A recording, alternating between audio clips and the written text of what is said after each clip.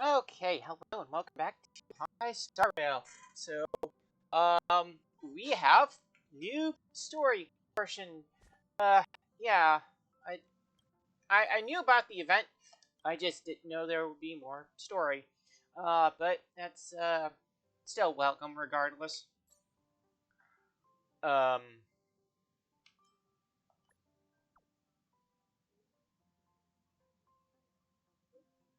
I'm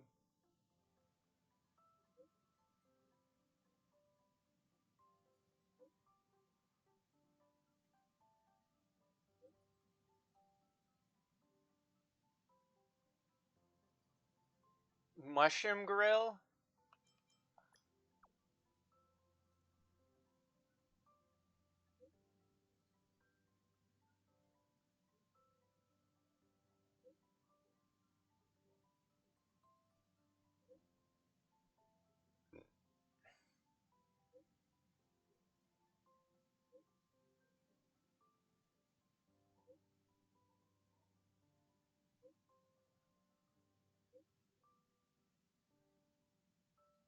Um,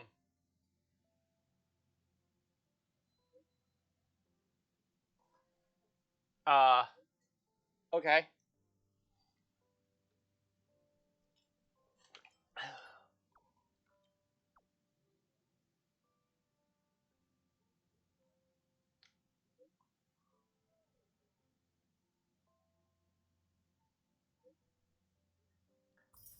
Whatever.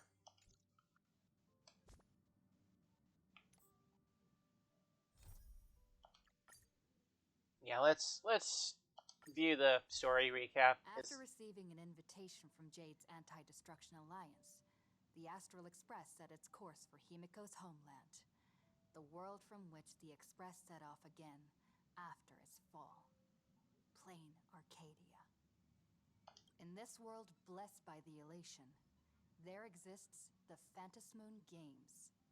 Wearing ancient masks of the elation, 8 chosen participants strive to create miracles that moves the hearts and souls of Plain Arcadia's people, hoping to share in the power of the Aeon. Having managed this world for many years, the IPC seeks to profit by controlling this Aeonic game. In response, the Astral Express, too, has decided to enter the fray. Meanwhile, General Yao Guang, the Xianzhou envoy to the Anti-Destruction Alliance, foresaw through divination the great crisis looming over Plain Arcadia. In her reading, the Stellaron hunter Blade, who had arrived for the Phantasmoon Games, would become the source of this impending catastrophe. To uncover the truth behind the coming apocalypse, Yao Guang seized a mask of elation meant for the Stellaron hunters and placed it upon Sunday's face. Thus, due to this unexpected turn of events, Sunday was made a participant in the games. Meanwhile, we journeyed to the school tied to Himiko's family in search of the mask of elation that had once belonged to her. Yet before we could reach it, we were attacked by the streamer Sparksy, a double of Sparkle, who seized the mask for herself. After seeing through the illusion, I encountered a mysterious girl named Evanesia in the school's archive room. With her help, I obtained another mask of her own creation, and thus became a supplicant of the Phantasmoon Games. To defeat supplicant Sparksy, we ventured deep into the Fool's base of operations, the World's End Tavern, and later returned to the school to overcome her. In doing so, we achieved the first miracle of the Phantasmoon Games. The Express hero defeats the villain, spreading the virus. Yet, at the close of the supplicant's first battle, greater mysteries emerged. A stranger appeared, claiming himself to be Himiko's father, and revealed a long-buried tale. 15 years ago, during the Phantasmoon Games, someone known as the Herald of Death went on a murderous rampage.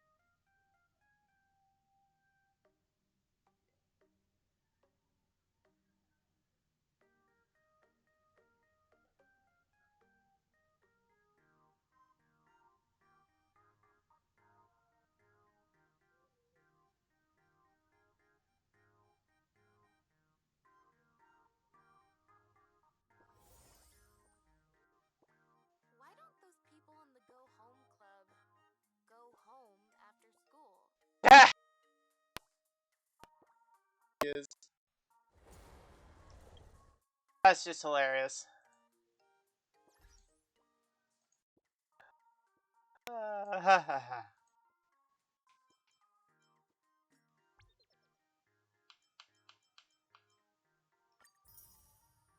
600, okay.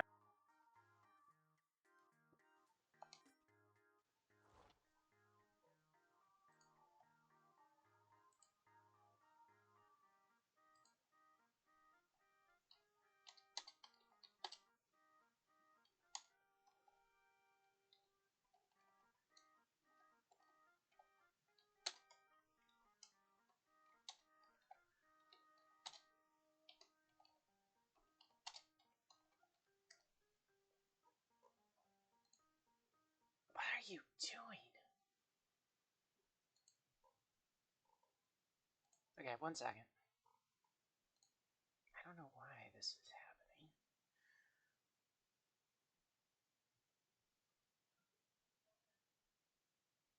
What are you doing?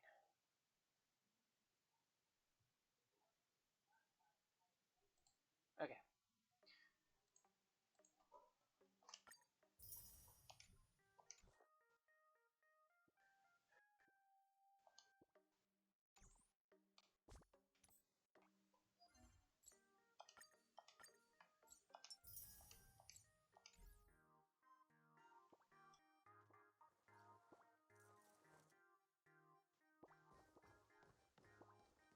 Continue the trailblazing expedition! Okay. Come on.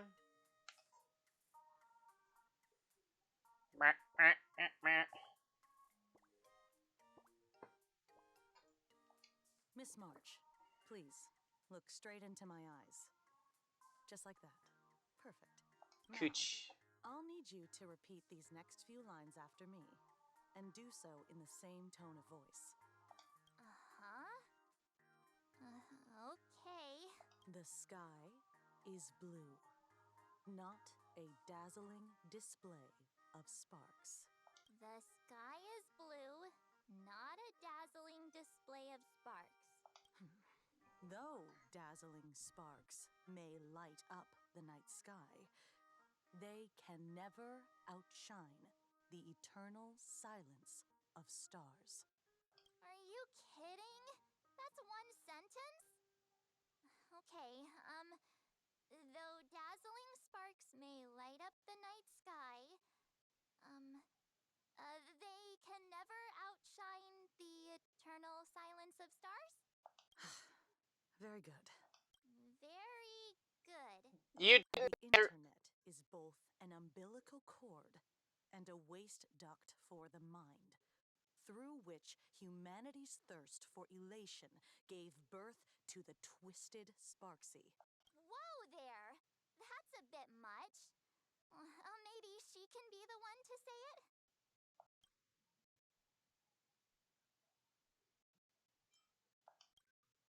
These are the test sentences I improvised according to the guidelines from the Human and Intellitron Emotional Baseline Test. I carefully observe the subject's micro-expressions and tone changes at the moment they say the name Sparksy, to check if they are infected by a mimetic virus. So I passed the test, right? Given how fascinating your reaction was, I clearly don't need to worry about you. Should you find yourself experiencing any live stream addiction withdrawal symptoms later, feel free to contact the Department of Aberration Defense staff. We'll provide you with a series of corrective behavioral treatments. You're handling this like a real pro, Miss Kuchiba. Has this kind of thing happened before? It's impossible to predict what will happen during the Phantasmoon Games. Once, a supplicant reversed the definitions of truth and lies, which nearly caused massive civil unrest. After that incident, we incorporated mimetic treatment into the Department of Aberration Defense's emergency safety protocols. Sparksy Khan didn't cause any casualties this time. Oh, shit. that's not it. Sparksy Khan didn't cause any casualties this time. But if your partner hadn't stopped Sparksy from spreading the virus, she might have turned into a calamity-level aberration. Without proper containment measures, a calamity-level aberration can destroy dozens of cities as it spreads. That's the scale we're talking about. Ah.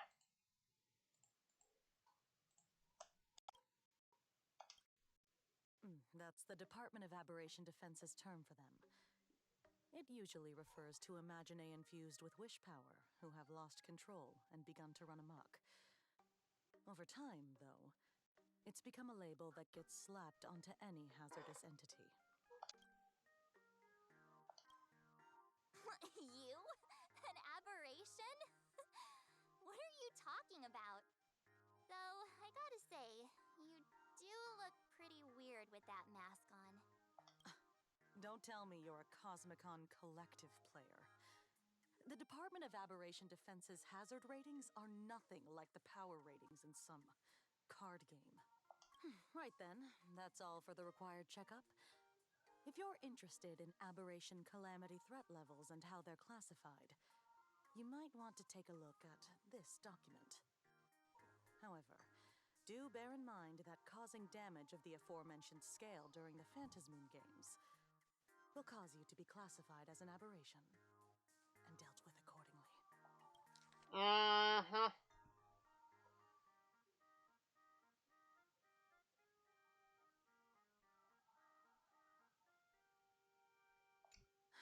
Before I leave, there's one more thing I need to tell you. Remember Lyndon Scott? The man who served as your tour guide. He was murdered. Oh no! What?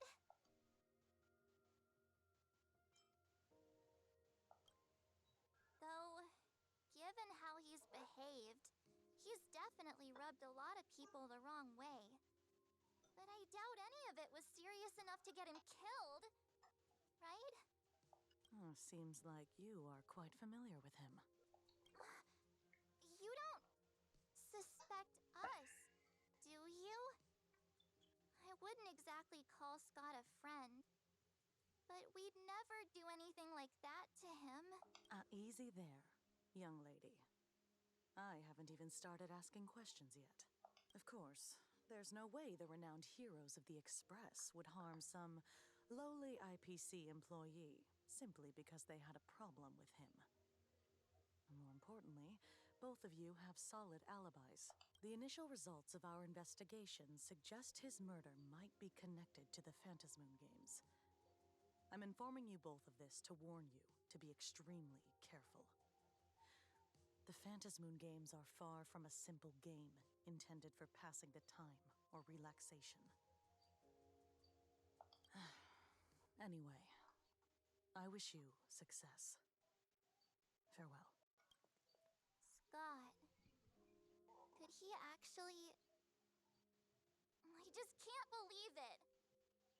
But it was Miss Kuchiba who told us, so... it must be true. So, the Phantasmoon games. Pretty frightening, huh? What's your take? Yeah. Even though Scott pops up now and then to give us a bit of trouble, I still feel bad about him dying so suddenly during the Phantasmoon games like this. And without even knowing why. If the killer is here for the Phantasmoon games, they might become our enemies soon. The Phantasmoon games. Good thing Himeko entrusted this mission to the two of us. Who would have imagined that the Great March herself would be stopped at the doorstep in the very first round? Forget it. I'm not like you. I was never hero material to begin with. Normally my hands can't even keep up with my brain when I play video games. You're definitely the right person for the Phantasmoon games. Okay, why is the... What the heck is going on with her hand? The outline is thicker than normal. Huh?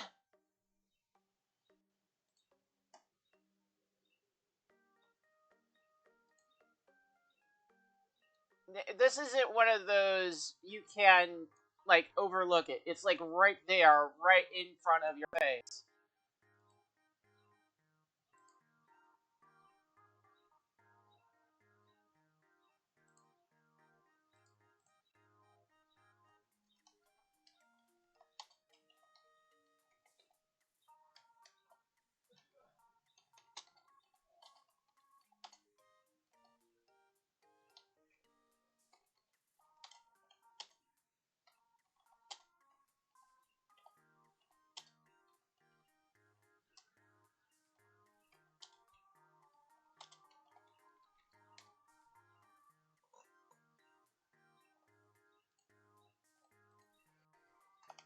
It's just such Oh. a shame. Wait, it could be the hand. We finally get a chance to vacation in Himeko's hometown.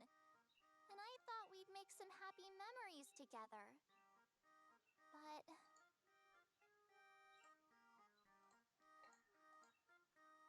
That is very weird for them to go and do that.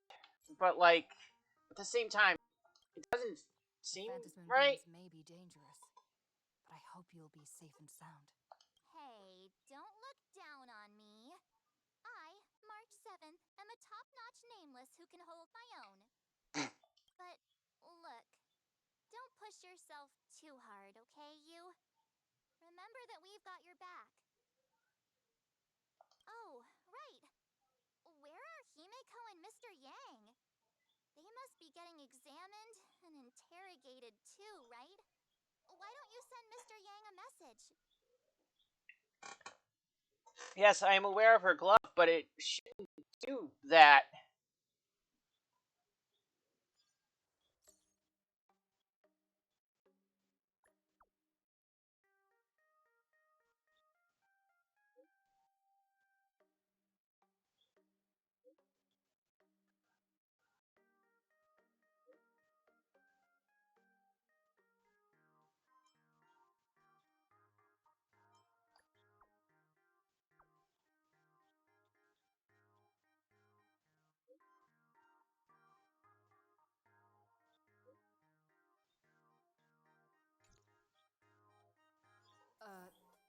Mr. Yang said he wants to hear what happened between Himiko and her dad.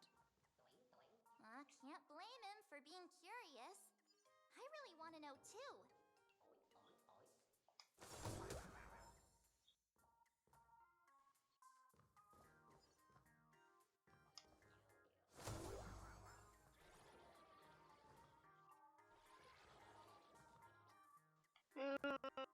Let's quickly do this. Are you experiencing any discomfort?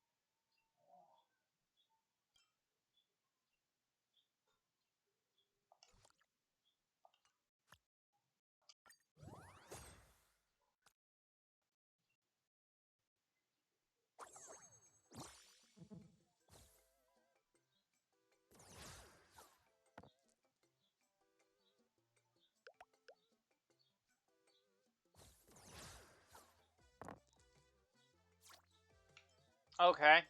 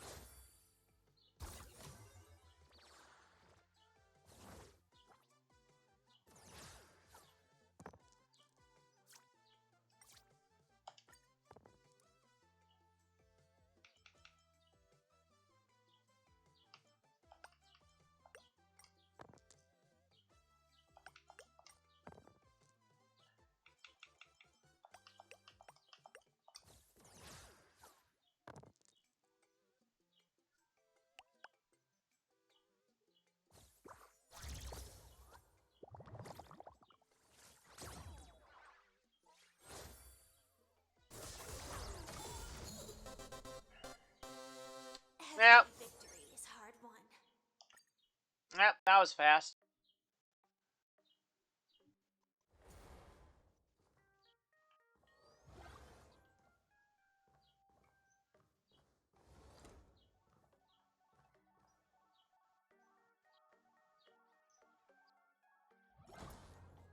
Nice to put this back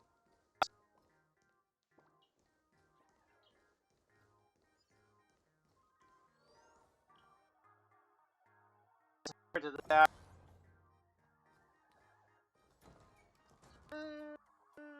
Eh.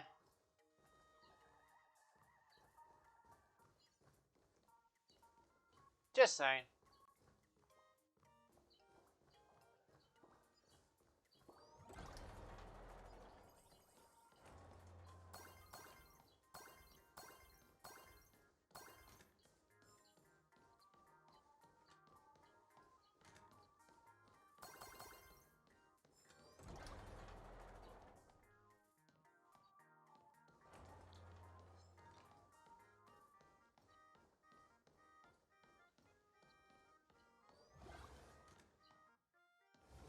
Finish that?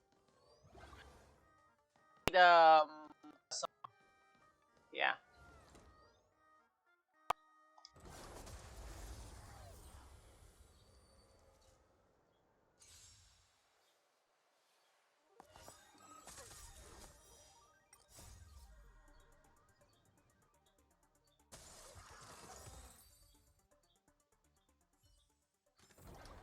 Bearing their hopes, I guard this land.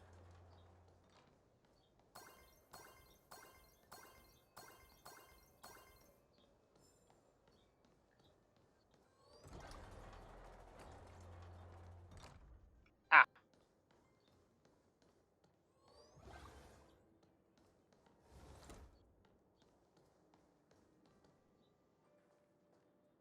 You're here. Himiko hasn't mentioned her father at all in the time since I boarded. So, what is going on between them? As you were the only one with her at the time, you're the only one I can ask. Yeah, it really threw me for a sec when you said Himiko's father. But when you think about it, it's only natural that Himiko has a father, right? Not everyone's like me, thawed out of an ice block.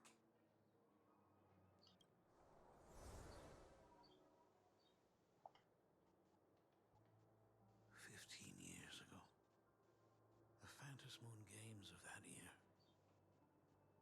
came to be remembered as the Blood-Stained Games. So many parents lost their children. So many people lost those dearest to them. One of the victims was my very own daughter. Upon my return, I stood before the grave where she was laid to rest. Her name was Himiko. So, this lady who bears her name, who exactly are you? 15 years ago, when I made up my mind to join this Phantom Moon Games, my father wasn't with me, even as I fought for my life against the Herald of Death. My father was still off somewhere, wandering the cosmos. Strictly speaking, ever since I can remember, his presence in my life has been as thin as the air in space. So, I would ask you, who bears his name? Who exactly are you? Well, well, well. Look at you. What are you getting so worked up over? Just a joke. A joke. It's been 15 years after all. And you've grown into such a fine young lady. How could you expect your old man to recognize you right off the bat? So, what's with that gravestone I saw with your name on it then? When you don't know if you'll live to see tomorrow, there's nothing strange about getting your affairs in order in advance, is there, Mr. Ryusuke? Mr. Ryusuke? How could you be so formal with your own father? At least call me Dad like you used to, okay? Hold it. And you are... Don't tell me. Himeko, is this your child?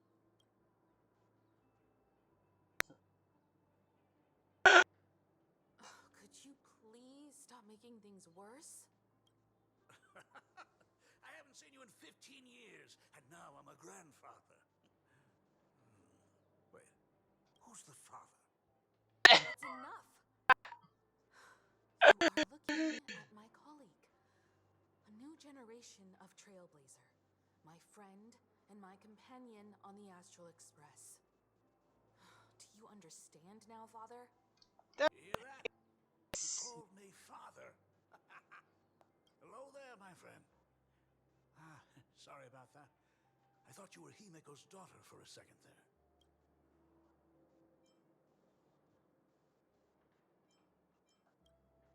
Uh, I'm just getting on in years.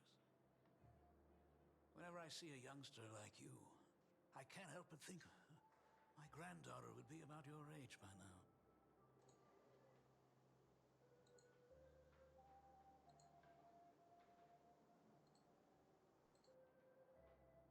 I'm a painter. Most of my work involves traveling to different segmenta to complete commissions for my clients. Himeko.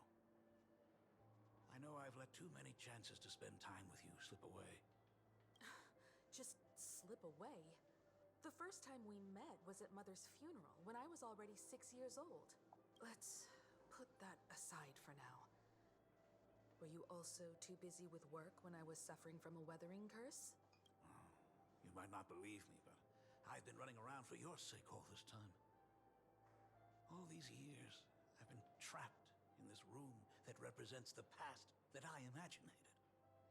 And I've never left it. You didn't know about me becoming the Express's navigator either? 15 years. The Express never stopped here once. You didn't even leave behind so much as a single word to indicate you were still alive. And the Department of Aberration Defense completely sealed off all records of what happened during those Phantom Moon games. I did hear many rumors about the Astral Express, though. I even saw the navigator's name.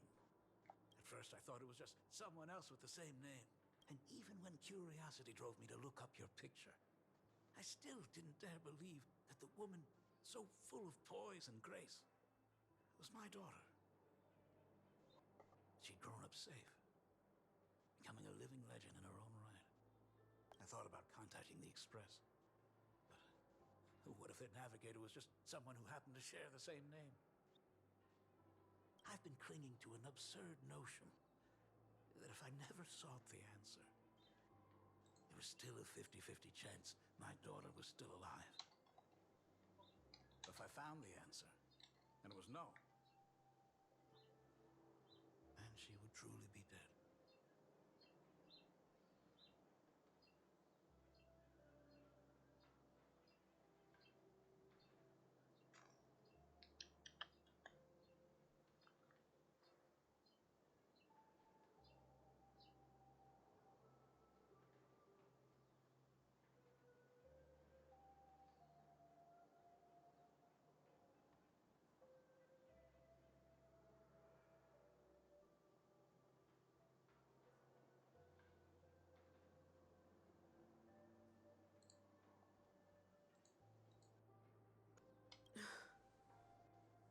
So, Himeko, how did you...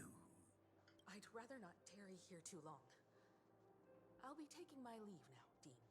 The Express has defeated the supplicant that occupied this school and prevented another tragedy like the one 15 years ago. Now it's time for you to fulfill the duties you failed in back then. Go comfort those students. And see if you can't figure out how to deal with the media bombardment while you're at it.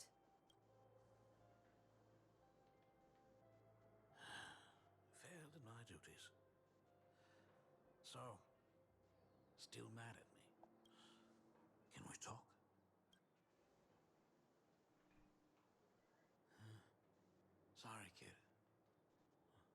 might be a bit abrupt, but has Himiko ever mentioned her surname to you? I'm a failure of a father. I broke her heart. What exactly happened 15 years ago? I can't believe it. She actually survived the weathering curse. Have you heard the tale of the legendary painter Graphia, who hid everything on this planet's surface within a scroll? It is said that to achieve such a monumental feat, she made a forbidden exchange, sacrificing both her own life and that of her descendants, resulting in the weathering curse. Few descendants carrying the Graphia bloodline have lived past 30. Most of them wither like flowers while they're still young, skin cracking and peeling like dried paint. Himiko was no exception. She was tormented by the curse for years.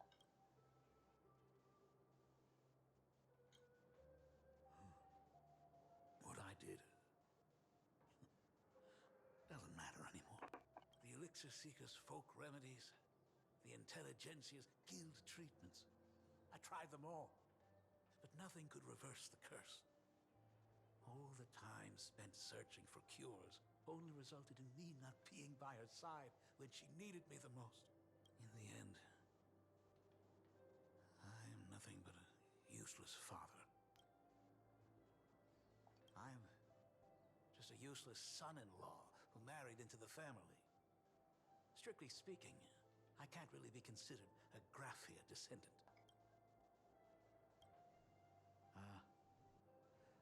You're right.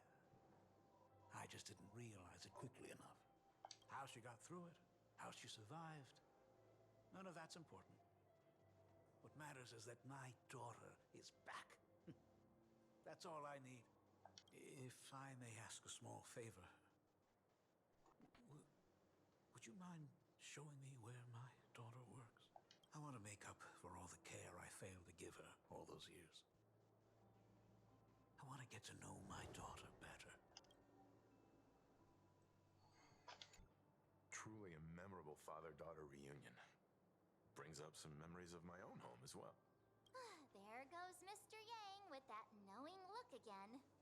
Just what kind of parent-child relationship are we talking about anyway?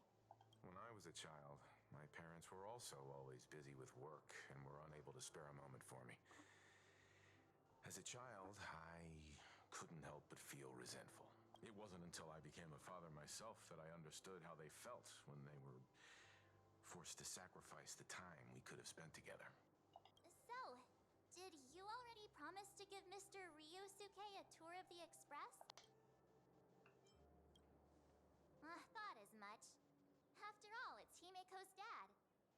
So, where is he? Ah, everyone's here. Sorry to keep you all waiting. I'm truly grateful to all of you for looking after my daughter. Not at all. She's the one who's been taking care of us. Would you all be so kind as to show me around?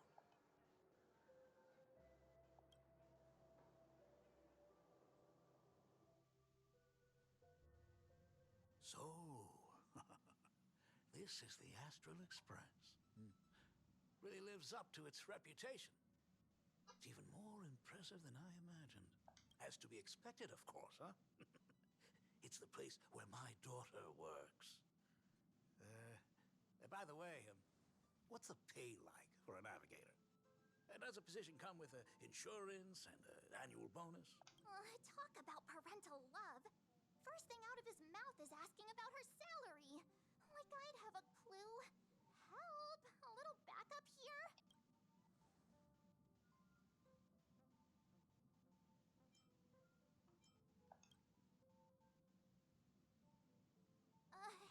Hey, that's not totally true. We get some spending money every time we stop somewhere. What? No income?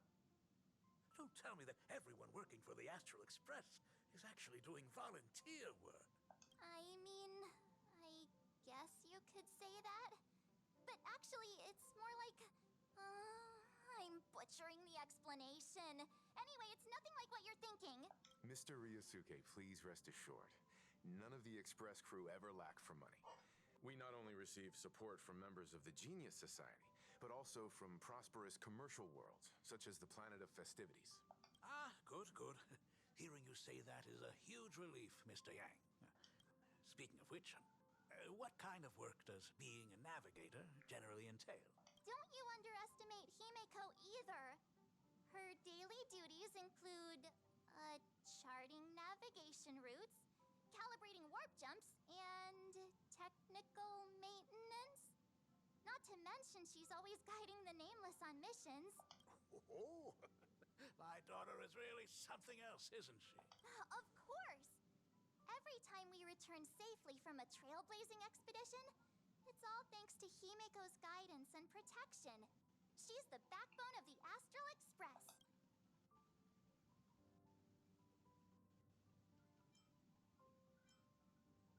Come on. You're just trying to stir up trouble. You began it. Himeko's the backbone of the Express. Then our conductor is the absolute cutest and hardest working of all. Right, Pom Pom? Oh? We got a new passenger? This gentleman does look kind of familiar. No wonder he felt so familiar. How are you, Mr. Ryusuke? Conductor? Oh. So you must be my daughter's superior, huh? Well, thank you for taking such good care of her all this time. Superior? That's way too formal. It's Himeko who's been taking care of the Express and everyone on it. He's... What is he doing on the Express? It's all my fault. I was just curious about your daily work, so I asked your colleagues to show me around. And I know I didn't ask your permission first. Please don't be mad, Himeko. Mad? Why would I be mad? Mr. Ryusuke, welcome aboard the Astral Express. Is there anything else you'd like to see? I can show you around. She isn't actually happy. She's hiding her frustration, probably.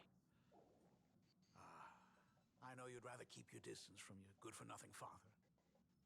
You're on a journey, and it's rude of me to barge in like this. But it's been way too long since we last saw each other. As your father, I want to get to know you better. Make up for all the time we've lost, at least while you're staying here. Please allow me to show you some of the fatherly care and devotion I owe you. Will you? Excuse me, why don't the two of you go to the party car? Shush, get the drinks ready. Shush. All right. I'll go make some tea. That's just our domestic robot's name. Come on, Father. People are resting here. Let's not disturb them. Oh, and, come with us.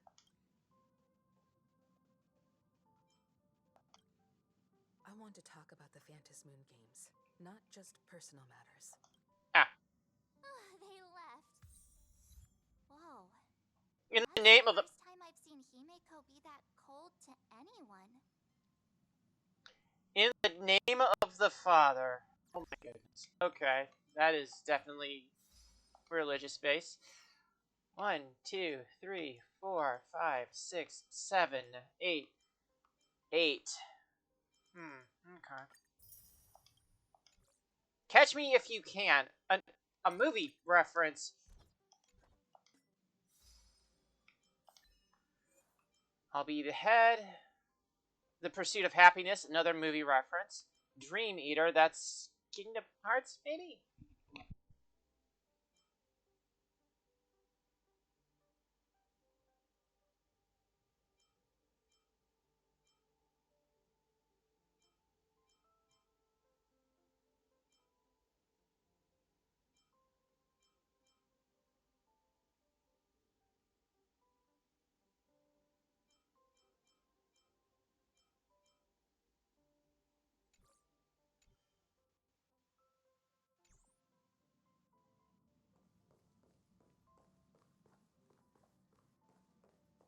hope a drink will help the two of them set aside their past differences. If they do argue, I'm counting on you to play peacemaker.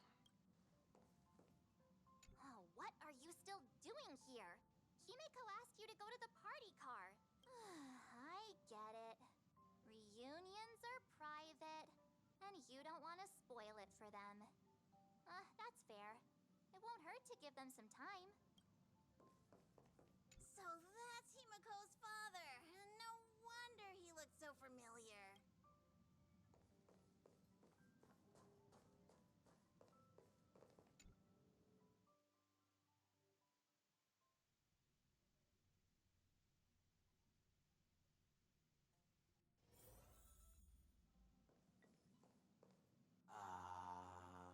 When it comes to breaking the icy silence between a father and daughter, nothing's better than a cup of hot water.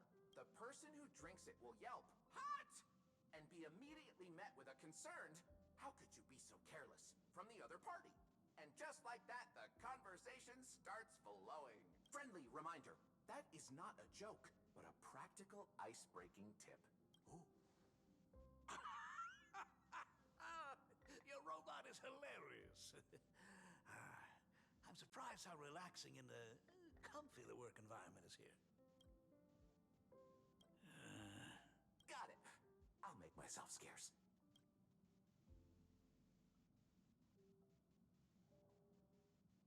Being a nameless is neither relaxing nor comfy. Most of the time, we are facing down Void Rangers from the Antimatter Legion, bugs left by the Swarm disaster, Borisin, and various organizations that are suspicious of the Express or have malicious intentions for us. That dangerous? Huh. Maybe this trip home is a great chance to quit your job, huh? Talk about coincidence. Just so happens I'm getting on in years. And Graphia Academy is in need of a new dean.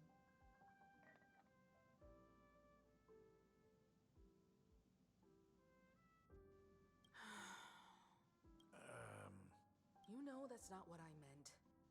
Once I've set my mind on something, I never look back.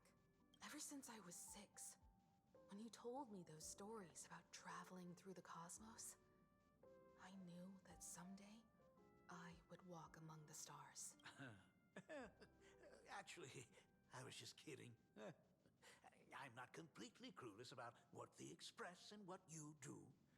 Oh, right. Once I knew the Express was coming, I even bought that comic series that's based on your adventures. Please don't tell me it's fluffy across the blue.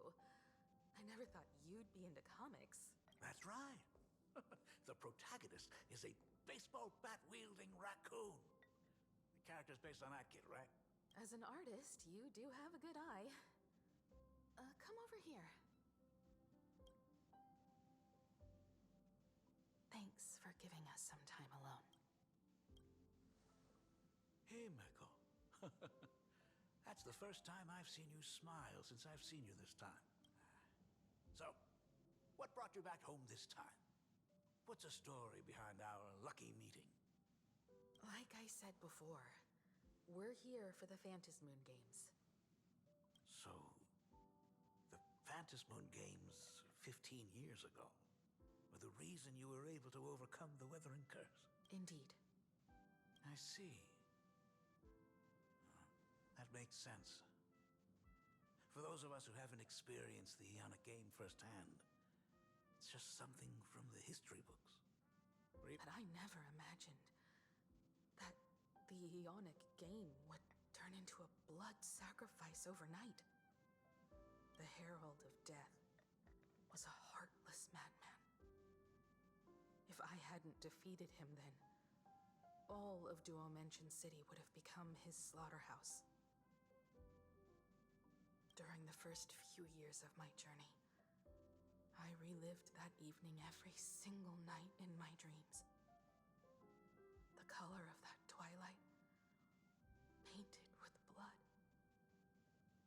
So much blood. Blended with terror and screams. The victims were twisted like clay into grotesque shapes, like paint tubes that had been snapped, one after the other. And that man, he reveled in the colors splattered everywhere and wanted the whole world to be his canvas. Even if I could avenge his victims, in the end, it won't bring them back to life. The entire thing is like a heavy piece of baggage. Only by letting it go can I travel the road ahead more easily. You did your best. And I'm glad to see you made it back here safe and sound. I thought I'd never come back. But the times have changed. The conditions to hold the Phantasmoon Games have been met again. However, to hold 2 games in just 15 years? That in itself is far from normal. Just like 15 years ago, the IPC wants to control everything. However, a game woven by the most fickle of eons is destined to slip through everyone's grasp. I received a report from the Department of Aberration Defense. I'm sure she must also have heard. There's been a brutal incident in Dovebrook District. Someone massacred everyone at the headquarters of the Sinwish Syndicate, leaving a signature that only the Herald of Death would use. The Bloody Bloom.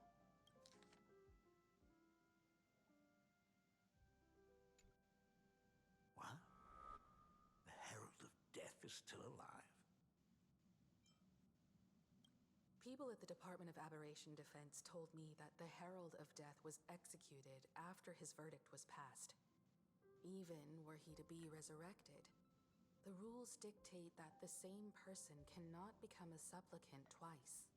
Are you saying we've got a copycat? That's right. The Herald of Death has a copycat. But what I find even more worrying is that this Phantasmoon Games has caught the attention of something even more terrifying than the Herald of Death. I believe that whether or not this Herald of Death copycat has a connection to the Phantasmoon Games, defeating him presents an excellent opportunity for you to demonstrate the resolve of the Nameless to the whole of Plain Arcadia. As for you, Dad, have any clients commissioned you lately? It'd be best if you left this world for a while. May I take that as my daughter showing concern for her dad? You can take it as a safety advisory from the Astral Express. Also, as she has already become a supplicant and joined the Phantasmoon Games, she will have my full support. I'd like her to temporarily keep the Mask of Elation that has been passed down through our family. Too late for me to raise any objections at this point, right? Sounds good. The mask stays with the kid. Thank you. Would you like another drink? Got it. Next, it's time to show me the way out, isn't it? I've definitely overstayed my welcome. For most of my life, I couldn't be there for my daughter. And now that I finally have the chance, she wants me to leave. In that case, I ought to be on my way. Himiko. The Graphia family has a number of records about the Phantasmoon Games, passed down through the generations. Come over to the school library later. I'll give them to you. I'll be there, Dad. I apologize. My father's little tour seems to have made things awkward for everyone on the Express. Let's head to the parlor car and check in on Welt and March. Now that my father's gone, we can all relax a bit.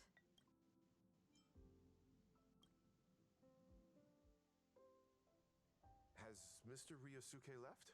Yes. I told him to head home for now. After all, what is going on with the Phantasmoon Games has nothing to do with him. I'm really sorry, everyone, for bringing my personal family matters onto the Express. Not at all. Mr. Ryusuke is your family. And that makes him part of our family, too. And the most important thing for family is to be together. so he's welcome to drop by anytime. Madame Pearl sent a message to the Express just now, inviting our supplicant to a meeting. She'll have a private car waiting for us. Yes. The meeting won't be held in some stuffy, formal reception room. She would like us to visit and tour the headquarters of a company under her name instead. Himiko, you know about Pearlux Corp, right? Of course. It's the biggest entertainment conglomerate in Plain Arcadia. Entertainment company? That's right. Pearlux Corp is a titan, dominating the entertainment consumer market, including cartoons, comics, games, toys, and the like. They've cornered half the market.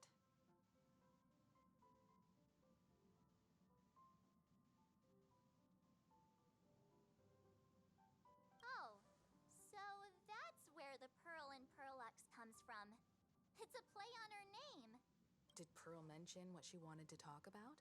She didn't say much, but she specifically mentioned wanting to discuss the developments regarding the Phantom Moon games, and that she could provide us with a bit of help. Helping her opponents in the Ionic game? Oh, looks like she realizes we are all in the same boat.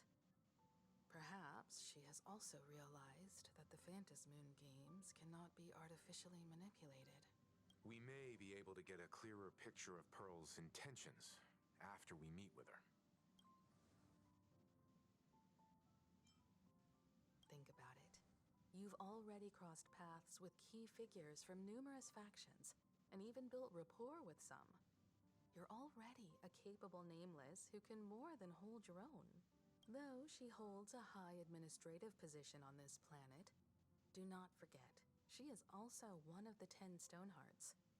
You've already dealt with Aventurine on numerous occasions, so you should have ample experience handling members of the 10 Stonehearts. Hey, don't worry. If things do get messy, yours truly is here to save the day.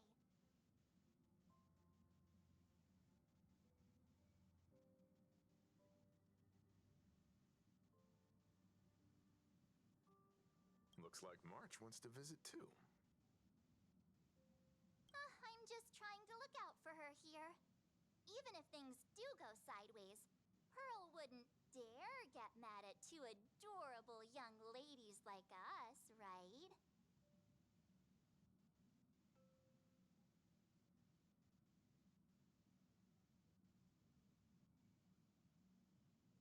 Well then, I'll leave this meeting to you two. Aren't you coming with us, Himeko? I'd like to talk with my father. Didn't he say he would hand over the records about the Phantom Moon games from our family history to me? And honestly, isn't this a good chance for you youngsters to handle things independently? I understand. In that case, she, March, and I will be heading out now. Oh, score! A private car! So, where are we getting picked up? You should be familiar with it. It's just under the giant gate next to the At Plaza.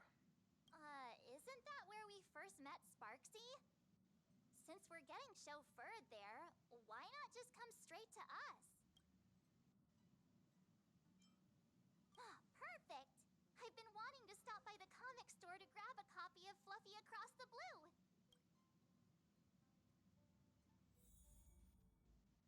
Destination Pearlux headquarters. And let's grab a copy of the Fluffy while we're at it. Aw, this is just perfect. We'll head out when you're ready.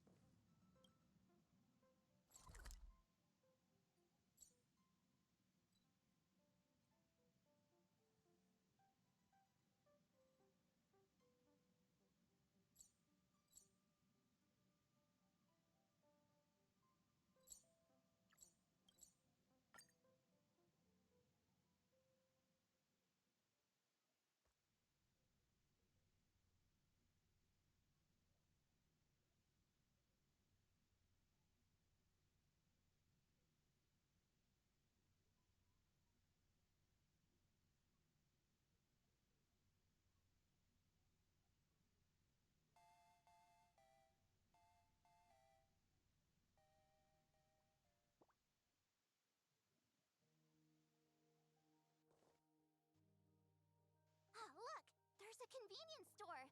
Mind if I grab a copy of Fluffy Across the Blue while we're waiting? Is that the comic based on the Express's adventures?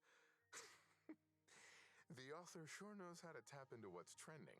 The best part is that the author drew all of us as adorable little animals.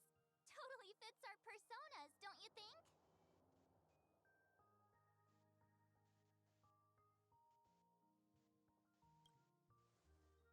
Right back at ya, baseball raccoon. In fact, it was recently announced that the Fluffy is getting an animated adaptation, and the copyright for it is currently held by Pearlux Corp.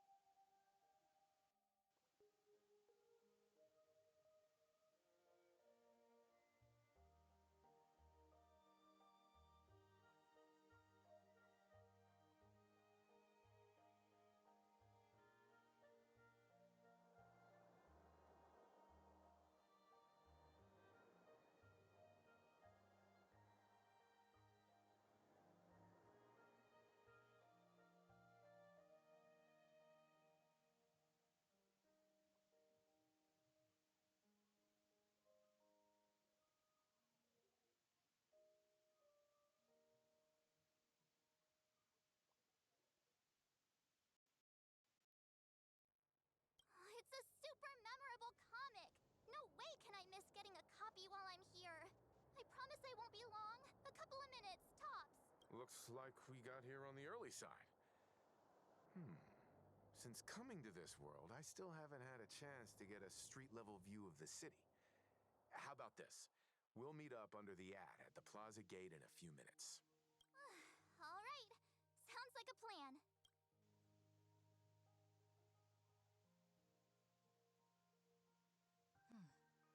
Might as well take a look around then. Absolutely insane! Did you see the post I shared? Hey, you hear the news? There was a supplicant battle at Graphia Academy. Yeah, I saw it. The online forums are already blowing up. The supplicant called Sparksy. How terrifying! Actually using live streams to spread mimetic viruses. Eons, that's just evil!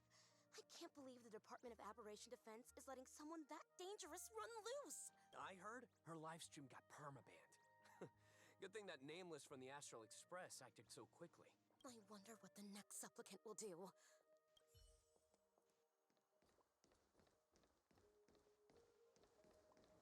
Have you read the new chapter of Fluffy Across the Blue? Have you read the new chapter of Fluffy Across the Blue? Sorry, I'm not into comics for kids. They just released the official concept art for that giant pom-pom robot! That mech design is totally unrealistic. What's so great about it? Do you have the slightest clue how to talk to other people? Do you? Hey, relax.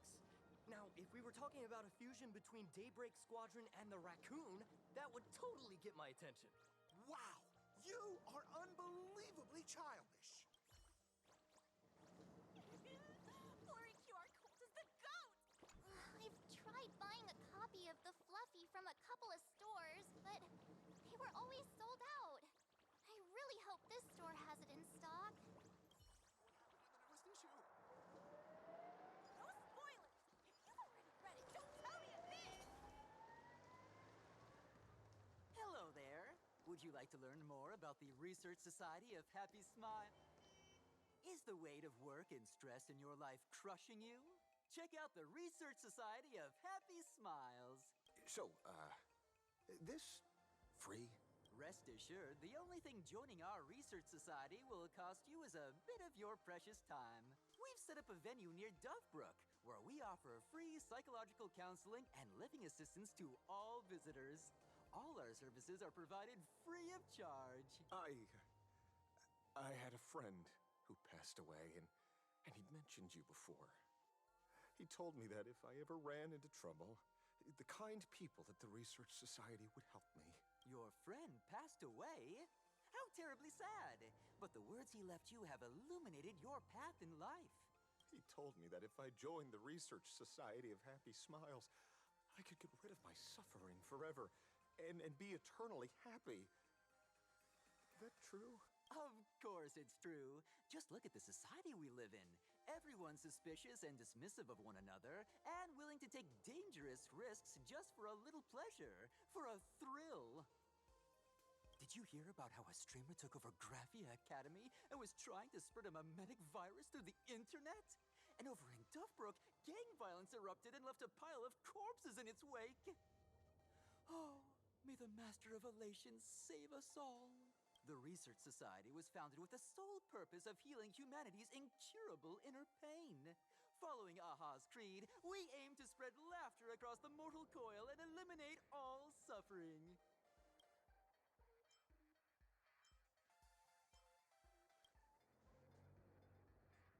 Of course it's possible! For this is a world blessed by the god of elation, where Aha has granted us the right to happiness. Have either of you heard about the tragedy of the Bloodstained Games 15 years ago?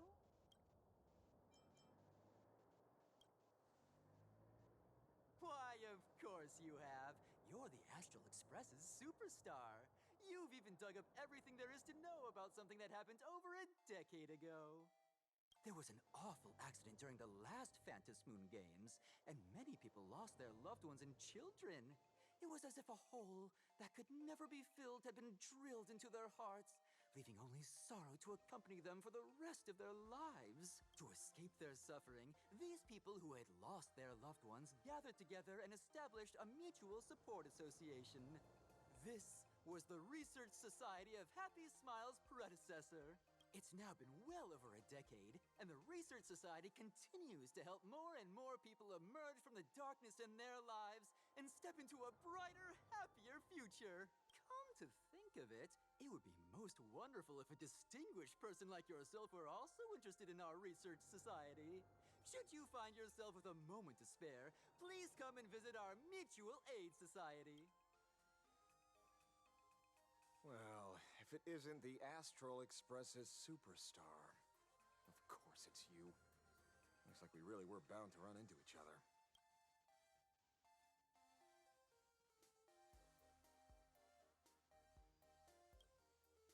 I'm here to do my job. Problem is, you've gone and messed up my investigation.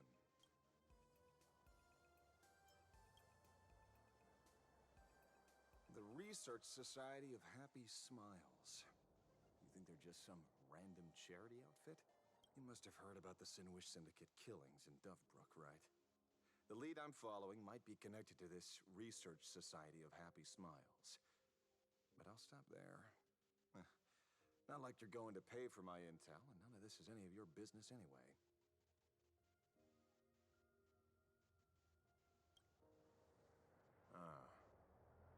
Based on your social circle, you wouldn't be talking about the poor IPC sap who was unlucky enough to be there, huh? Planning to avenge him?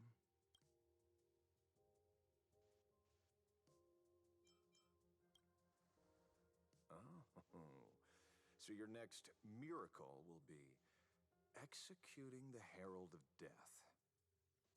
Can't say I'm surprised. Be careful. The murderer is the Herald of Death. He's dangerous. Oh, thanks for your concern. Oh, be careful. Been a hot minute since anyone said that to me. Even so, it's my duty to solve the case. Doesn't matter if nobody pays me. I'll still find the killer and exact justice on the spot.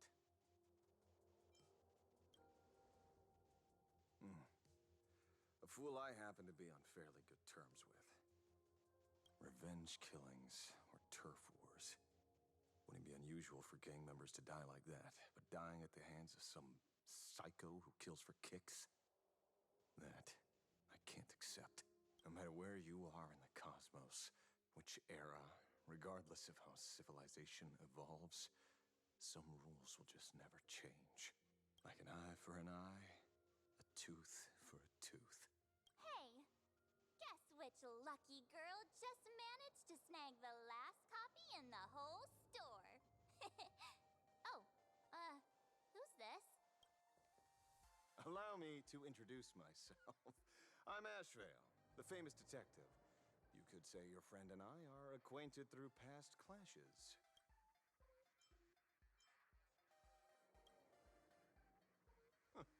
We did have a bit of a clash of opinions back at the tavern, did we not? That's what you meant by clash? Fair enough. First time I've ever heard anyone introduce themselves as a famous detective.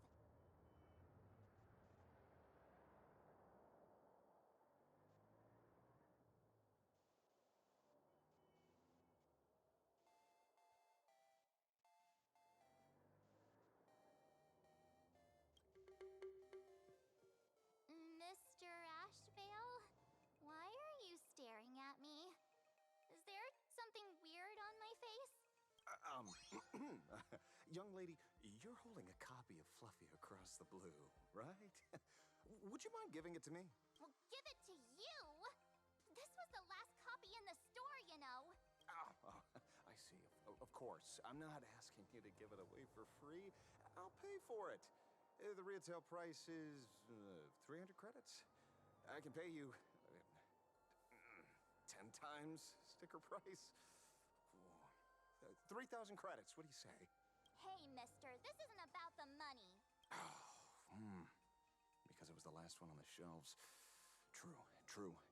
The last item in stock is like the final slice of cake on a plate. The last prey animal on the plains never fails to stir our urge to seize it before anyone else. So, 30,000 credits. How about that? That's my final offer. I'm not exactly rolling in money here.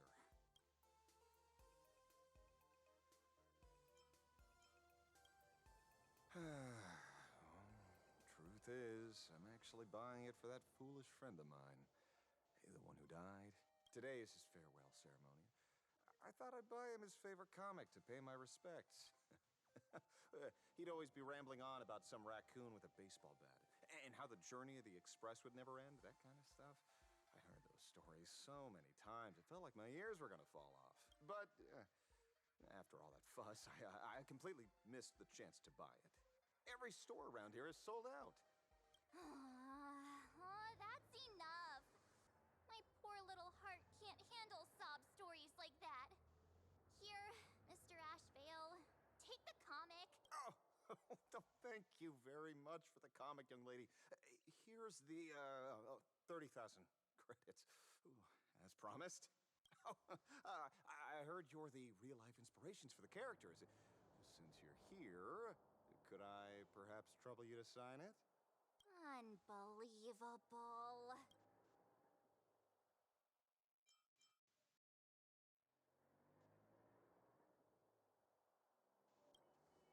Thank you both.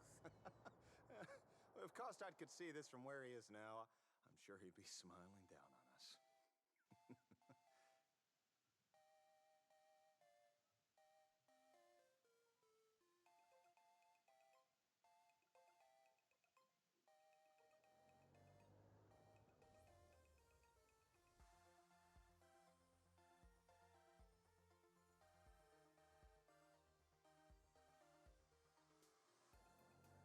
As a token of my gratitude, I'd like to give you a friendly word of caution, little girl. I know you plan to target the Herald of Death and cement your heroic image. However, all eyes will be on you during the Phantom Moon Games. In such a public stage, discretion would be wise. Because when the masses see your magnificent miracles and wield your extraordinary power, fear and jealousy could turn their wish power into wish you ill power at the drop of a hat. Forgive the expression, but you get what I mean. So, whatever plans you might have for this Herald of Death, why not leave the whole messy affair of revenge to someone who couldn't care less about winning or losing? Like me. Just like this comic. I'm dead set on getting him.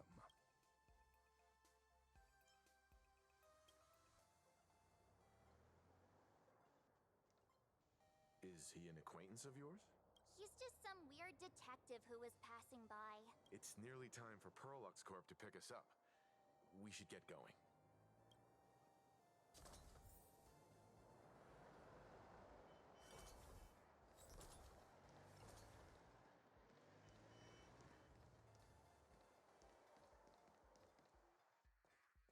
Well, we're here. So where are they? I don't see anyone in IPC uniform. This is the time we agreed on, no mistake about that. Maybe they got held up in traffic. Greetings, crew of the Astral Express. It is my honor to escort you on your visit to headquarters. Mechatron? I am guard number 100086, created by Perlux Corp, a security specialist from the business division. My designated human name is Faerun, said to derive from an ancient language meaning iron. It's a pleasure to be of service.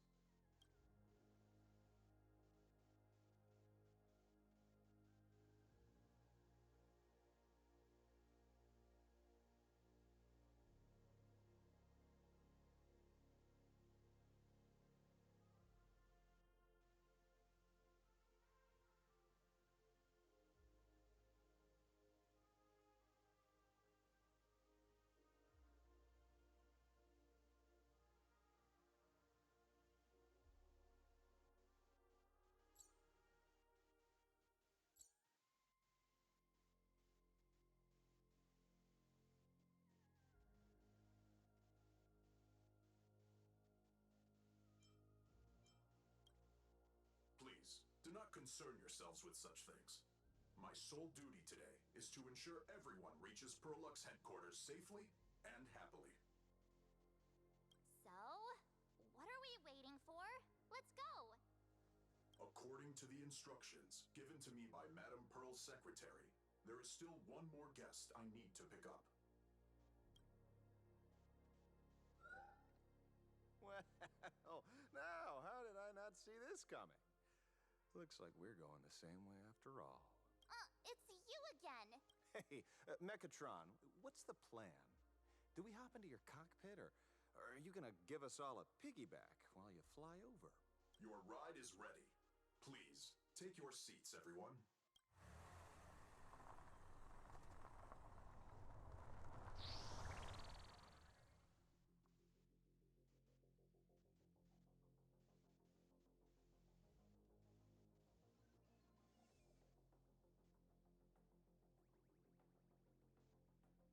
Whoa!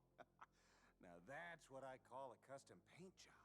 Your ride isn't your run-of-the-mill business car, but a customized, made-to-order vehicle, used especially for receiving guests. Sorry, this might come across as a bit insensitive, but I have to ask. Can Faerun actually fit in the driver's seat? Of course not. I'll be driving and monitoring this vehicle remotely. Please, take your seats.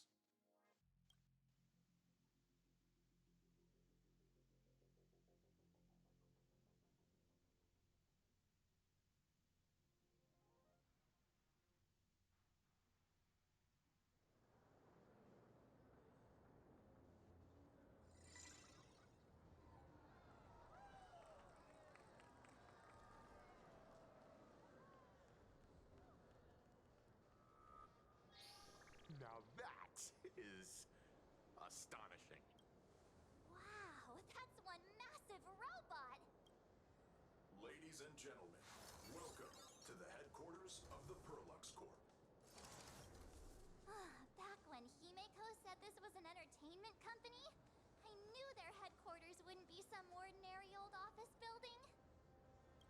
But this is way too much. That giant robot statue? This place is totally like some supersized mega hangar! Ha ha! You're absolutely right. In accordance with the vision of our founder, our lobby was intentionally constructed, as you see it now, To realize dreams that far exceed what consumers imagine has always been Perlux Corp's core design philosophy, and we have never strayed from it. If any of you are familiar with our company's works, you may recognize this as Mechatron Warrior Series, the Daybreak Squadron's base of operations.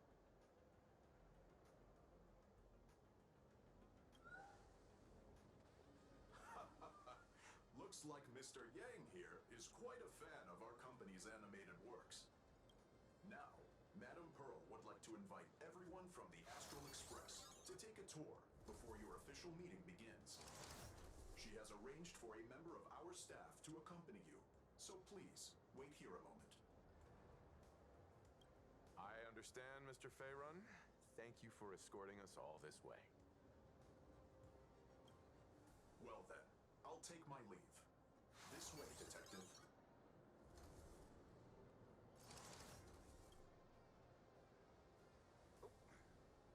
See you around, everyone.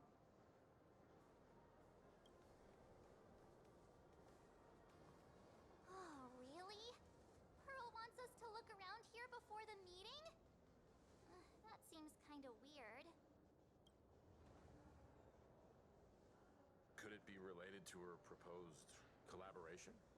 Perhaps this is her way of introducing her other identity.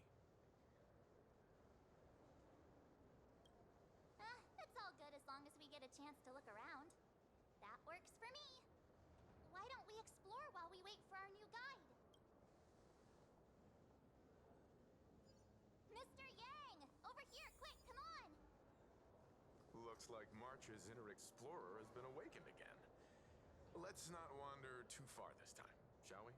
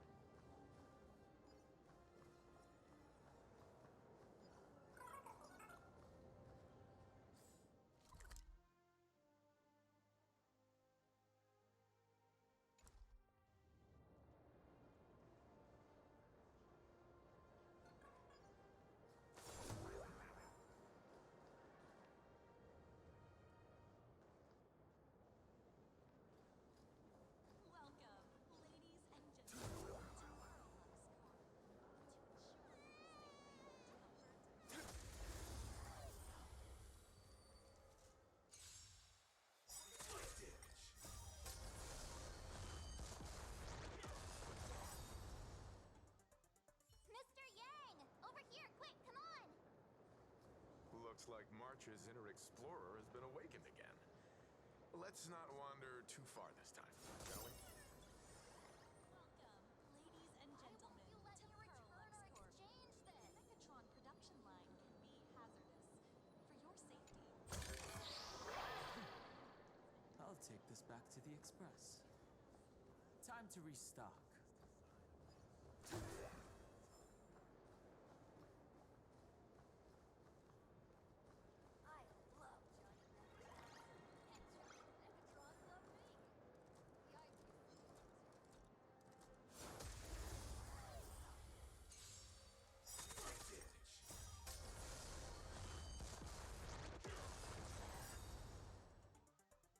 Mr. Yang!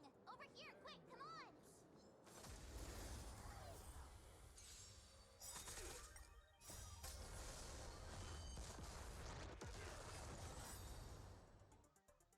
Mr. Yang! Over here, quick, come on! Looks like March's inner explorer has been awakened again. Let's not wander too far this time, shall we?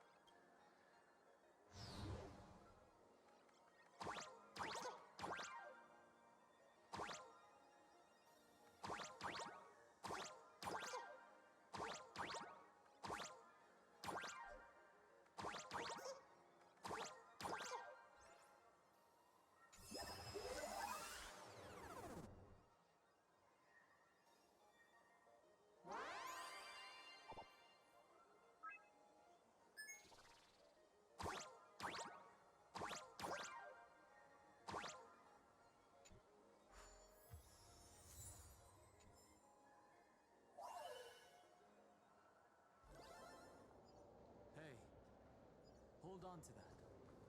You never know when it might help.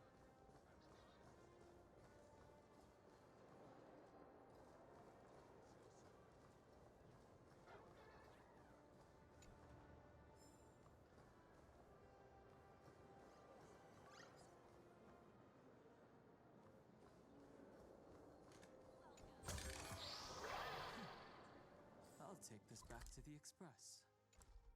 Time to restock.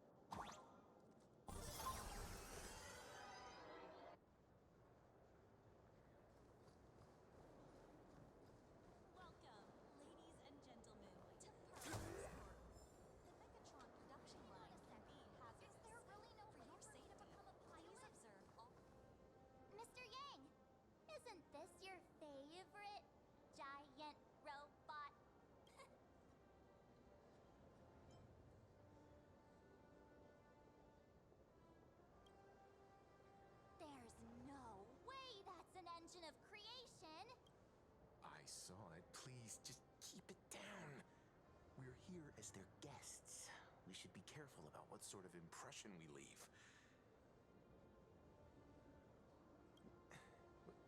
Looking more closely, it appears many of this Mechatron's components were never installed.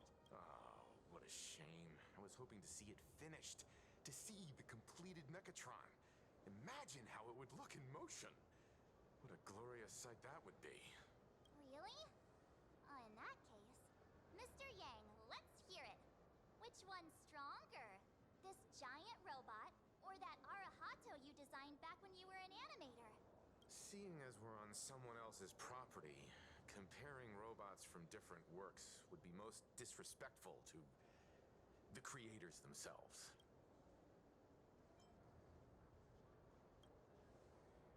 Yeah, like how Cosmicon Collective players are always obsessed with power scaling all the characters. Arahato is an animation all about robots, while Daybreak Squadron is a live-action hero drama. The two really cannot be compared. Oh, what a stereotypically textbook mature answer. My days of being a hot-headed young man are well behind me, so please, cut this mature old man some slack, would you? We don't usually come to a place this cool. So why don't the three of us take a photo under this massive Mechatron? Now we're talking. Let me set the self-timer, so we can all get in the shot together. Oh, standing below a huge Mechatron like this is just incredible. Looks like Mr. Yang's still young at heart after all.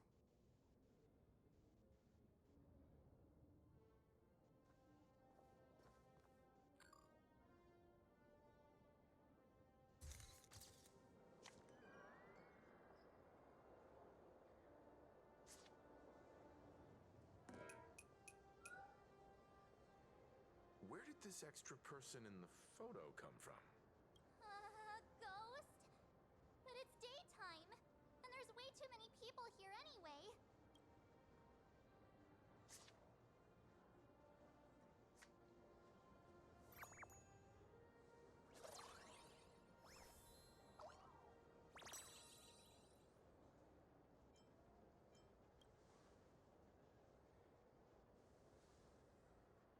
Who are you? Oh.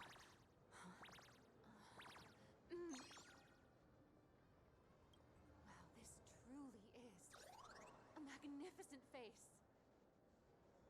Oh, it's nothing like how it looks on the news. Being able to see it up close feels almost surreal.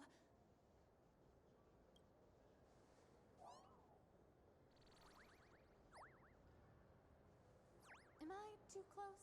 Oh, sorry, my bad. I'm not great with personal space.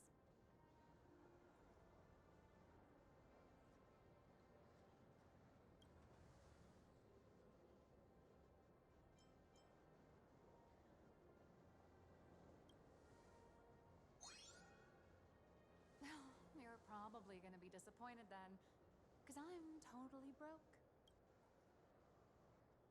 Oh, right, I forgot to show you my ID. Right, here we are. I'm Nihilux, and I work at Perlux Corp's Imagenesis Technology Department. I'm a P-30 agent who works for the IPC.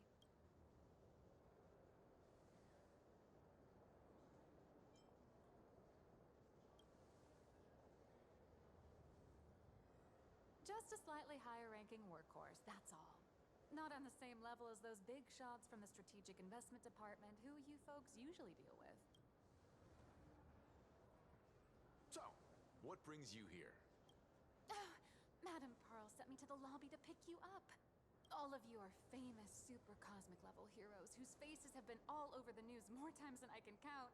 So, of course, I recognized you right away and just couldn't help rushing over here to snap a selfie with you. Hope you don't mind. I see.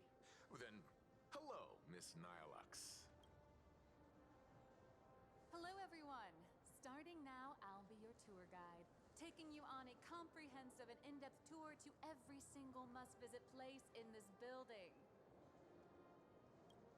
From the Mechatron imagenesis that managed to pique Mr. Yang's interest, to Miss March's favorite fluffy across the blue merchandise, I'll reveal all the secrets behind our hottest products. Oh, seriously? I can't wait! Of course I'm being serious. If there's anything you want to see, learn about, or even get your hands on along the way, anything at all, just let me know.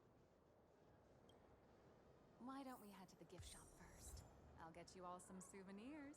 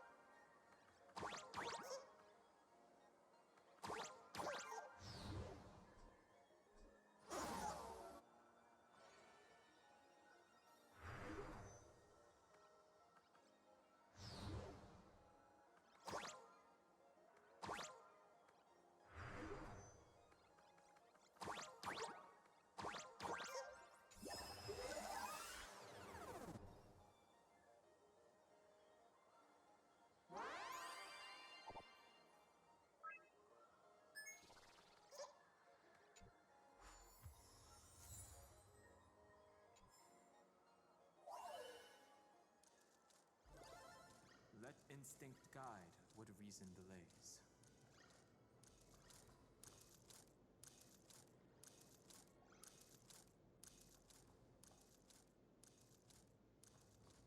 How can I help you? Meow. Together our credits for the expansion modules.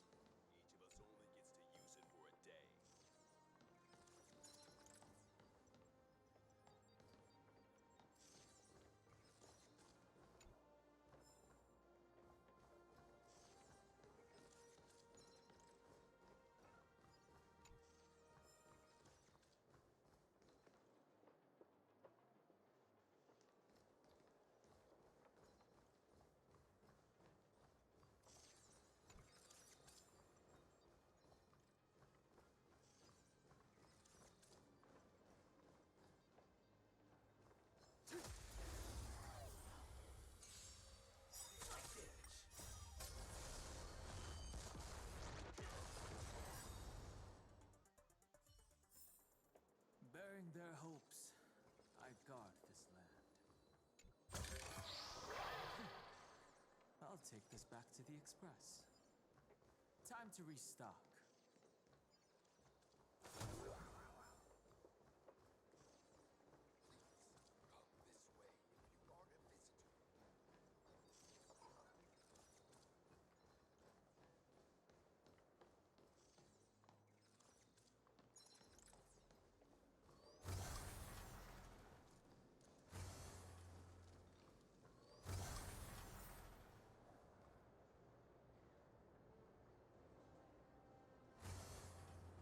Welcome, ladies and gentlemen, to Pearlux Corp. To ensure your safety and comfort, please avoid running and move through the area in an orderly fashion. Thank you. Mr. Yang, you seem reluctant to part with the Mechatron. Want to take a few more pictures with it? I'm just curious. When will this giant robot be completed? Here's a little spoiler. That's actually part of today's tour. We'd like to invite the heroes of the Astral Express to help complete this Mechatron statue. Will it be able to move like the other Mechatrons in Plain Arcadia once it's done? That's... Oh, I'm afraid it'll be a bit tricky. You're probably all aware that Mechatrons are imaginae driven by wish power, which means they don't actually have any complex machinery inside them. You know how humans tend to unconsciously imagine inanimate objects as living things that can think and move? It's this empathetic projection that grants wish power to Mechatrons. No, to all imaginae, giving them life.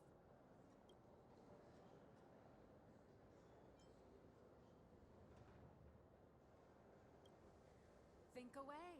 But one person's thoughts alone won't cut it. The bigger the imaginae, the more wish power needed to sustain it. We'd need to break free from the mental shackles of impossibility to bring such a massive imaginae to life. That in turn requires stories filled with the grandest of wishes and imaginations that know no bounds.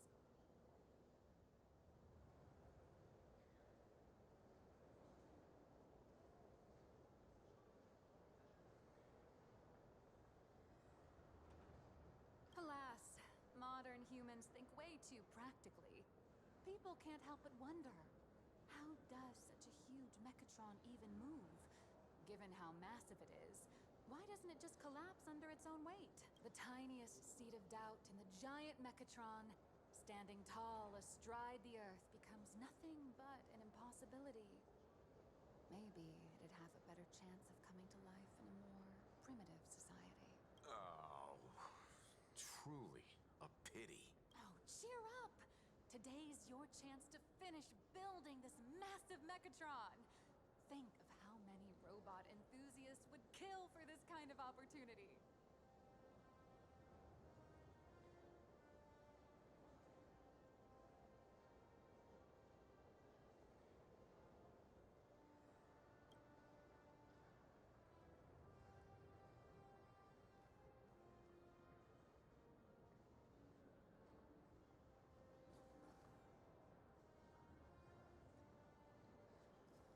Hang on a sec. Is there really no way for... The officially licensed you watch Daybreak Squadron 2? There's a saying that goes, dreams of wealth, the heart of a hero, and countless efforts all lead to Pearlux Corp.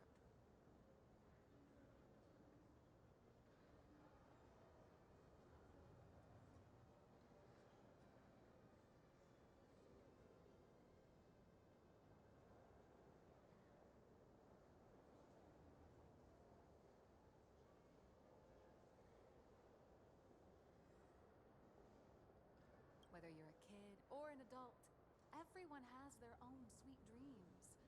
Becoming a hero who saves the world from evil forces. Merging with a giant Mechatron to unleash awesome ultimate moves. Yeah!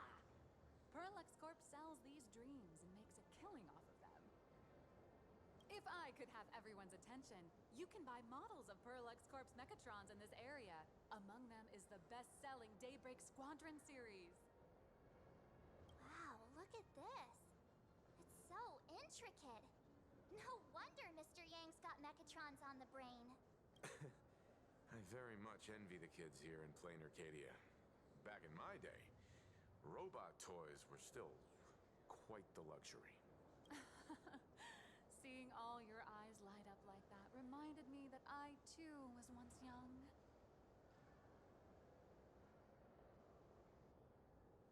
Back then, there was a stretch when I was so broke that I'd spend ages debating whether to buy a carton of milk from the convenience store. I kept telling myself that I had to work hard so I could get rich someday. So, did you manage to get rich? After years of hard work and hustling, at the very least, I'm no longer young.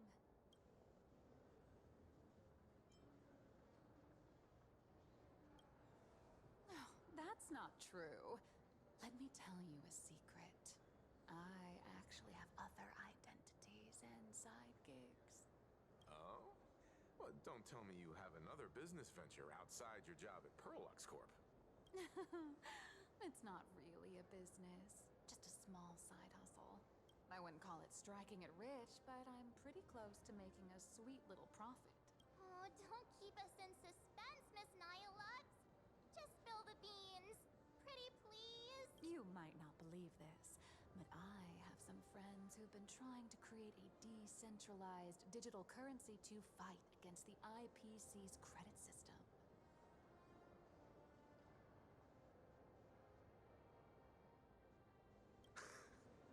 Are these people from Punklord? That's right. These people are from the Nomadic Miners faction. They've discovered a way to hijack Noose's computing power for mining and are digging up a limited supply of learned coins. And I have gone all in with everything I got on this project.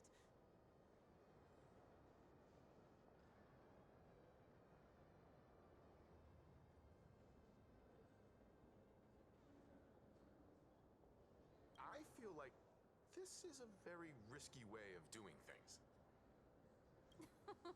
Life's full of ups and downs, right? The higher the risk, the bigger the reward.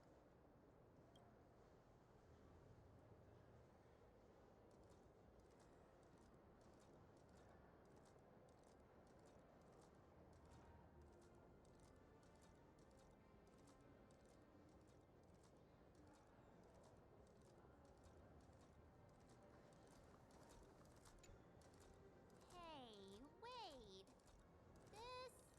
This isn't right. Isn't this Pom-Pom? Oh, wow! Oh, that's some really fine craftsmanship.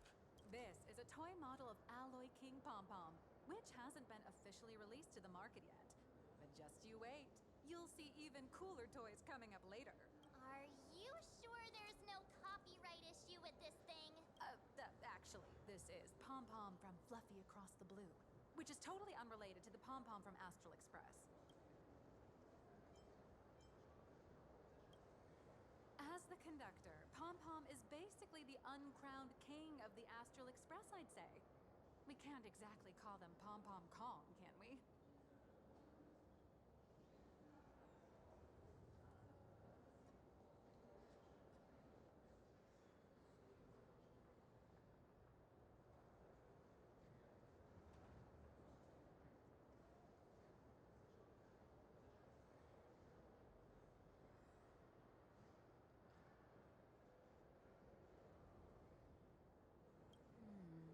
Speaking of souvenirs for the Express, I bet nothing could be more perfect than this toy. I have a small favor to ask. Would you mind taking a photo with me by that headless Mechatron statue over there? And maybe signing the photo too. I'd love to leave it as a memento for the staff at Perlux Corp. How's that sound? If you're willing, I can pull a few strings and use my access privileges to give you all the gold-plated prototype of the yet-to-be-released King Pom-Pom Alloy Armor 999, the only one in the entire universe. Just give it a thought.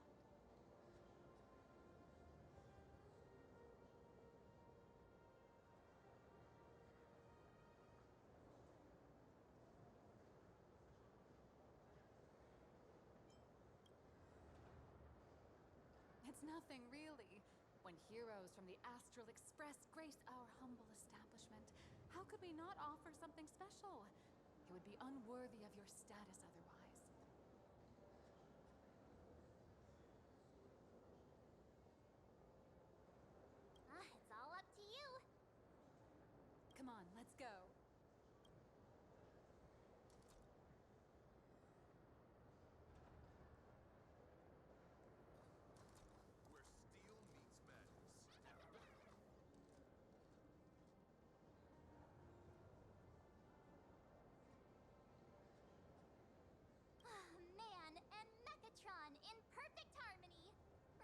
take a photo? I'm ready.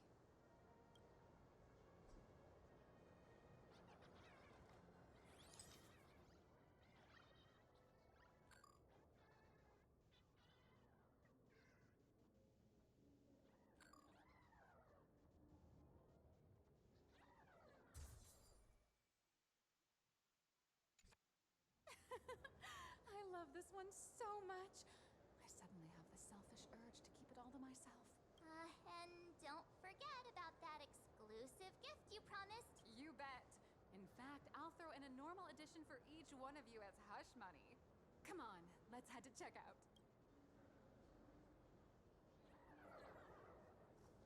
You watch Daybreak Squadron 2? Welcome, ladies and gentlemen, to How are you doing? It's my pleasure to serve you. I'd like to present each of our 3 distinguished guests from the Astral Express with an Alloy King pom-pom toy model as a gift. Sure, you got it. For the gift expense record, could you please provide your employee ID? Please charge these expenses to this employee ID. Huh. This is Madame Pearl's ID number.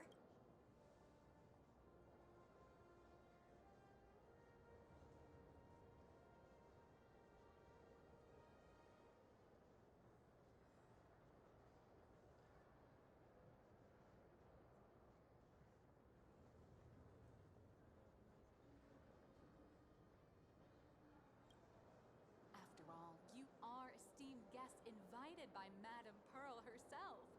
It would only be fitting for the gifts to be presented in her name. I see. Please wait a moment. Your Alloy King pom-pom is all packed up. Would you like to take it with you, or shall we use our delivery service? Since we still have the tour to go through, please just have it delivered to the Astral Express. No problem. Hope you enjoy your visit here. Now that the gifts are done, I'll take you to the Mechatron Design Lab. This is the part I've been looking forward to the most.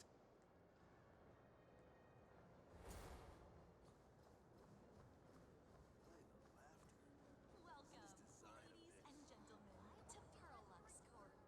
To ensure your safety and comfort. Ah! You're the... No way! You're Miss Raccoon! No, that's not right. You're oh! From the Astral Express! Wow! And is Miss March Bunny herself here too? Hi.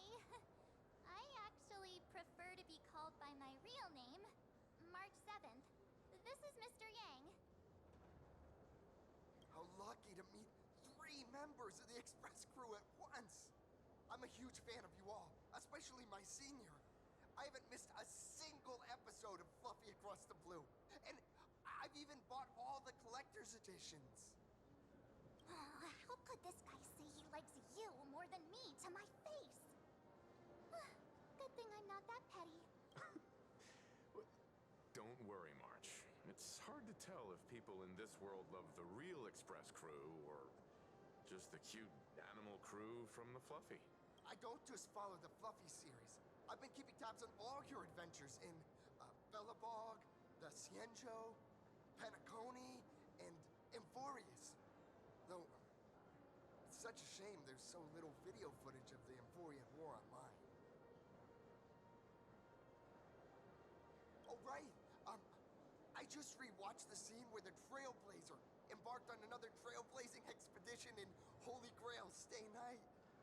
Oh, your speech was so inspiring.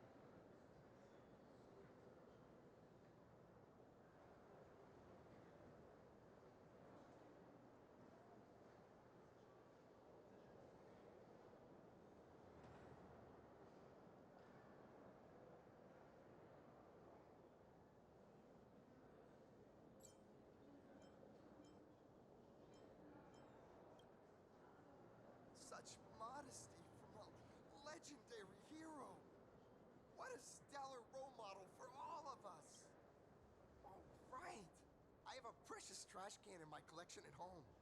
If I'd have known I'd meet my senior today, I'd have brought that can with me.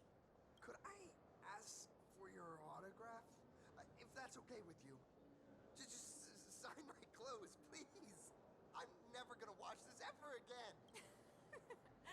Oh, you're acting exactly like me from 10 minutes ago, kid. Don't worry, she won't fly away just yet. As for you, you've been chattering away nonstop.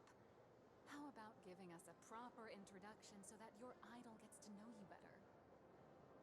Sorry, I got way too excited. I'm Warrior Cinderborn from Daybreak Squadron. And my real name... Well, my real name doesn't matter. Just call me Cinderborn. If you're not in a hurry, would you mind chatting with me for a bit?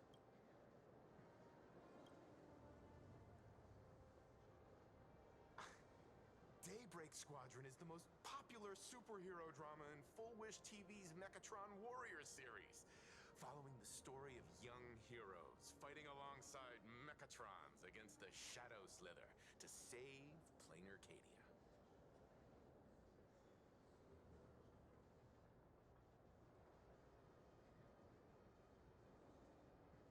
I never expected Mr. Yang to be so familiar with our story's background.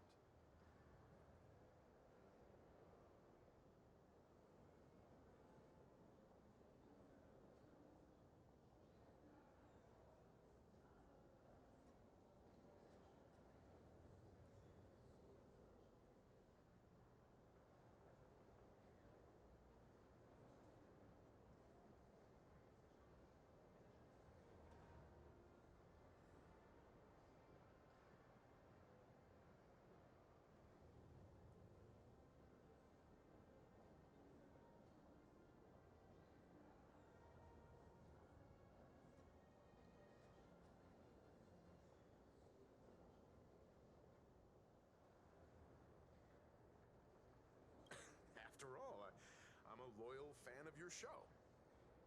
I'm truly honored. I'm just a small-time actor playing a hero on TV. And like my senior's deeds inspired me, Daybreak Squadron has also motivated people to fight against all challenges in real life. Recently, Full Wish TV got approval from the Department of Aberration Defense. So now, the magical Mechatron Daybreak Warriors from the show can operate in reality. My friends and I are just honored to fight alongside the real Bullet Worm.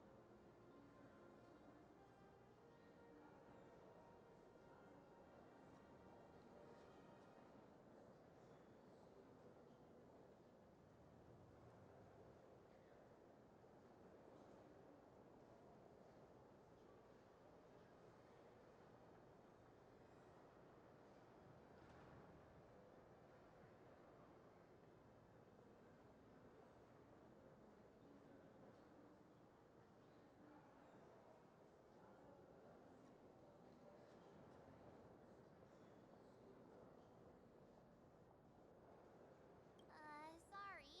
I didn't quite understand that. So, are you still an actor or not? How should I put this? My teammates and I are both actors and real masked heroes.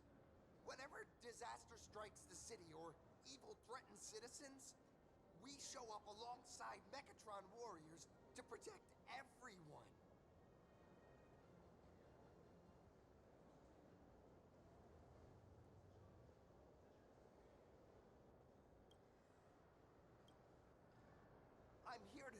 test a Mechatron's performance and do some advertising shoots while I'm at it. Full Wish TV and Perlex Corp have always been partners. Even the squad's transformation Mechatron is imaginated by Perlex Corp. The more popular Daybreak Squadron's drama becomes, the more wish power flows into the Mechatrons, making the squad shine even brighter in reality. And the more active they are, the better Perlex Corp's model kits sell. It's a perfect, virtuous cycle.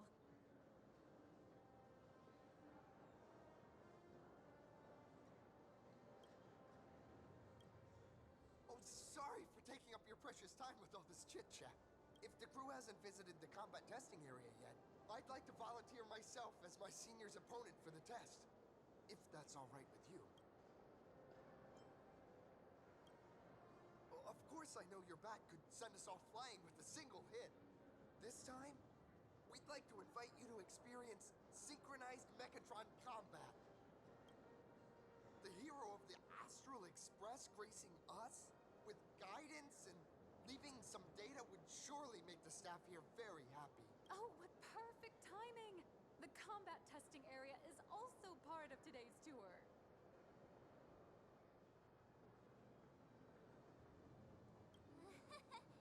That's the way to fame for ya. Don't let down those kids who look up to you. Honestly, that's my weakness. I can't allow myself to let adorable kids down. First, have everyone take part in the assembly process for the Mechatron in the control room. Then, using this Mechatron as a template, we'll build a smaller unit for her so she can try out the combat test program. So, follow me, everyone.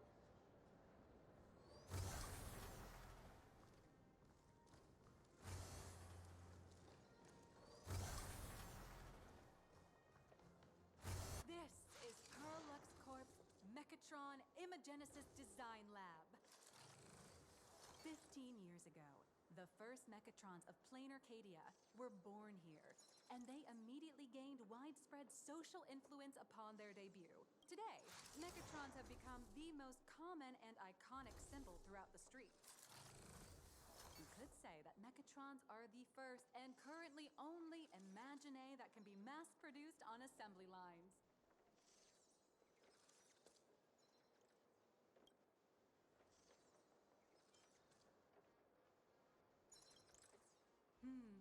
Perlex Corp has indeed driven the modernization of Imagine in Plain Arcadia. Who knows? Maybe even stranger Imagine will be created in the future.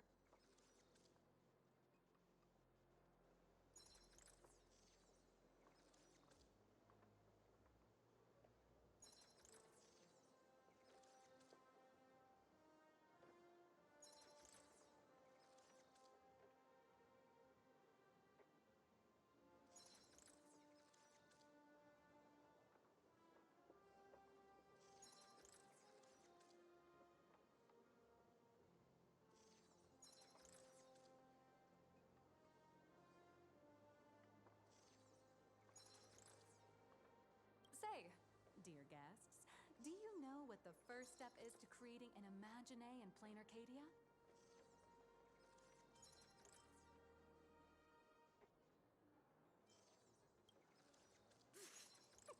Sorry, but they're out of the service area right now. Actually, it's about drawing the physical form. Drawing the physical form means humans using brushes to give shape to fictional beings, which was originally the domain of professional artists. But here, collective creation and standardized Mechatron blueprints have replaced traditional artwork, improving standardized workflow efficiency and reducing wish power resource waste. In short, this is the industrial revolution everyone's been chasing.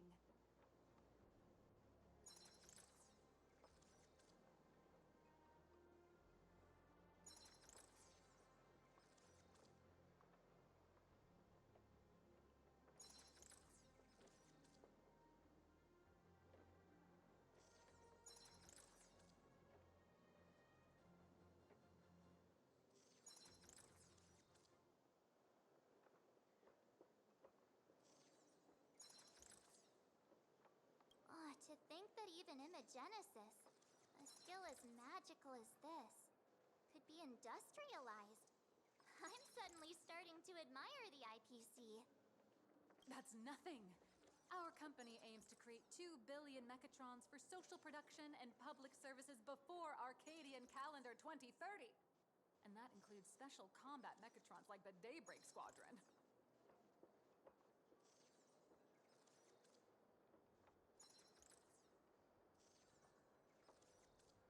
That's a staggering number. But can the wish power of the people here really sustain so many Imaginae? That's why Perlux Corp keeps churning out animations and hero shows one after another. In other places, these are just entertainment. But here, they're legit breeding grounds for spiritual energy. All of this shall serve Madame Pearl's grand goals and ideals. All right, back to square one. First step, let's go print the Mechatron structure blueprint.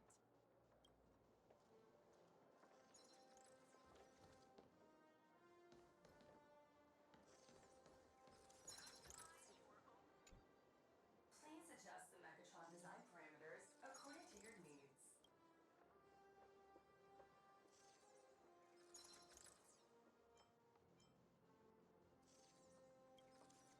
Megatron assembly blueprint updated. Processing.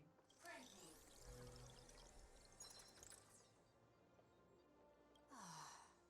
Could it be that no matter how much I adjust it, the final printout always comes out exactly the same? Your suspicion makes sense. But please answer my question first. Which do you prefer? The sense of achievement that comes from hard work, or the convenience of getting things done easily? You got that right. The fully automated Imagenesis blueprint design system perfectly matches your needs. You can meticulously adjust every parameter, or just hit one button to skip it all, and the automated system will always produce results that meet the standards. Amazing, right? Just like how the inventors on planet Scrulum used to ask themselves, if all their inventions were already pre-recorded in the Supreme Punch Tape, what's the point of inventing in the first place? Printing complete. Please retrieve your blueprint. What you just said is the answer. It's not about the results of creation, but the elation we experience in the process.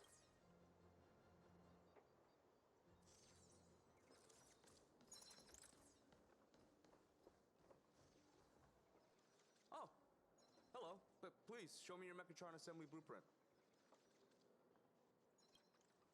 No problem. Blueprint has been recorded. The Mechatron parts are ready to go. Hope you enjoy the experience. No. March and I will just watch you play from the side.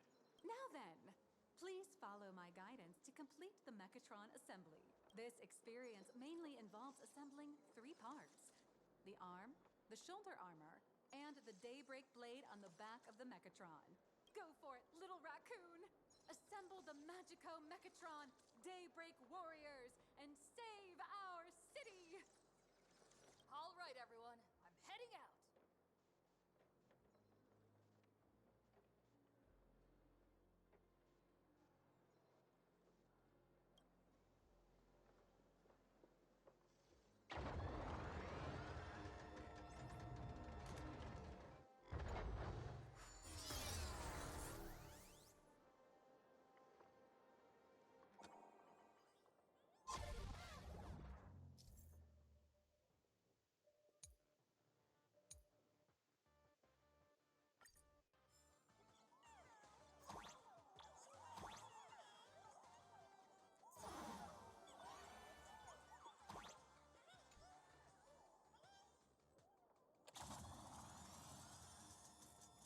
The first step of assembly is to remove each part from the frame, one by one. Nippers, hobby knife, sandpaper, sanding stick. Perlux doesn't provide any of these. But don't worry, the explosive device will solve all your problems. Just step on it, bravely.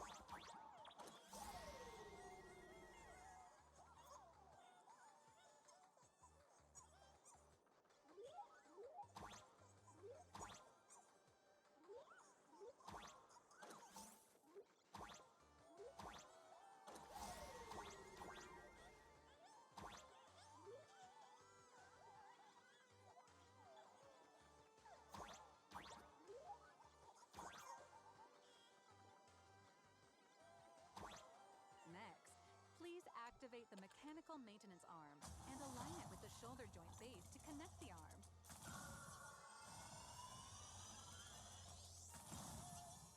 Good. We're done with the arm for now. Next, activate the mobile maintenance rack and adjust the mech armor to the shoulder armor panel position.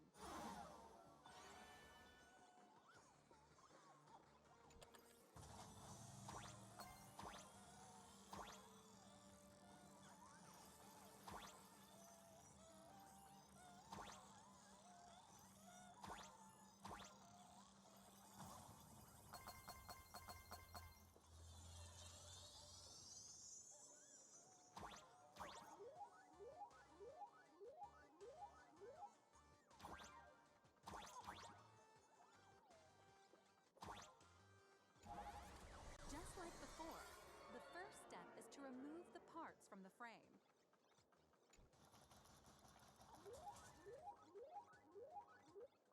Artificial gravity field adjusting. Please exercise caution.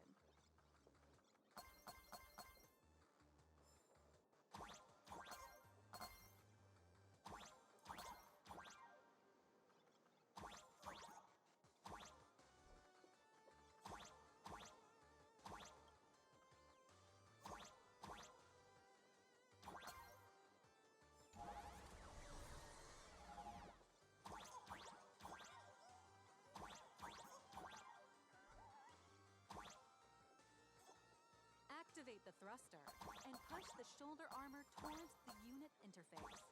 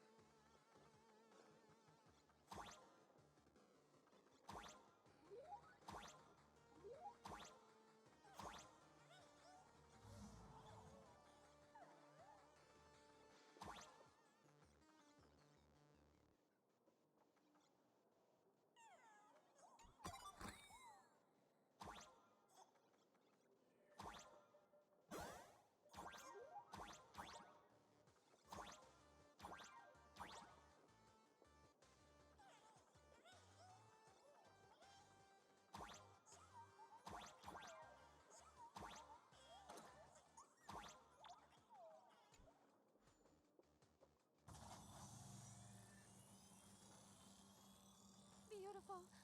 Absolutely beautiful. This giant Mechatron is truly the soul of Parallax Corp.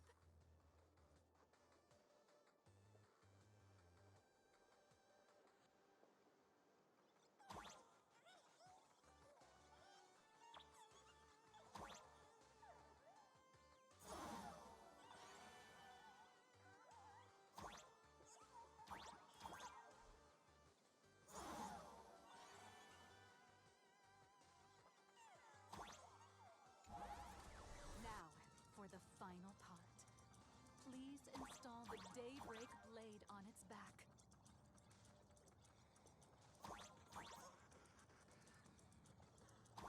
Aim at the mounting point on the back, and fire! Awaken! Daybreak blade!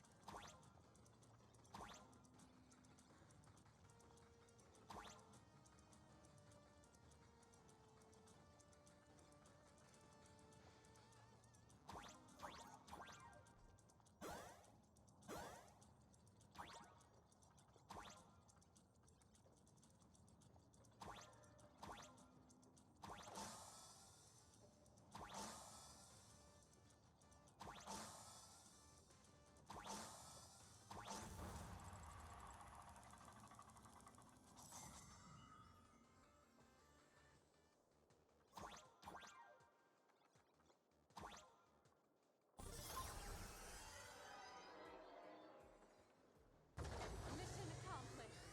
The colossal Mechatron you built with your own hands will now stand proudly in the center of this hall. The great hero of the Astral Express has graced this place, left behind a blueprint, and even contributed their own inspiration to the completion of the Mechatron statue. What outstanding promotional material this is for the marketing department.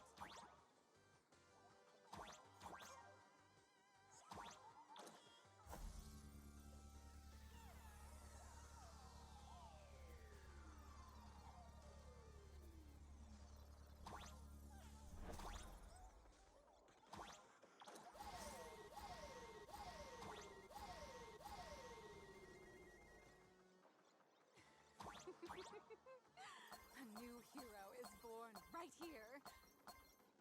Step forth, Miss Little Raccoon, and become the guardian of Plain Arcadia.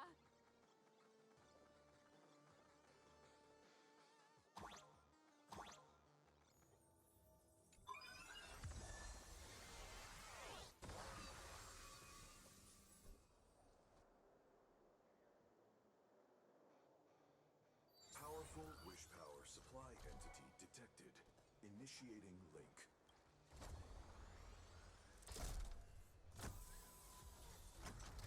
Mechatron synchronization rate 15%. Assembly complete. Could the next step be? That's right. With the completion of the Mechatron assembly, it's time for some heart-pounding combat. Mechatron synchronization rate 39%. 42%. Your little fanboy, Cinderborn, is eagerly awaiting some pointers from you. While we can't power up this big guy, I've printed a small unit. Now it's time to show you how a Mechatron fights.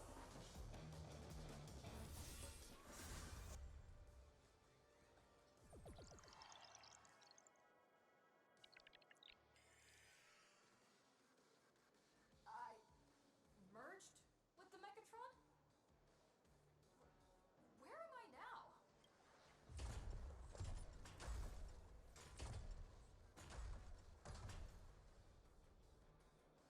Why, of course.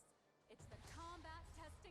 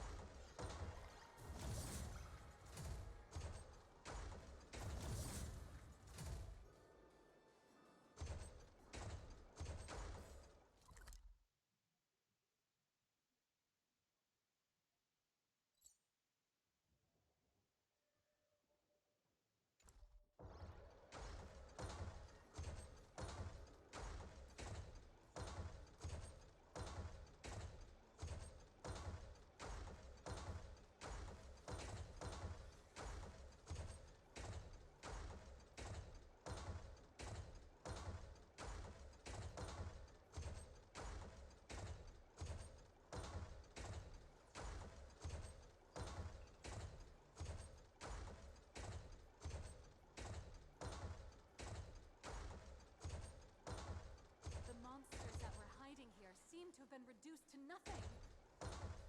Who is it?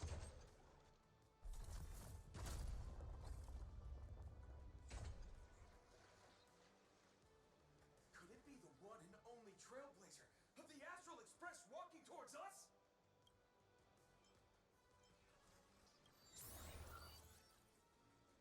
You bet! After all, you're our beloved hero. Although the giant shadow crisis in Duomension City has been dispelled, the real battle for you and the Daybreak Squadron is only just beginning. As the old and new generations of superheroes, you will face off here to determine the victor! Forged by raging fire, burn away the darkness, the star that set the world ablaze! Blaze Weaver! Soaring through the skies, flanks of lightning! From the blue heavens descend, Azurwing! Shadow night, light blazing bright, the radiant bow of hope, Dawn Lance! Cut through despair, unyielding blade of steel, edge that never fades. Cinderborn! You can do it, friend! Darkness wanes, and dawn awakens! The Daybreak Squadron arises!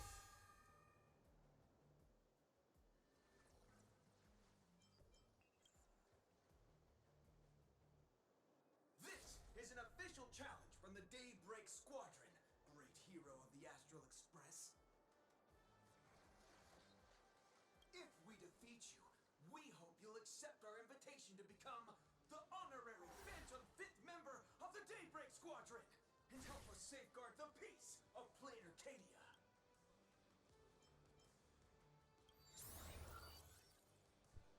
Oh. Oops. Pink, green, we've got tons of colors. You can set any RGB value you want. Whoops, I had the thing muted for a while. Yeah, the last thought I had was, it wasn't, Single. Though I don't know if I even mentioned it while it was, whatever. But, yeah, Single's got the, but it's Ufotable that has the anime for Genshin, and the event, I think, is actually predicated on the line that, My friend, Neil Hooks. every time I transform into a Mechatron, I imagine I'm you. I think about what you would do when facing danger. It is your adventure stories that give me strength. Good for you. So I'll give it my all from now on. Please don't hold back. Anyways, it's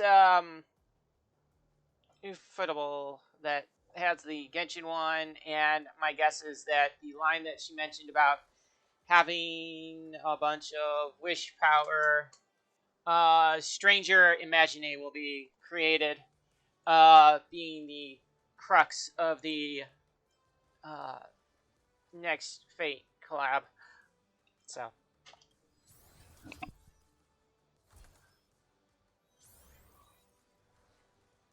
Now then, let's settle this on the horizon where the vengeance moon rises!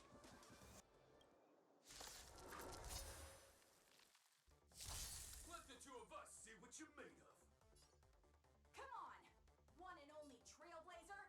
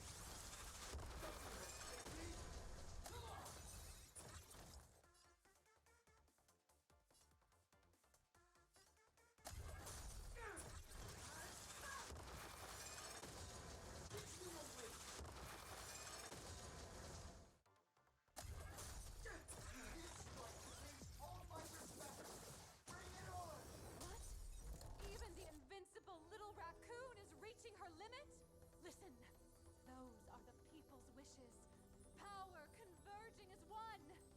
That is limitless possibility! Everyone's wishes. I've received them all. Trailblaze Infinity!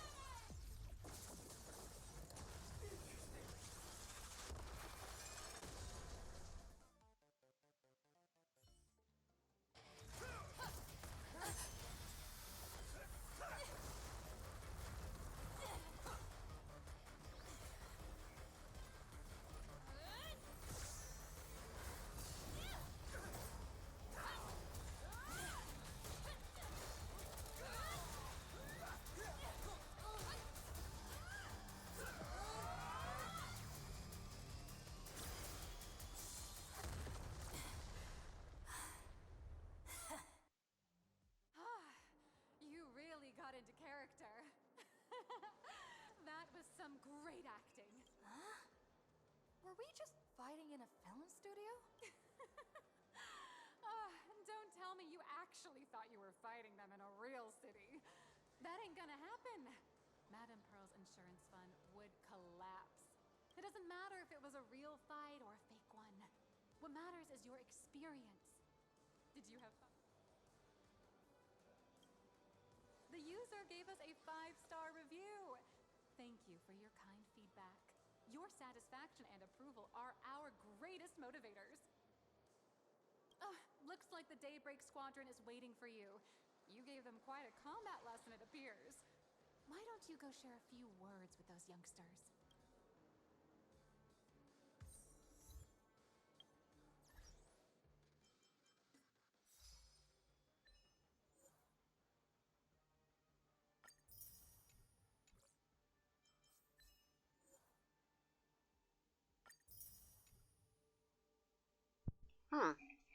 Okay, so this one's gonna be stupid fast, from what I can tell. Because I've already breezed through 3 of them, and it hasn't even been 3 hours.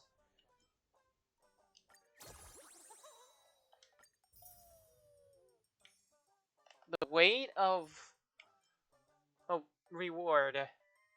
Oh, fun wallpaper. Nice.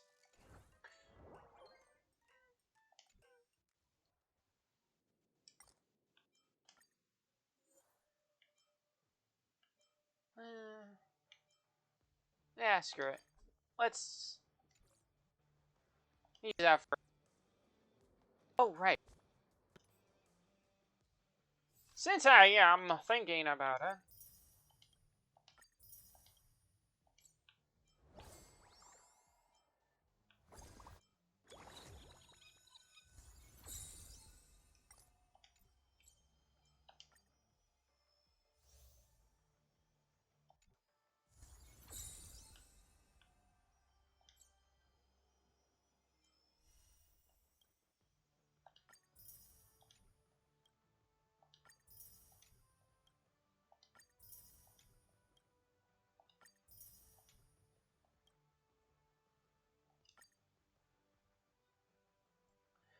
Okay.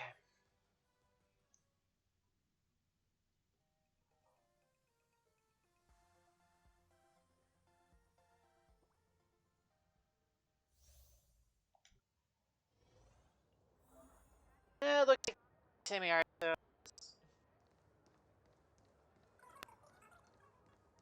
Oh, go kill...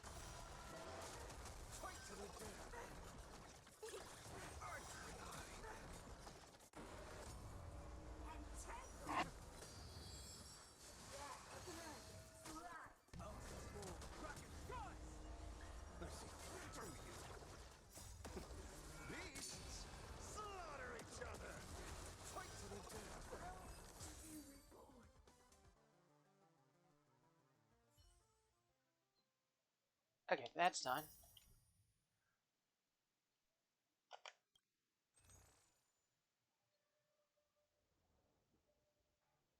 Oh, Gift of Odyssey. That's okay. Cool. That's not what.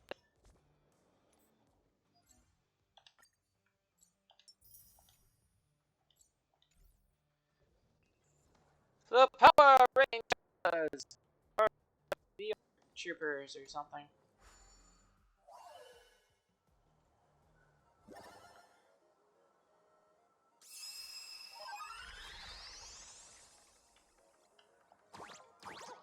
Hmm. Oh.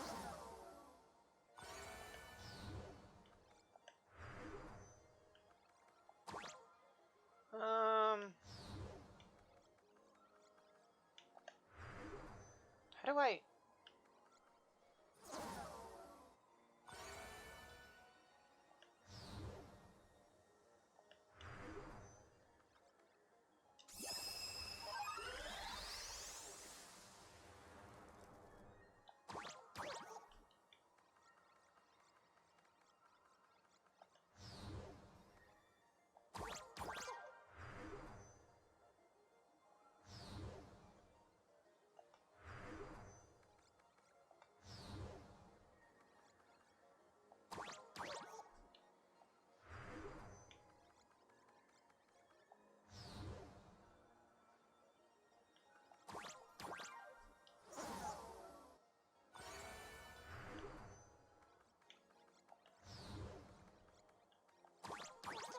Ah, here we go.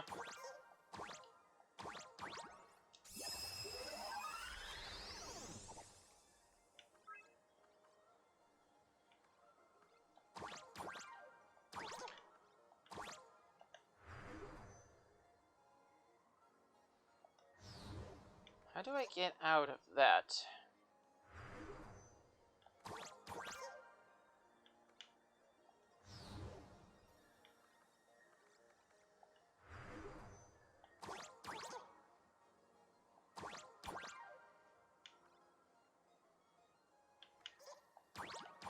Aw, so.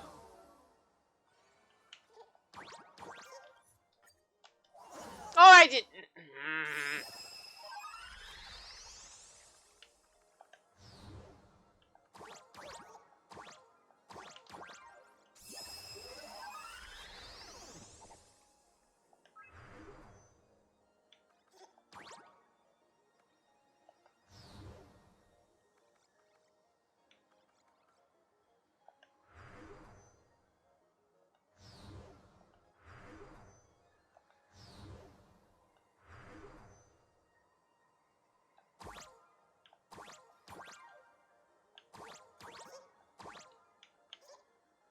Oh.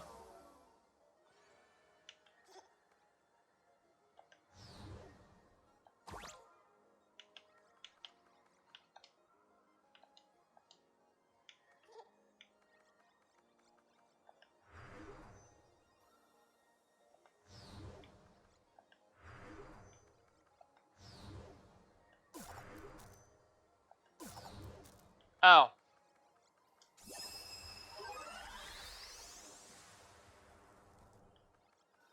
Oh, hey, cool.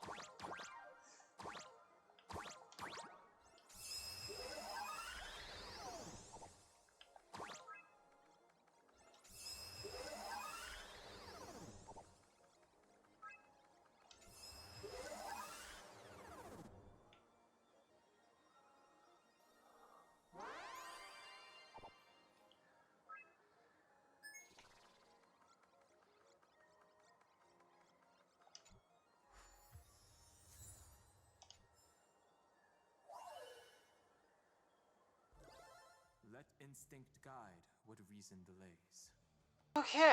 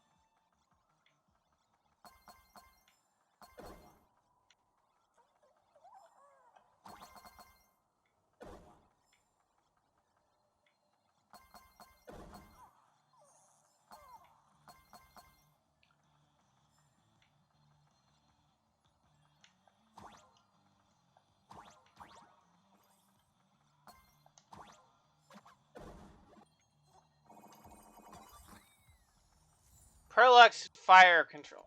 Why can't I? Okay.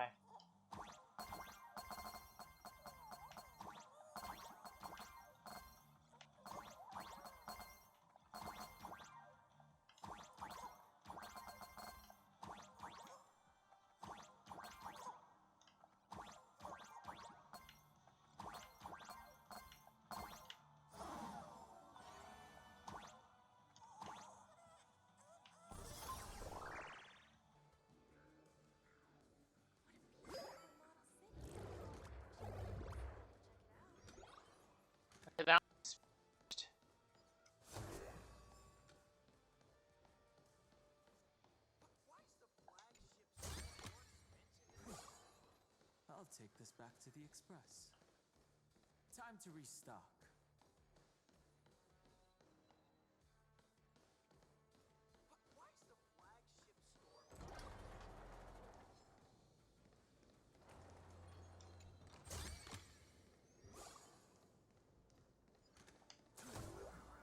If I didn't hear that treasure chest, I would not have gone this way.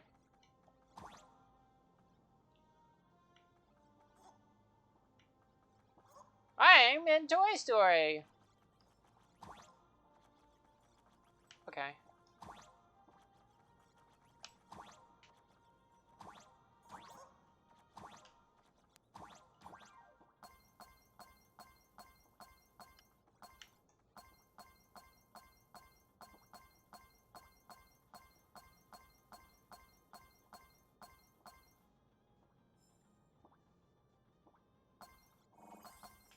Oh.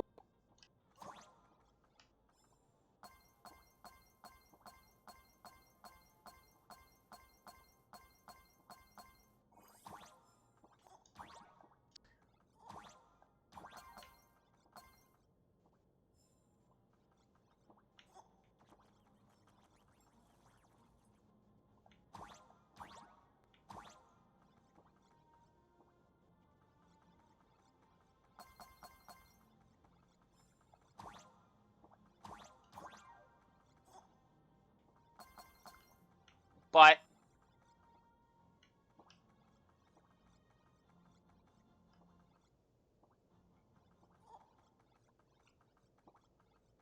really?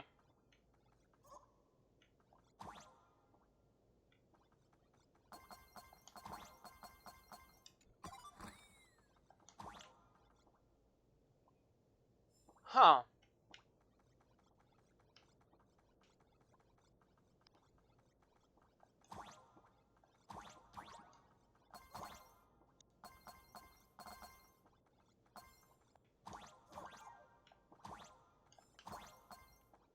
Hey, look, it's a Gundam.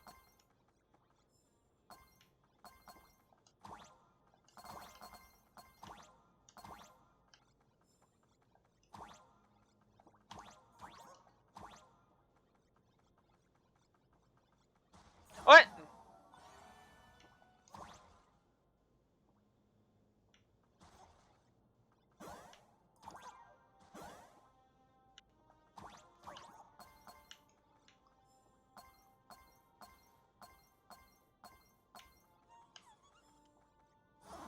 Oh, okay.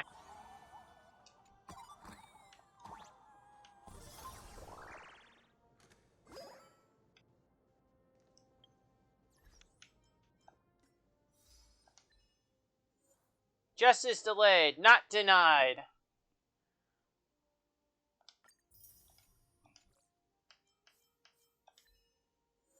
Sneak into the staff office.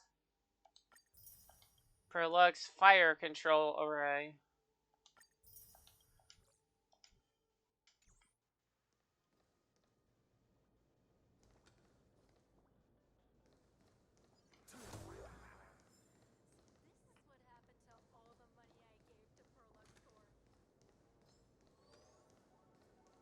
Well, apart from the paying their employee.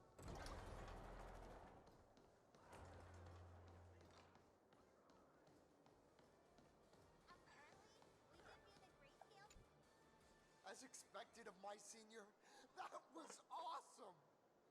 My life is now complete. Good for you. Before joining Daybreak Squadron, Gray had always been your fan. That kid knows every story about the Astral Express like the back of his hand. And he's always looked up to you as his role model. Even as his leader, I'm nowhere near as important to him as you are. Huh, what an amazing battle! Well, more than beating you, we were hoping Gray would leave a lasting impression on you. After all, being remembered by their idol is the highest form of praise for a fan, isn't it?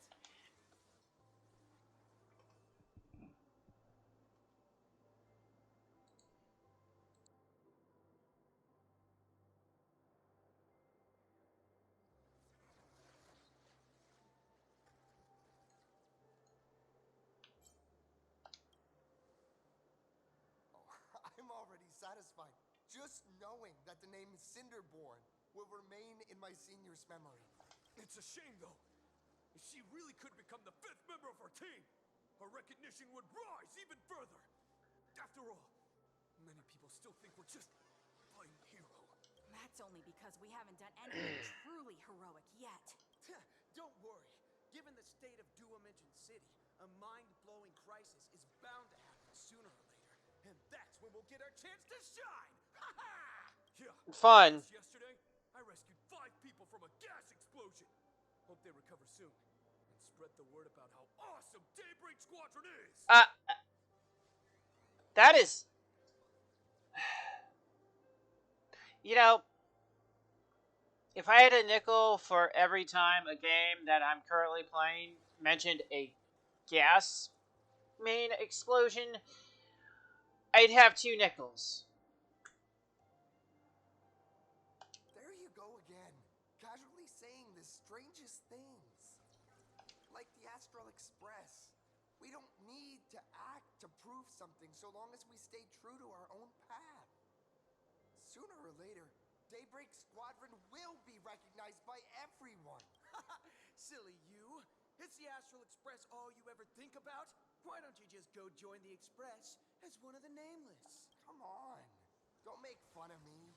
I'm still just a rookie. How could I possibly be worthy of boarding the Express and fighting alongside seasoned veterans? Anyone who perseveres in their own life is a hero indeed. Thanks for your guidance, Trailblazer. And lastly, I wonder if you could take a picture with the rest of us. Trailblazer, please, take a photo together with Whoa! My senior's Oh, so good! that my heart It's could beat like crazy. oh my... It's the Ginyu Squad. 3, 2, 1.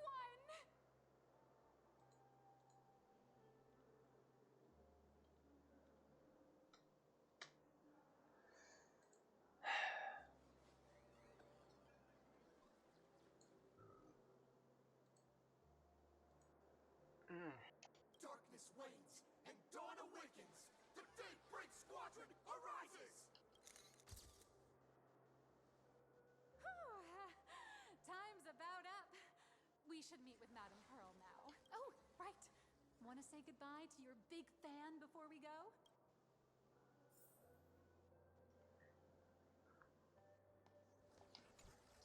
Blue, yellow. You guys were amazing back there. If we record this for promo material, we'll definitely get a ton of new followers. If only we could have beaten the Nameless. We were actually so close during that Mechatron fight. What are you talking about? There's no way we could have beaten the Trailblazer. Well, it's not entirely impossible, I'd say. Ever since I converted, I feel like both my mind and body have become so much lighter.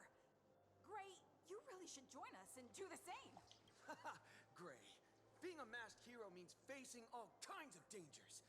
You'd definitely feel pretty bad if you couldn't contribute your strength to the team when we needed you the most. Oh, looks like your idol's here to see you. We'll wait for you backstage. Gray. Senior? Me?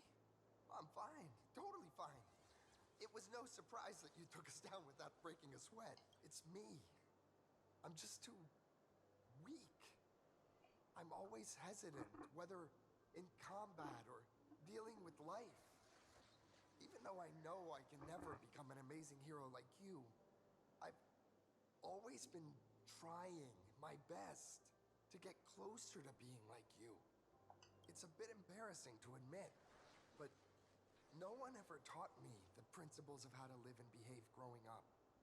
I dropped out of high school pretty early and started hanging out with street gangs. Every time I threw a punch to intimidate someone, I thought I was being a hero. But when I saw how scared those people were, I had this nagging feeling that maybe I was doing something wrong. Later, when I read about the Astral Express story online and learned about your legendary deeds, I finally understood what it meant to be a true hero. Looking back at how immature and awful I was, I made up my mind to leave my old organization. Now I too have a chance to become a hero like you.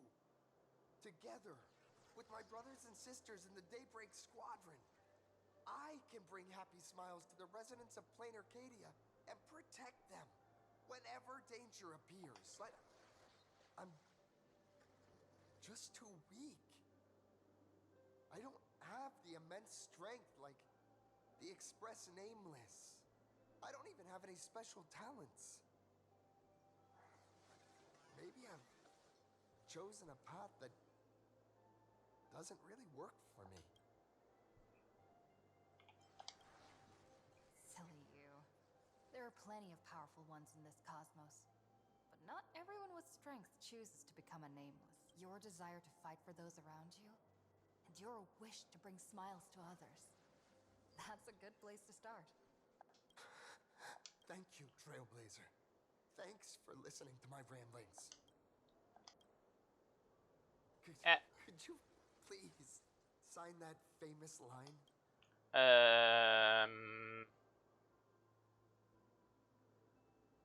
Yeah, fine, whatever. That's the one. That's exactly it. Rules are boundaries. And anyone who pushes beyond those boundaries becomes, in a sense, one of the nameless. I'll remember today for the rest of my life. Goodbye, Trailblazer. I hope.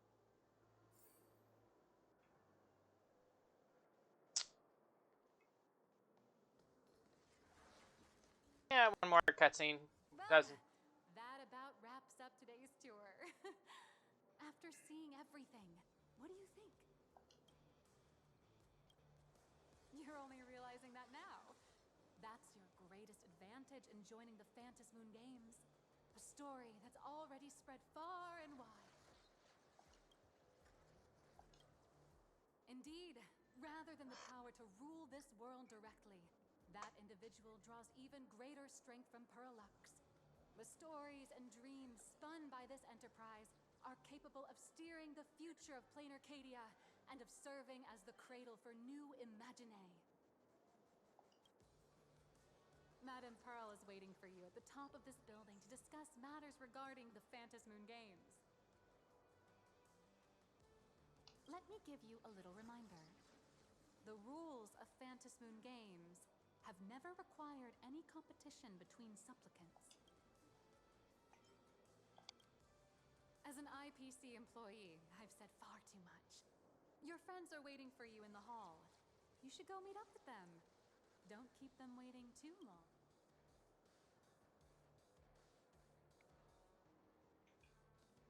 Apparently, we can view the grayscale models in the...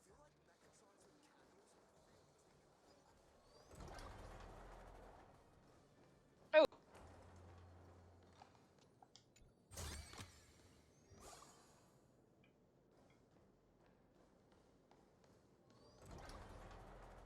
Over here! Over here!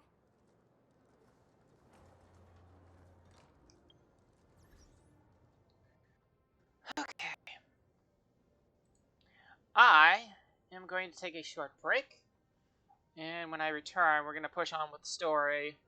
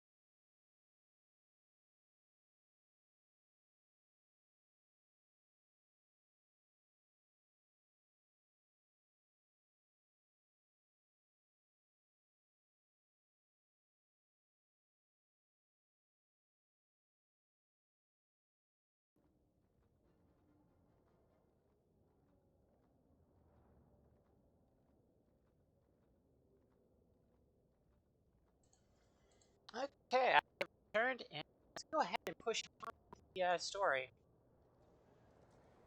You watched Daybreak Squadron too? Mr. Yang and I watched the whole thing on the screen.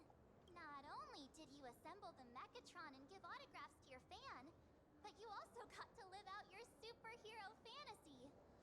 Did you have fun? Mr. Yang's looking at you with such loving eyes, like a parent watching a kid riding on a carousel at an amusement park. Indeed. Seeing her so happy reminds me of my younger self. Those were the days. What are you talking about? Mr. Yang, you're still as young as ever. Oh, right. We've been wandering around here for ages and seen everything there is to see. What's this Madame Pearl really up to? I understand everything she wanted to show us. There are just a few questions I'd like to confirm with Miss Nihilux. Miss Nihilux? Wait, where did she go?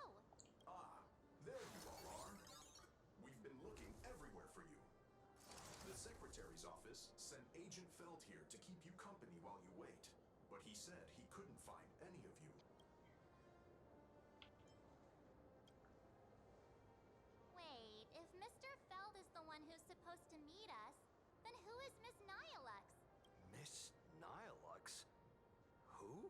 Agent Nihilux, an IPC ranking P30, who works at Perlux Corp's Imagenesis Technology Department. P30? Imagenesis Technology Department? Since when did Perlux Corp have an Imagenesis Technology Department? They go. Could she be some kind of corporate spy who snuck into the building? Oh, this is a real mess. What are those security guards even doing? Distinguished guests, are you hurt? Or did she trick you into giving her money or anything like that?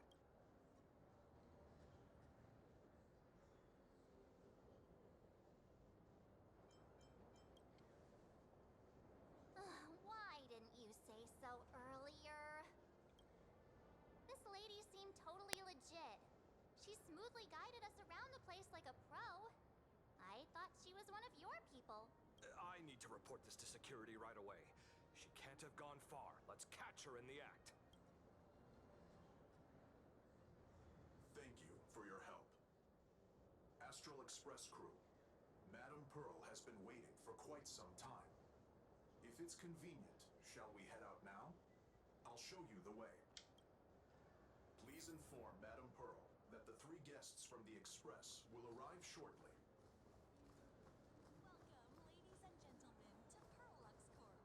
All Mechatron units displayed in the exhibition area are available for purchase. For more information,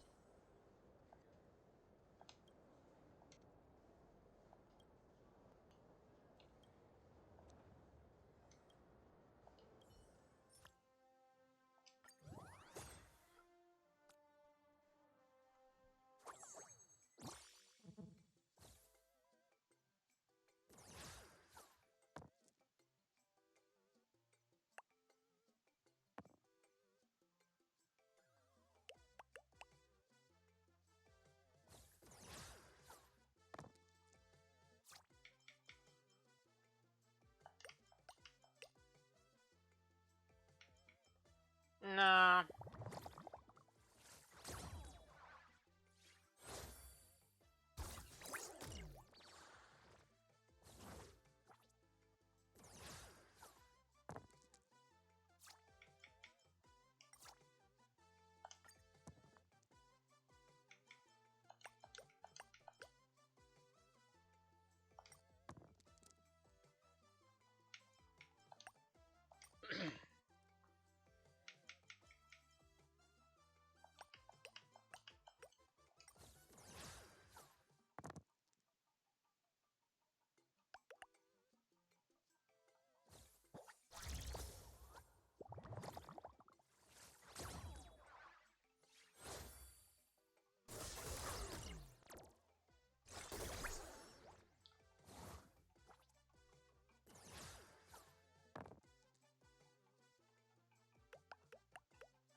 Oh.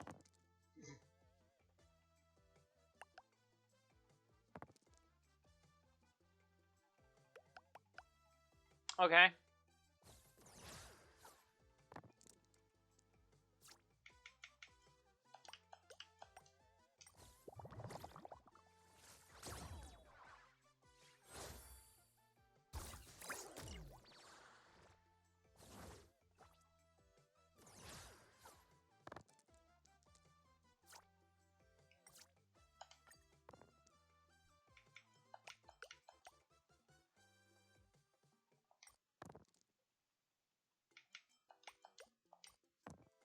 Oh, damn it.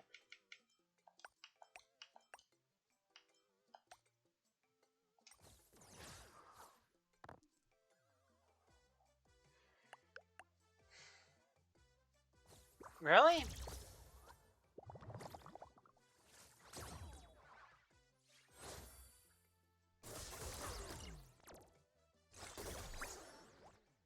Well, my next attack, I win no matter what.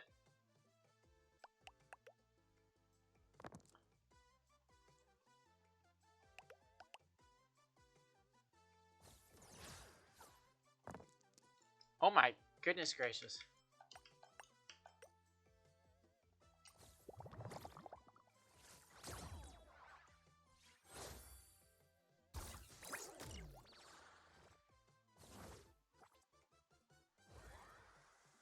Whatever.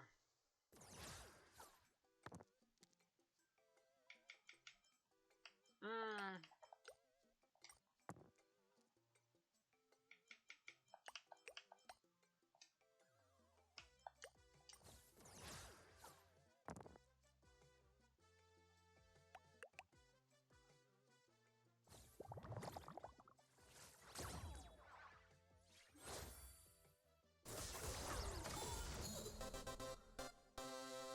Every victory is hard won. Pearl demonstrated the full process of creating a Mechatron army, based on what I saw.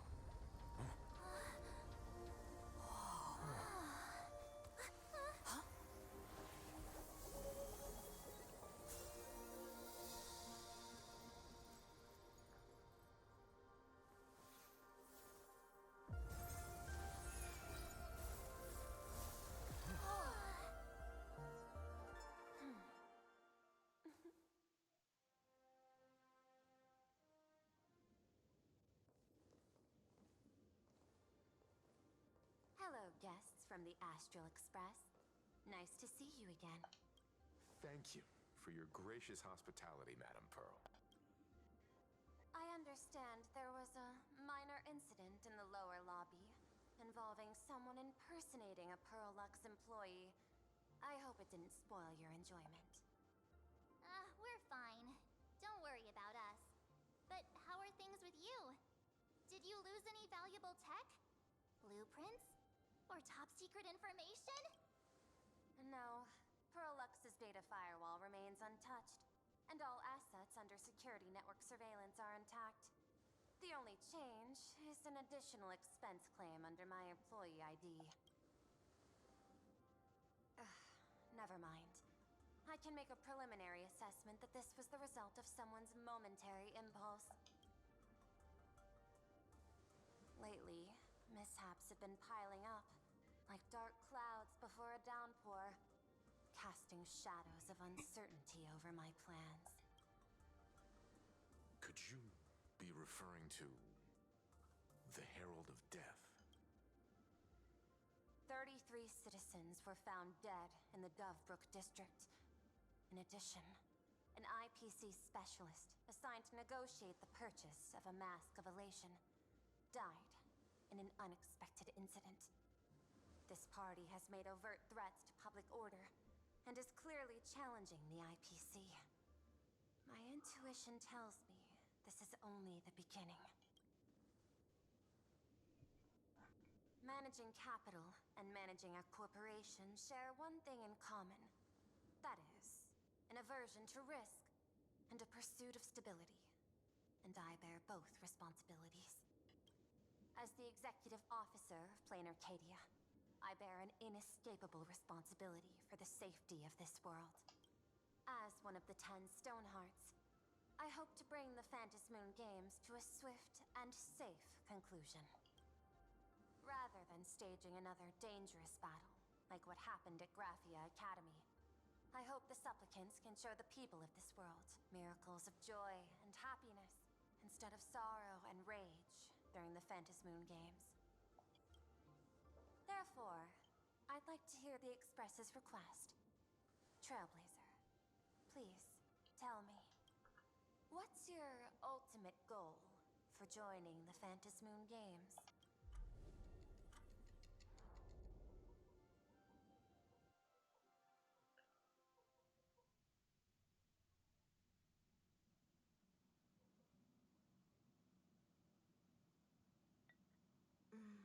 You mentioned earlier that you wanted to talk about the Phantasmoon Games with me?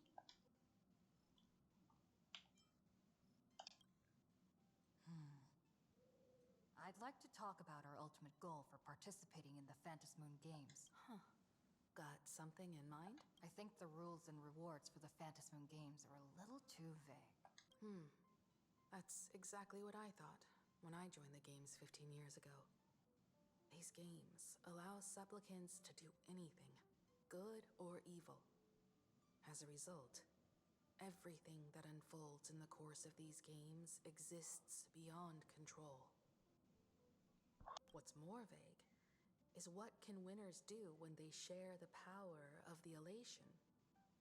According to legends and historical records from Ahatopia, victors typically first witness the manifestation of Aha themselves. They listen to the victor's wishes and grant them permission to use their power.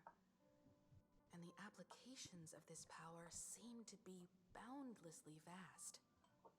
When faced with countless choices, the situation becomes even more thorny than having no choice at all. Sometimes I wonder, if we had agreed to become the leader of the Anti-Destruction Alliance, how would this trip have turned out? If I win, I'll give up sharing Aha's power and ask them to be the leader of the Anti-Destruction Alliance. That's such a hilarious idea. I can totally picture it. I get it. That's actually a brilliant idea. To begin with, this is far more meaningful than taking up a god's authority and squandering it freely for a single minute. Secondly, placing an Eon on the righteous cause of opposing the universe's greatest threat is something neither the IPC nor the god itself could reasonably object to. Finally, this would also help us avoid the risk we currently face. Cooperating with the IPC while remaining wary of being drawn into its ambitions during the operation of the Anti-Destruction Alliance. If we handle the negotiations well, perhaps Aha could stand behind the Astral Express, just like our cooperation with the Xianzhou, where we could maintain distance from one another while offering support from afar. The only question is, will Aha agree? Don't worry about that. From what I know about them, they'll agree. What kind of god of games would they be if they broke their own rules? Besides, they still owe the Express a debt. This is their IOU for the Express debt from when they were traveling with Akavilli, complete with their signature and seal.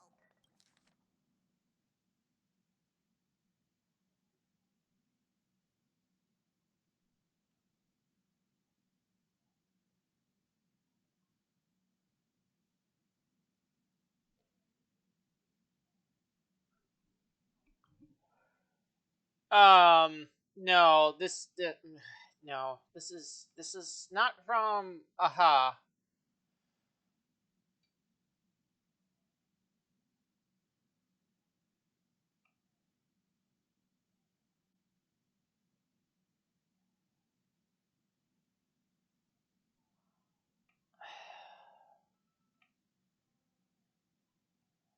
Oh, damages to 3.1415926. That's pi.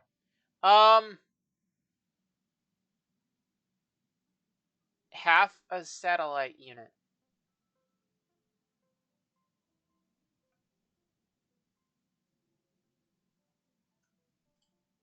Six-eyed yaks. 9 of them.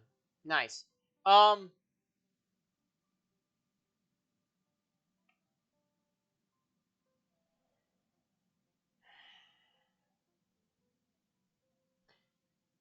Pom, what did the person look like? Use this to blackmail them. That one will definitely give in to your demands. Probably. So, you're saying you want Aha to take on the leadership of the Anti-Destruction Alliance? Huh. Logical extrapolation. Failed. Success rate indeterminable. This peculiar proposal nearly brought my thought process to a halt. This request is far too lacking in structure. Yet within an irrational context, it seems to conceal a certain kind of logic. If the universe is the master of Elation's playground, then they should do something about this playground that's about to be destroyed. As expected of the Trailblazer, your thinking is so out of the box. I've learned something today. However, I don't think you stand much of a chance in the games, because I've joined as a supplicant.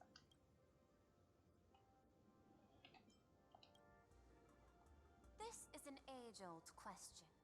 Do Intellitrons possess a soul? The mask responded to me, which means the Elation has acknowledged that Intellitrons also have the potential to seek pleasure. And I am perhaps the first Intellitron supplicant in the history of the Phantasmoon games. Plain Arcadia's administrator is a supplicant? At the same time, she has at her disposal assets of staggering magnitude. What, Perlux Corp among them? Aww, with money and power on her side, wouldn't her chances of success be way higher than ours? As I previously proposed to Miss Himiko, I'm willing to cooperate with the Astral Express to ensure the smooth progression of the Phantasmoon games. But the Astral Express isn't your only partner, is it? I have 2 other allies. However, you all are my most promising ones. Once the Astral Express joins, it will maximize the safety and success of this Ionic game, and I will do everything in my power to fulfill my partner's wishes within that limited minute.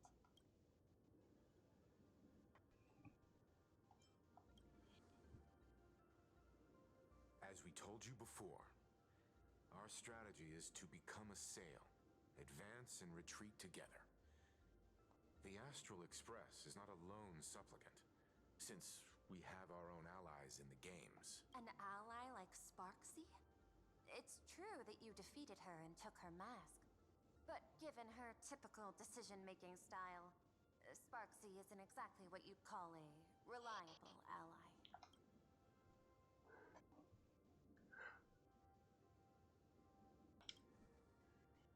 Hypothesis. The Sinwish Syndicate's missing mask. I thought it fell into the Cienjo's hands. Don't tell me.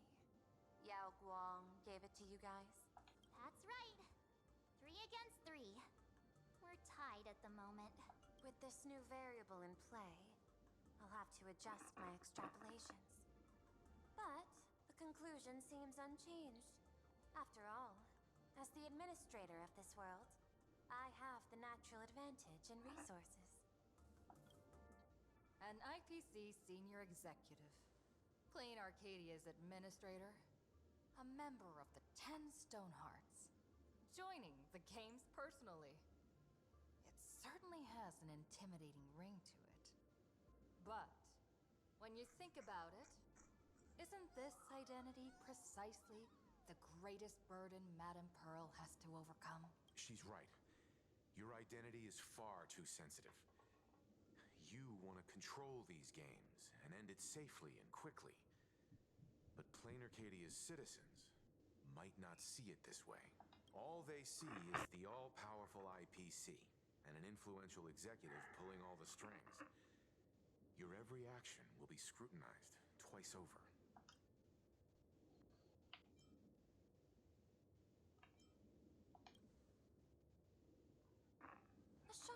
innovation, I must say. Quite impressive.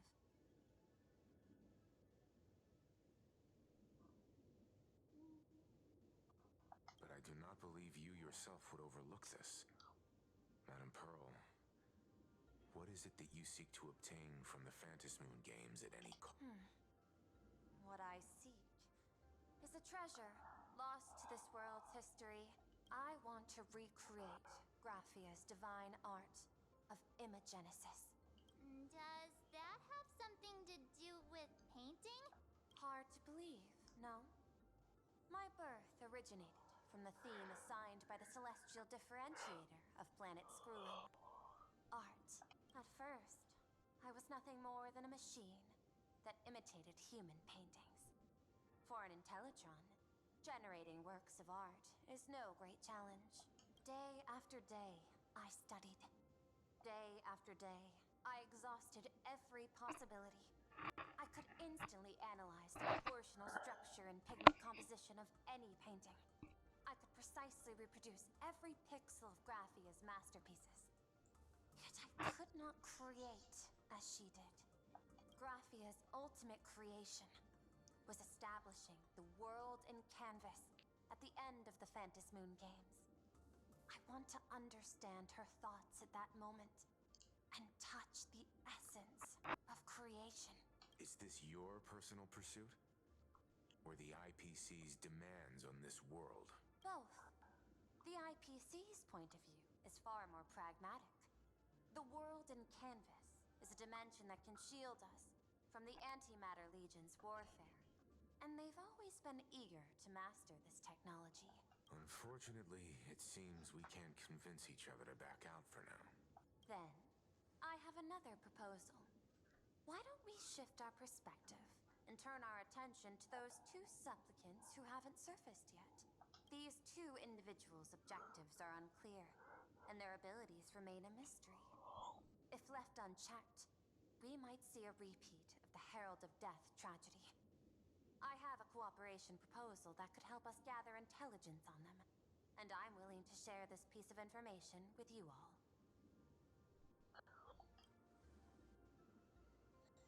That is correct. But all you need to do is sacrifice a tiny sliver of your reputation. Before we move on to the details of our cooperation, would you like to take a short break and have some tea to wet your whistles?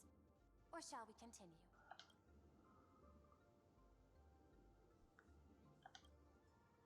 I was thinking of having Perlux Corp host an expo for the Astral Express.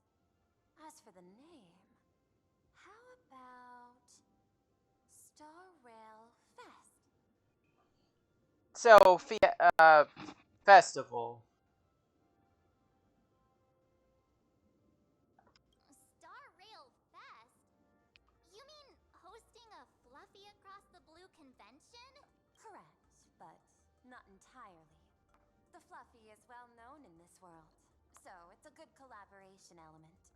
But what I want is an unprecedented Astral Express exhibition, with the Fluffy being just a small part of it. The real stars of this grand event will be you, the Express crew. You'll be there in person to meet the people of this world.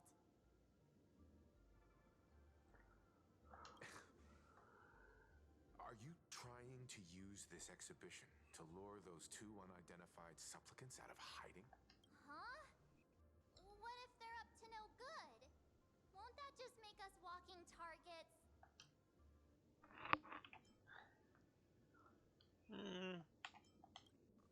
What could be more inspiring to the people of a world than standing face to face with heroes of the cosmos? That's an enormous amount of wish power, and the Astral Express is the very source from which this wish power originates. Together, we can create a miracle for all to witness in Arcadia devoted to the legends of heroes. I'll also get Full Wish TV and other mainstream media outlets involved for promotional cooperation. And in return, wish power will flow to you. Of this, I have no doubt. A wise choice. Before the Star Rail Fest officially begins, I have one more favor to ask of you all. I'd like the Express crew to pay a visit to Blurry QR Colt, the original author of Fluffy Across the Blue. Doesn't Perlux own the rights to the Fluffy? Since their debut, this author has remained anonymous, never revealing their true identity. Oh. But if the real-life inspiration behind the story were to pay them a personal visit, it would surely be a great honor, and likely persuade them to attend a signing, stoking the excitement even further. Now that we've reached an agreement, I'll leave it in your capable hands. My secretary will be in touch to keep all parties apprised. By the way, before you leave, please accept this small gift as a memento of our first collaboration. Badge.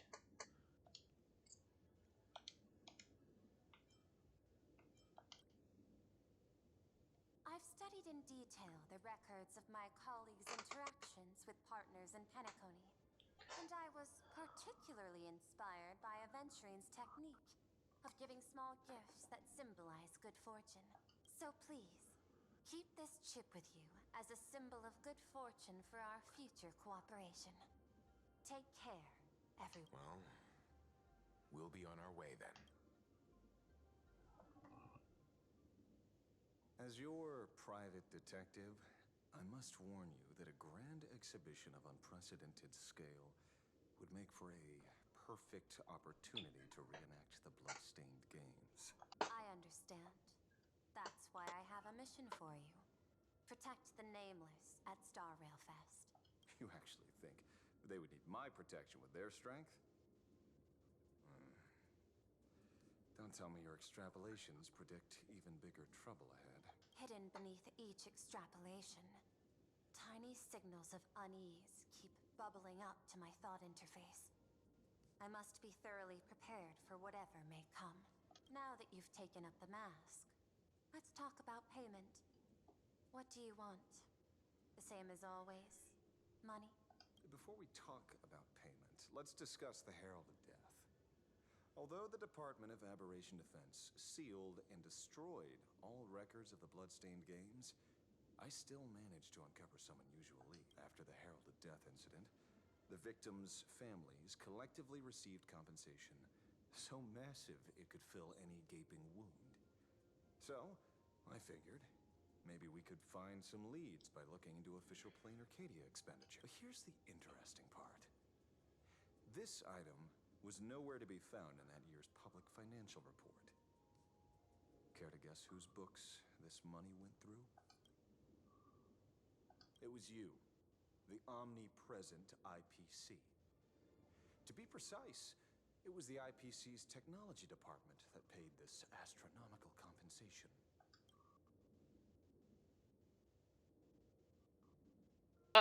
Oh, he's not even saying it. Or... Following the usual human drama tropes, am I supposed to give you a round of applause now? Being able to dig up all this information really shows your connections and capabilities, Detective Ashvale. In movies, a big shot like you would usually raise a hand right about now, revealing the dark muzzle of a gun. I'm afraid you've learned too much. And bang! That's when the gun goes off. And I, the poor sap who uncovered the truth, am supposed to bite the dust. Sorry, my hand is on the checkbook and unavailable. Mr. Ashvale, tell me, how many zeros would you like to see on that check for our cooperation? It's not about the money. Indeed, money isn't the issue. 100 million credits. Are you trying to buy me off like some poor victim's family? Tell me, why did the technology department pay to sweep this under the rug? 300 million? I know you've always needed money. For cryosleep, supporting the families of fallen comrades, and for treating those who survived. Isn't this exactly what strategic investment is about? Putting money in the hands of those who need it? I'm not your lackey, Intellitron. tell me the answer. 500 million? I could pretend there's a glitch in my calculation process and make it a cool billion for you. Money or answer? Your call. I want the answer. Oh, an unexpected choice. Fuck is with the lighting on her? Your decision tree. Note, I say this without sarcasm or ridicule. The answer is, I don't know much. Hard to believe, perhaps. But as CEO, my power isn't unlimited. Besides, the Herald of Death affair lies 15 years in the past. This world is like an unfinished game of chess that's been dragging on for years. The hidden moves laid by the previous player keep becoming my challenges. Even today. But since you've invited me to finish this game together, sharing intel is a must. Reasonable. I'll share what I know about the answer. Marcus Antali, the Herald of Death. Last member of the Intelligentsia Guild, School of Evolutionary Perfection. 5 years ago, his identity was confirmed, and he was executed. Note, executed in every sense of the word. Miss Yabali, head of the technology department, took possession of his belongings. And even I don't have the clearance to access those records. No wonder. So, that guy was practically IPC personnel, give or take. That also explains why the technology department shelled out the compensation. Yet, the method behind this latest killing is identical to the one from years ago. If the Herald of Death is truly dead... A serial killer coming back from the dead is the least of our worries. Even if a serial killer does come back to life, he's still just a serial killer who's been shut out of the Ionic game. What's more concerning is this. Someone wants to exploit the legacy of the Herald of Death. Miss Yabali took away everything that man left behind, except for the fear he instilled in the people of this world. And during the Phantasmoon Games, not only can miracles trigger wish power, but fear too. Based on my extrapolations, the appearance of this new Herald of Death might mark the beginning of the festival spiraling out of control. No wonder you're in such a hurry to end the games. Mr. Ashvale, I've always respected you. But right now, I need to rely on your strength even more.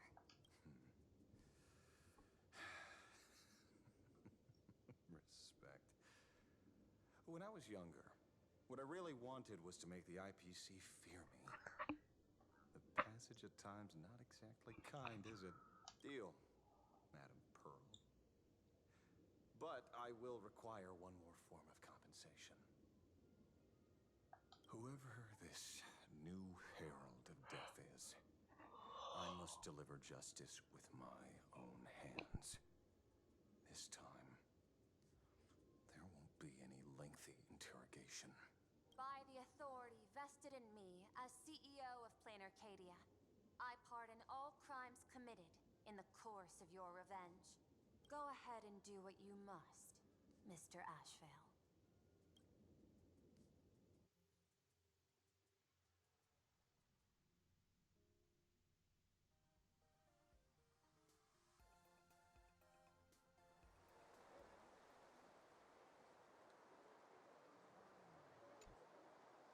My friend, I don't blame you, but I'm done being a breathing dead weight.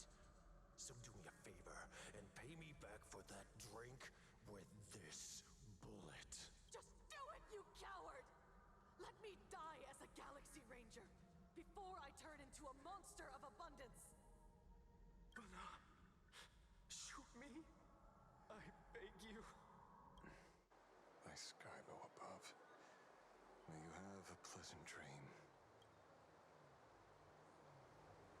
Not knowing who you are, not knowing why you exist here, that isn't life. In ancient times, humanity's daily goal was to obtain 2,000 calories of food. Humans back then knew they were just one member of the animal kingdom. They understood why they migrated, hunted, gathered. But now, in an era where you can get food delivered to your door with just a tap of your finger, effortlessly achieving that 2,000-calorie goal, humanity has lost its way like never before. Tell me, will the Phantasmoon Games bring a new direction to this world, Ashvale?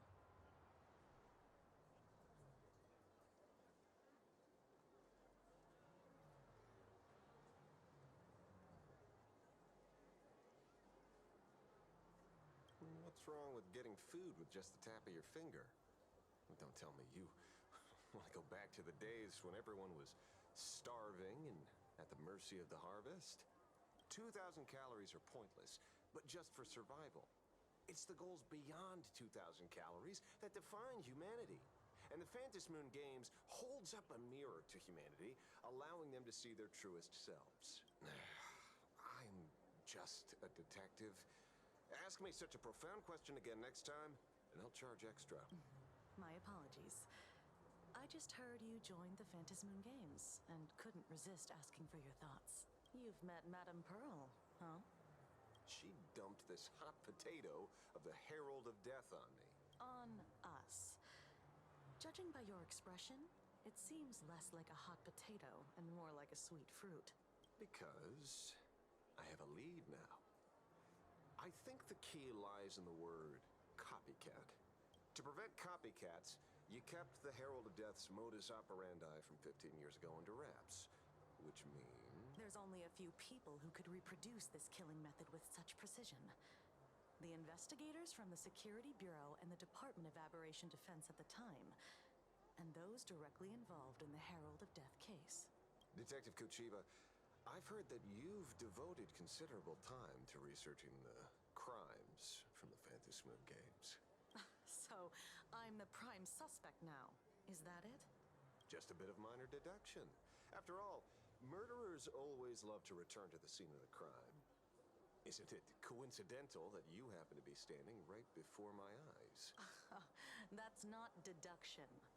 It's a conjecture at best. As for investigating those two categories of suspects, we've been doing that for a long time already. It's been 15 years. The relevant people and the victims' families have all gone their separate ways. Tracking them down now won't be easy. Yeah. After losing their loved ones in such a cruel way, their hearts were shattered.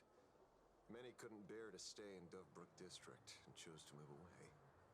I remember seeing that in the case files you sent me. They even formed a mutual aid society for the victims. I wonder, after all these years, have they managed to heal the wounds in their hearts? Maybe they have. After all, they go by a new name now. The Research Society of Happy Smiles. Ah, you mean that charity with the slogan, Healing Smiles, Healing Arcadias? Before he died, Kostad mentioned that group to me. He said quite a few young people in the gang left without looking back, just to join them. So I thought, maybe we should start by looking into their rivals. The Research Society of Happy Smiles, huh? A charity that helps people escape their pain and find happiness, offering free counseling, medical care, all of that good stuff. Sounds like they've turned over a new leaf. How could you call them rivals to the underworld? I dug a little deeper into them, and found something interesting. You mean your monkey dug up something interesting, right? Okay. Mr. N dug up something interesting. Have you heard the name of the sponsor behind the Research Society? Her name's Fullwish. That name rings a bell.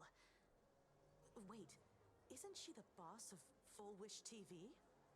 I think she was one of the survivors of Graphia Academy too. This is getting a little too coincidental.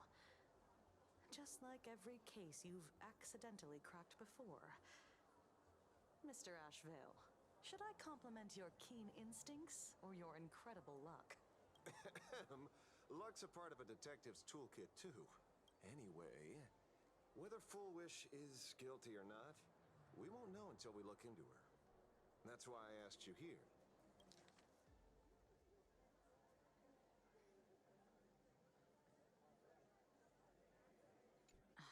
Dovebrook District New Life Project. Public Recruitment and Mental Healing Seminar at the Research Society of Happy Smiles. And she's the speaker? Holding a seminar at a place meant to bury past trauma. The very site of 2 bloody incidents. Miss Fullwish's audacity is certainly impossible to ignore. So what are we waiting for? It's time to drag Dovebrook District's old skeletons out into the light. Are you talking? Yeah, I'm almost there. I want more happiness.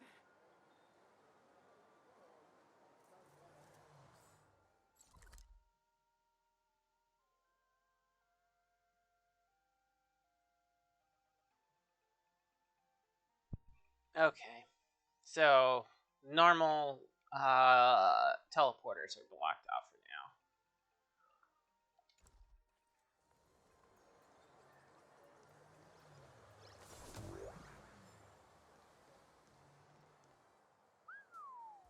This place is buzzing. Are they all here waiting for Fullwish to grant their wishes? A rich person like Fullwish can make most people's wildest dreams come true with the snap of her fingers. I'm less curious about who she'll help than what she wants for herself. If money could really accomplish everything, the IPC wouldn't be eyeing this world. My bet, I'm sure that Fullwish wishes the tragedy 15 years ago never happened. Erasing history. Can the laughter really pull it off? In past victory records, there have been countless and often bizarre instances where the victor used the elation's authority to change reality. You have to understand, the Phantasmoon Games isn't just some wish-granting lamp.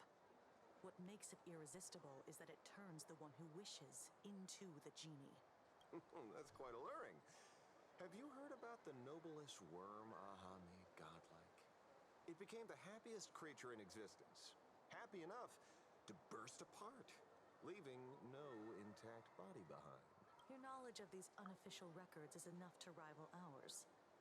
Since you see things so clearly, Mr. Ashvale, why sign up for the games? Miss Kuchiba, is that a rhetorical question? Or are you fishing for a confession? Fishing. Don't be afraid. Now that you're a supplicant, public officials like me no longer have any authority over you. I'm guessing what you want goes beyond a straightforward act of revenge. Beyond a vigilante execution carried out in public. If you were only out to avenge friends, with or without the Phantasmoon Games, someone like you would toss laws and decorum aside and do what needs to be done.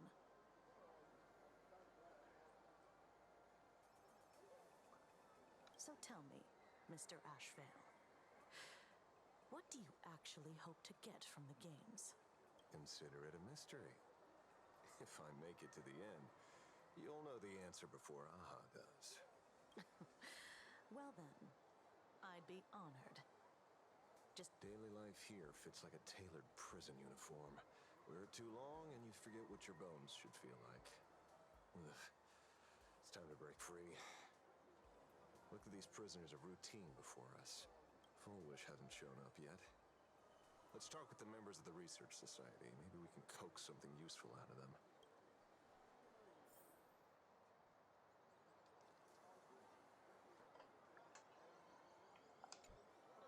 I got called into another chat with the boss today. Never thought he'd care about me this much. Everyone is smiling at me. The office feels downright cheerful. These days, I go home, change my baby boy's diaper, help my daughter with her homework, prepare tomorrow's lunch, and clean up the house. It's hard to describe how satisfying that feels. When Emma left me, you must have left the kids to me for my own happiness. When I look back, I realize I was someone who had it good. And I never understood how lucky I was. How much Right? All thanks to Miss Foolish. this reminds me of Yesterday, during my tumor removal, the anesthesia wore off halfway through. I squinted and watched the doctors pull all kinds of things out of my stomach. There was this lump still twitching when they cut it out. I used to be too weak to even get out of bed. But after the society's treatment, I am almost ready to walk out of the hospital. Do you walk out of the hospital? Isn't that amazing? Oh, I kind of want to see someone slice me open too. It should be fun. You are weird. Hey, did you two hear about the Sinwish Syndicate? You've come to the right person. My neighbor got a visit from their debt collectors. You should have heard the racket. I saw the news too. Those parasites who ruined the peace, who kept people from being happy. Gone. Wiped clean. Oh, praise aha. Wait, they extorted you too? Something like that. Still owed their underboss tens of thousands of credits. So your debt's wiped clean. Oh, must feel pretty great, huh?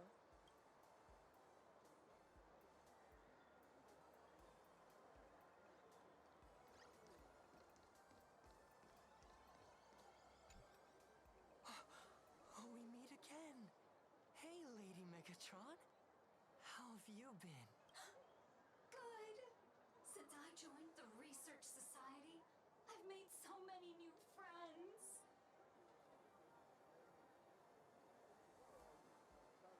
In the past, I struggled with mobility. I always had to work 3 or 4 times harder than the other Megatrons just to keep up.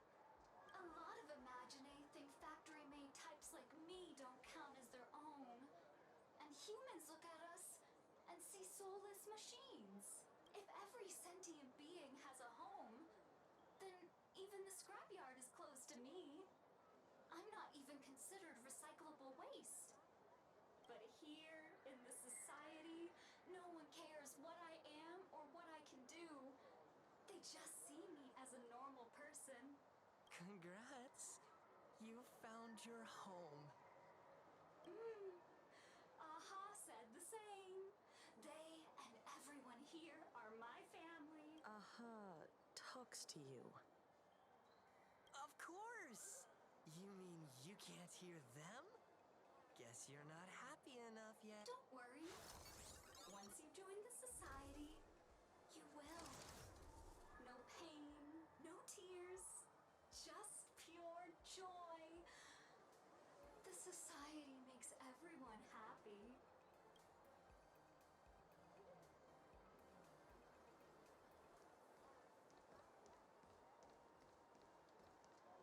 Looks like it's about time. If the star of the show doesn't show up soon, the crowd's gonna burst with anticipation. Everyone, please make some room for Miss Foolish.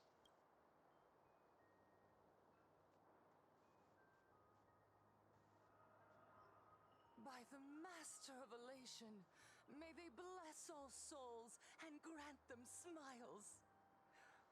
Are you all happy today? Very happy! Thank you for your smiles. They're like lamps in the dark. So precious. But before we celebrate the elation, let me share a memory drenched in tears. As you all know, 15 years ago, during the Phantasmoon Games, the shadow cast by the Herald of Death swallowed this place whole. That day, I lost my parents, my classmates, and the others. The morning greetings, the little daily chatter, all went silent under that crimson dusk. After that, for a very, very long time, all that remained of my world door shut tight. A room steeped in silence. And a wound in my heart that would never heal. Just hearing the words, Herald of Death, made me shake uncontrollably. I even once thought the only escape was to follow the dead and leave with them. Back then, I was just an empty shell, breathing, beating, but lifeless inside. And just as my soul was about to fade away, an old lady from the Mutual Aid Society knocked on my door. She didn't offer empty words of comfort. She just looked me in the eyes and asked, "Child, would you try stepping outside this door? Out there are many people broken by pain, just like you. But together, we can start picking up the pieces, one by one." She smiled at me. A warm, gentle smile. And in that smile, I felt the master of elation grant me a reason to live. At the Mutual Aid Society, I saw countless souls scarred by fate. Some bore wounds beyond healing, and some had lost their loved ones. Each of us bore a different wound, but every wound cut deep, and yet what truly moved me wasn't the pain. It was how, beneath those scars, they still reached out to one another, offering a smile to a child who'd stopped crying, lending a guiding hand to someone lost. They taught me something precious. Pain can destroy a person, but the wish to bring elation to others can spark the fire of rebirth. That was when Aha's voice echoed again. In the silence of my heart, the smiles passed from one another. Through mutual aid is Aha's most precious blessing. It does not belong only in the small room of a support group. It yearns to illuminate hearts lost in darkness. Each time we share a true smile, it's as if we hear Aha's voice. And when that voice rings out, all suffering fades, all pain is healed, and everyone knows what true happiness feels like. That's why the Research Society of Happy Smiles was founded. I will share this divine smile with all of you. No more sorrow! Please!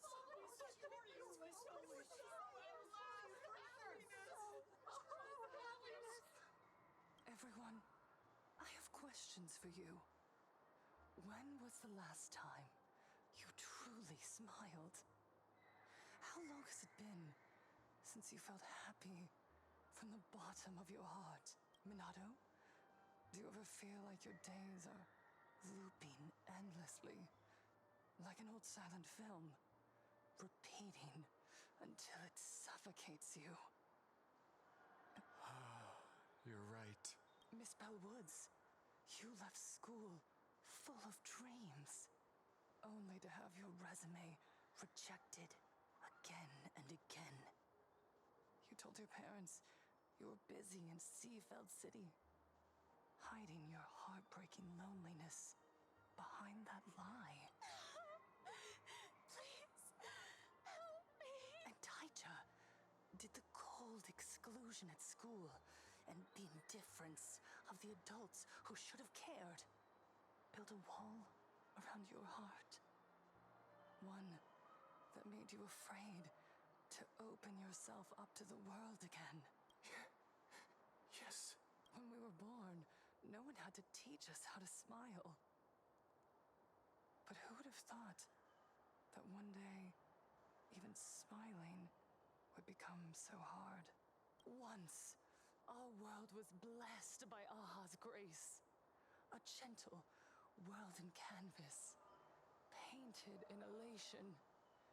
For centuries, humans and Imaginaes lived freely together in that eternal haven until the Inter-Astral Peace Corporation violently tore us away from that sanctuary. They brought us their so-called inter-astral civilization, imposed their so-called standards of happiness, and told us that life's ultimate joy lies in self-focus, self-indulgence, and self-satisfaction.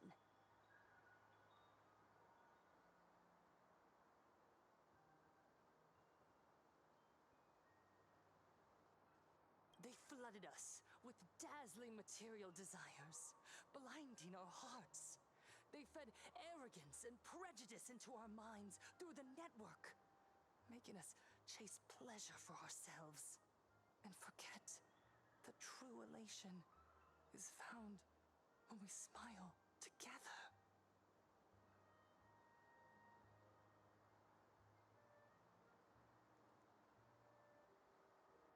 Wish power has turned into fuel. Credits jingle where heartfelt laughter used to ring. We drown in anxiety, competition, and an endless sense of not being enough. And in all that noise, we can no longer hear Aha's gentle voice.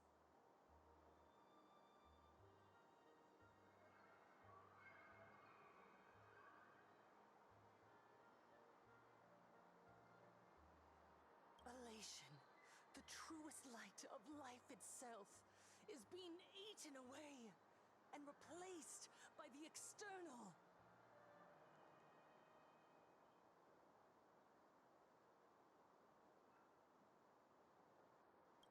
You said it. I work myself to death for scraps, and my boss doesn't even notice. And those useless loudmouths online. They do nothing with their lives, yet constantly judge everyone else.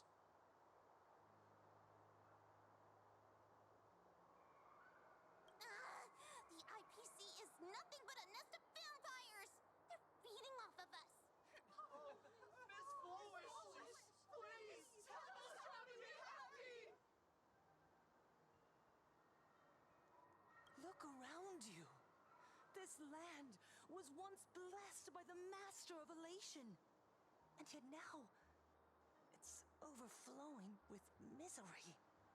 Everyone's chasing their own happiness, but in doing so, they wound others without even noticing.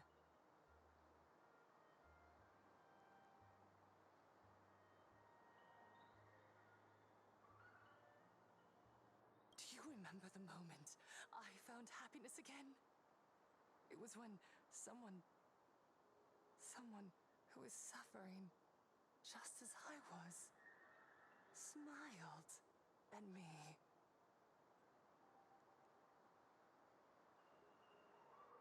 Even through their pain, they gave me that smile. A smile filled with blessings. That smile saved my life. So listen well.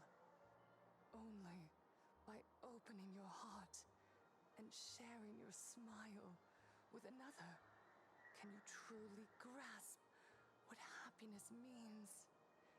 It isn't just giving a smile, it's embracing the power that Aha bestowed upon us to smile.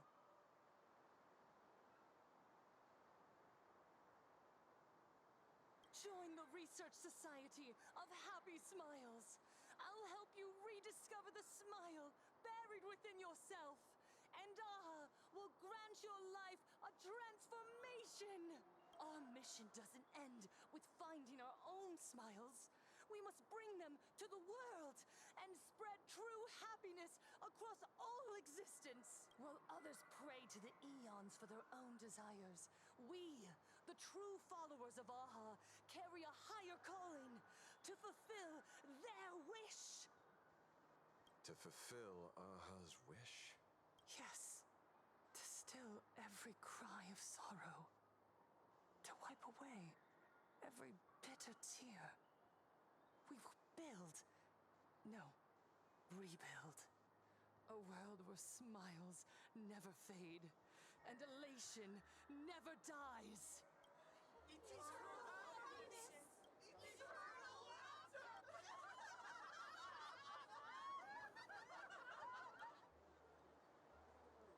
The speech is over. What's your take, Detective? She's so far gone, it's hard to make sense of it. Then let's not overthink it. Let's talk to her directly.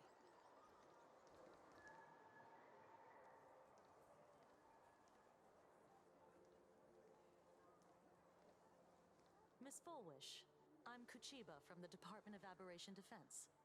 I'd like to have a chat with you. Ah, I see.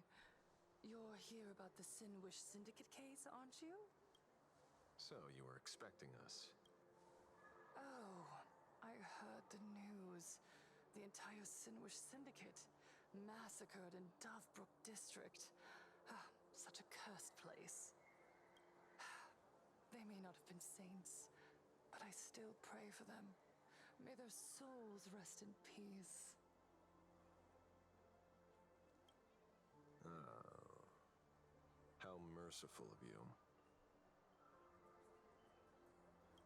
Though, rumor has it the Research Society of Happy Smiles had a few run-ins with them regarding recruitment, donations, turf. Sounds like plenty of reasons for conflict, don't you think? Are you suggesting we had the Sinwish Syndicate killed? For conflicted interests?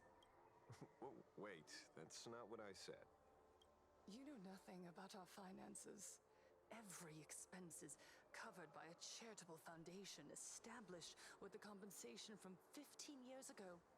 We don't need a single cent from our members.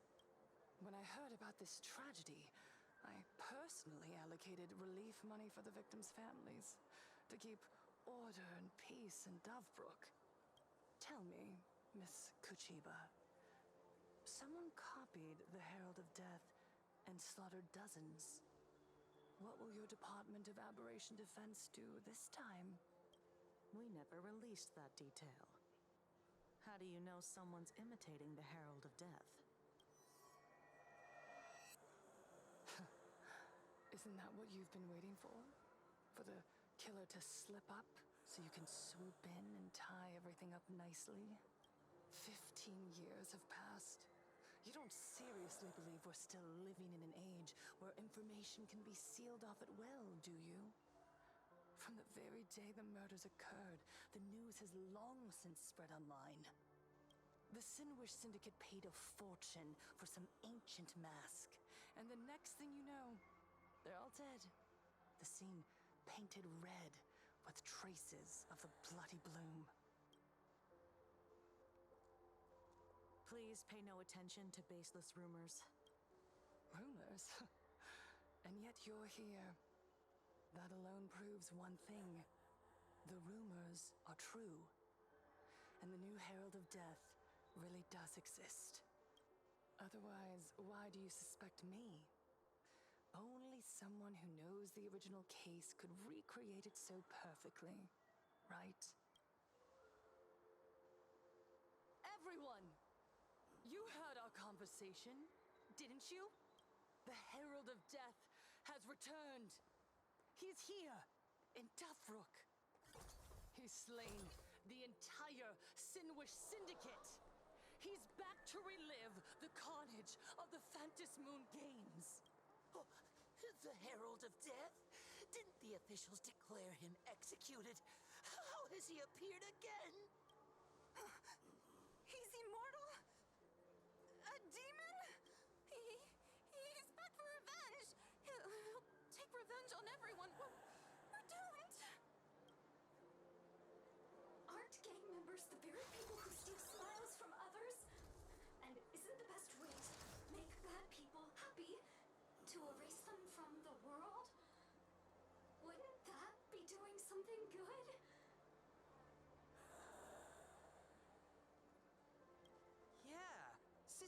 Megatron is right!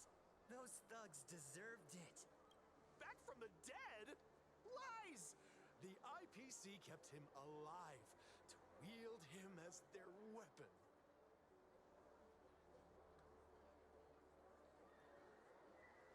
You useless officials! 15 years ago, you failed and let him get away! And that's why he's back again now!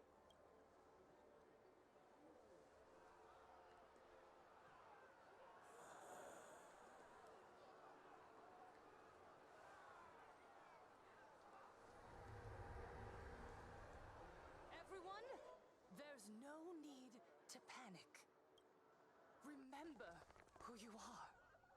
You are those who live beneath Aha's brilliance, who have claimed happiness and cast off the shackles of suffering. Once the Herald of Death fed on our fear and tears, that was the source of his power. Look at the smiles on the faces of those around you. There is no fear left in our hearts, no tears left in our eyes. All that remains is resolve, happiness, and faith in the elation. The Research Society of Happy Smiles will protect this world. Etch this into your hearts. The happy do not die, for even death cannot touch a heart filled with happiness. What's going on? There's something very wrong about this woman. Yes, as long as we're happy enough, there's nothing to fear. We won't die. Happiness. Happiness is our weapon. Happiness will destroy the Herald of Death. Happiness will save this world. Operation Spread Happiness. Let happiness infect everyone and spread to every corner of the sky. Make the Phantasm Moon smile. Make Lord Aha laugh until they cry for us. And the Phantasm Moon with happiness. Happiness.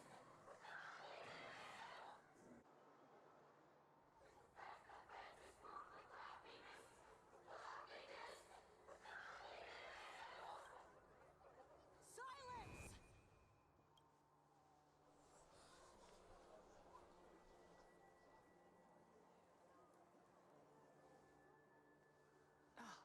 My apologies, officers. I can't provide anything useful for now, but rest assured, I'll cooperate with any investigation from the Department of Aberration Defense or the Security Bureau. And of course, I'll fulfill my civic duty. Whether it's the newly emerged Herald of Death or the various upheavals surrounding the Phantasmoon Games, the Research Society of Happy Smiles will handle them appropriately. What we protect is the future and the smiles of plain Arcadia. Or perhaps, after all this, you too have felt that yearning within your hearts.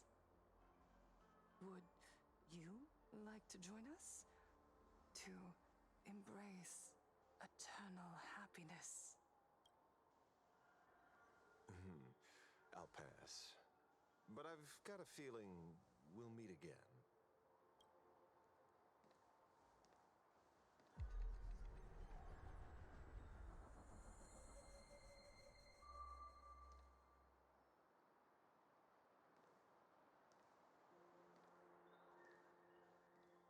Miss Fullwish, thank you for your cooperation.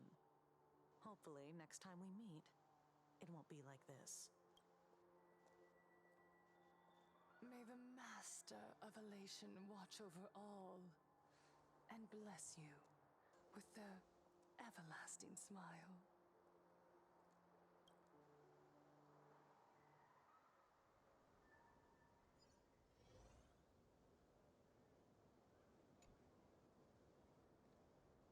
Let go of your obsession.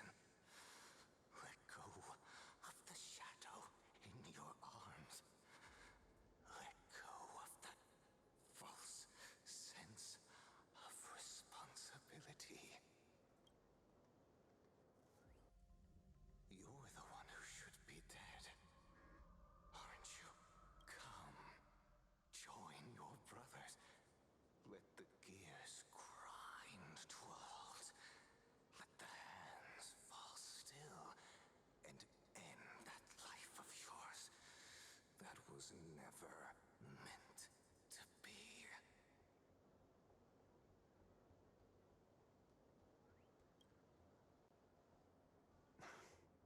Sorry. That day will come. But for now, there are more important things I must do. What did you say? Nothing. Never mind. Looks like Full Wish was a much slyer fish than expected. The bait was there. But she ignored it. And instead, she stirred up a whirlpool. Quite the opposite, actually. Not only did she take our bait, but she also flat out told us she couldn't care less about the hook. Huh? Was there something I missed? The bloody bloom mark from the Sinwish Syndicate massacre. How did she know that detail? When we specifically obfuscated it with special mark, even in our internal reports.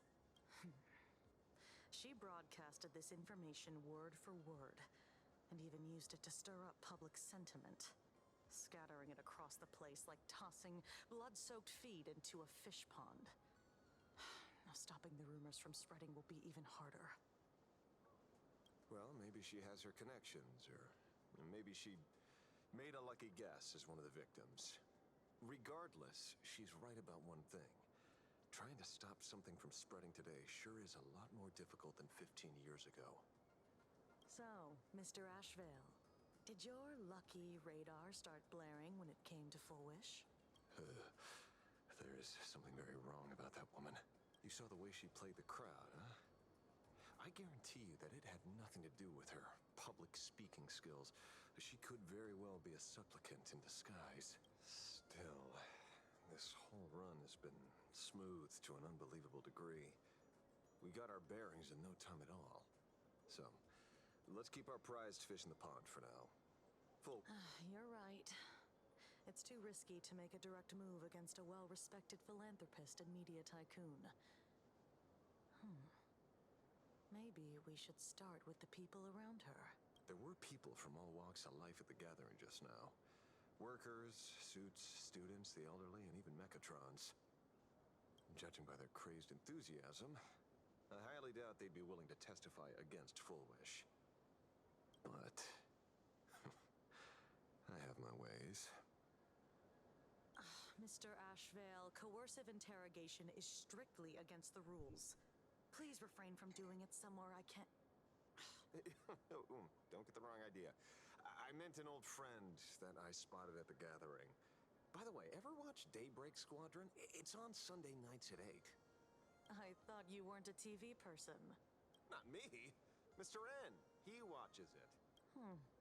Your monkey is quite the child at heart. Anyway, come on. Let's go get an autograph from our heroic film star.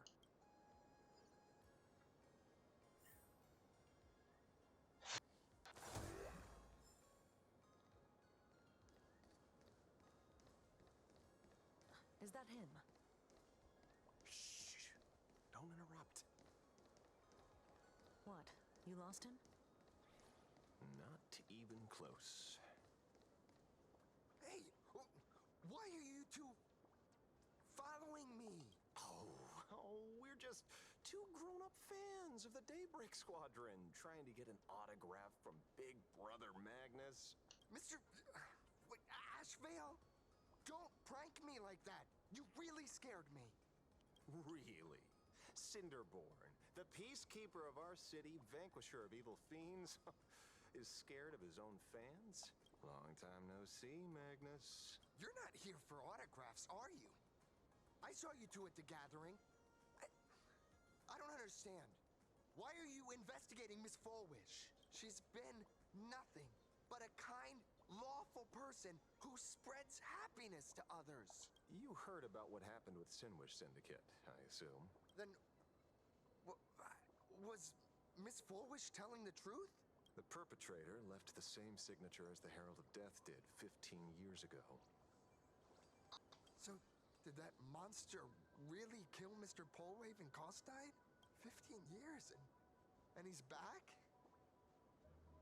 This demon? How many more lives must he take? Mr. Magnus, you're one of the survivors of the incident, right? Yes. That monster took my parents that day. But what's the Sinwish Syndicate case got to do with Miss Fulwish? Because that Herald of Death was executed 15 years ago. That's for certain. The Sinwish Syndicate case, on the other hand, has copycat written all over it. And Fulwish is a suspect. So, just because we're survivors, we automatically become suspects? What?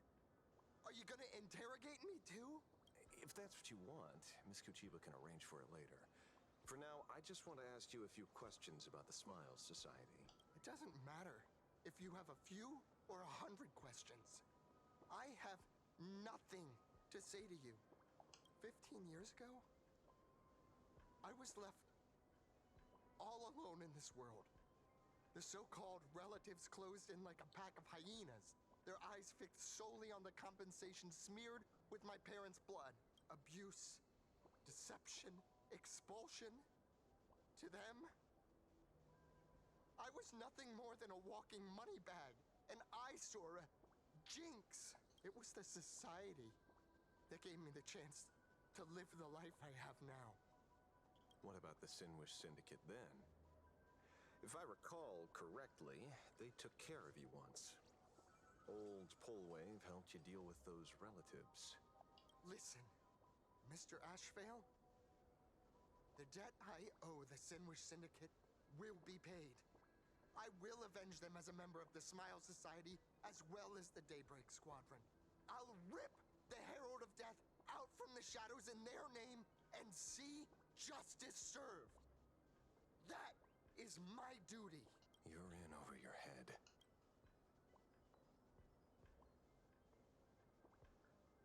The new Herald of Death is very dangerous. I doubt a handful of actors like you can achieve anything substantial. You think we're just a couple of kids playing superheroes with masks, right? Well, you're wrong. My squad mates and I aren't the easy pushovers we used to be, Mr. Ashvale. I haven't had my transformation surgery yet. I can already power a Mechatron warrior in battle. We are real heroes here. Boys, let's stay on topic, shall we? I just wanted to have a few words about the society. I have nothing to say to you either, Miss Kuchiba. Neither of you are getting a word out of me on this. Well done, Magnus. Your loyalty to the Smile Society warms our hearts. You're following me? Not by choice. These IPC dogs made it clear that they intend to frame Miss Foolish. Oh, we're not going to just let this slide. Would you look at that? The hunters become the hunted. What does it matter? If someone's looking for a beating, we'll gladly give it to them. You have 5 minutes for questioning. So make it count, Mr. Ashvale. They're all yours.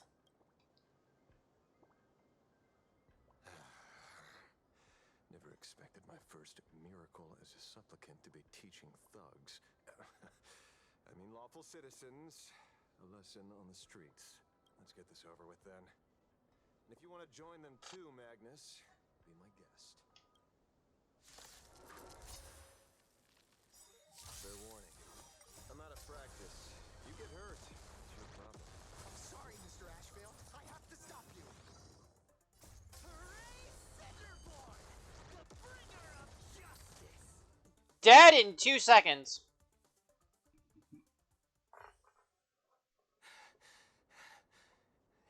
hurts a little, but I'm happy. There's something seriously wrong with you all.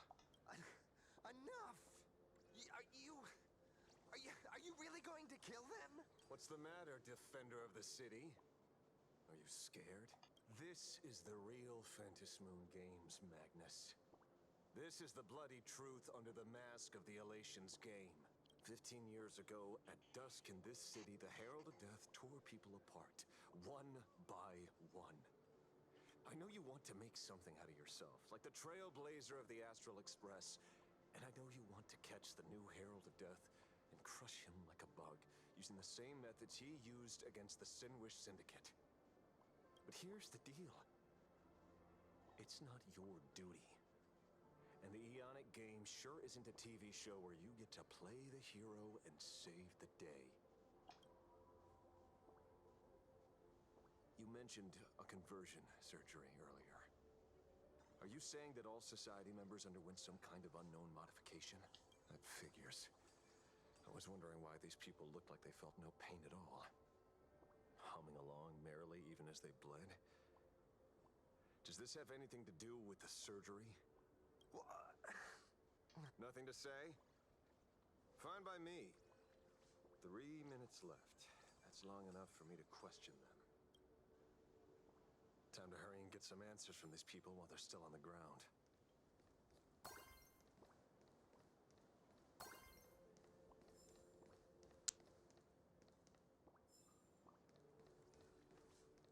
Hey, lackey. Wake up. Pain should not exist.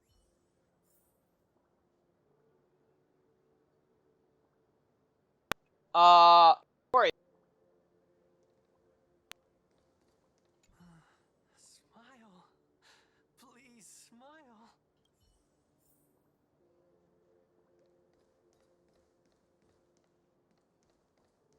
The laughter. Don't let it stop. Well.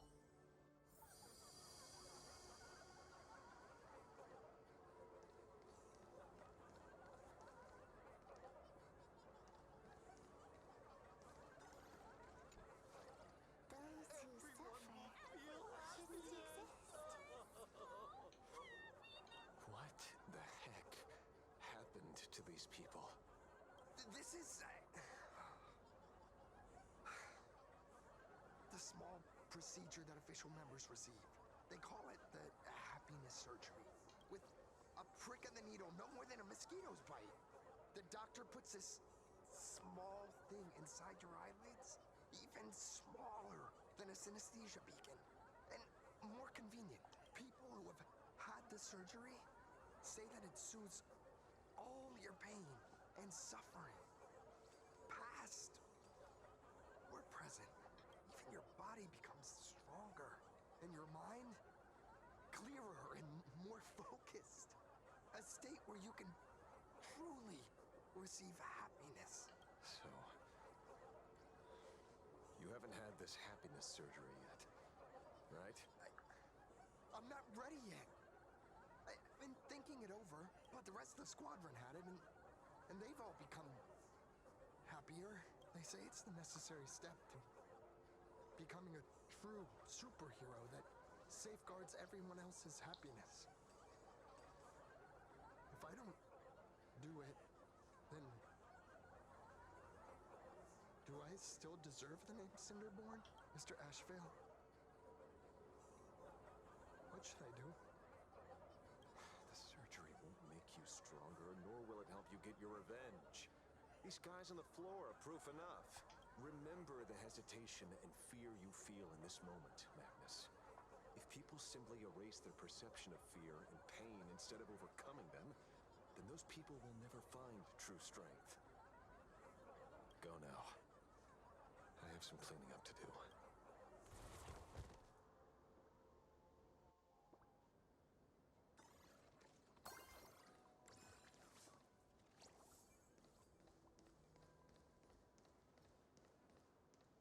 So, did you, pry the answers you were looking for out of them?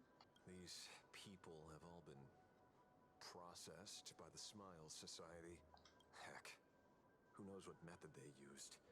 It completely neutralized their ability to feel suffering and despair and gave them bodies like steel, incapable of feeling pain.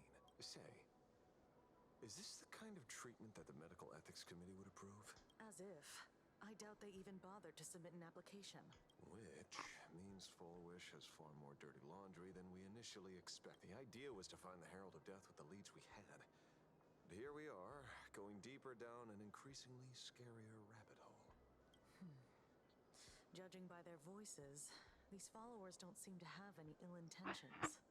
In fact, they sound a lot more humane than most humans. If all this has nothing to do with the Herald of Death, then it matters little to our investigation. After all, how they pursue happiness is their own choice. Wouldn't you agree? Are you serious, Kujiba? It's only human instinct to avoid pain, right? Such avoidance doesn't go against the laws of nature, nor does it legally constitute a crime when the party involved was a voluntary participant. Not a crime. Well, my instinct right now is telling me that this definitely has something to do with the Herald of Death. Unfortunately, Mr. Ashvale, we need evidence to solve the case. I'm here to follow my senses and dig up whatever's at the bottom of this. As for evidence, that's your headache. Besides, I don't think we need to turn over every stone to figure it out. If the new Herald of Death and Full Wish are connected, we'll be seeing another move soon enough. If I were her, I'd choose the brightest stage possible so this weapon could spread maximum panic. You mean the Star Rail Fest? Madame Pearl promised that top-level security would be deployed during the fest, as well as a contingency plan, robust enough to quell any crisis. And you are staring right at him.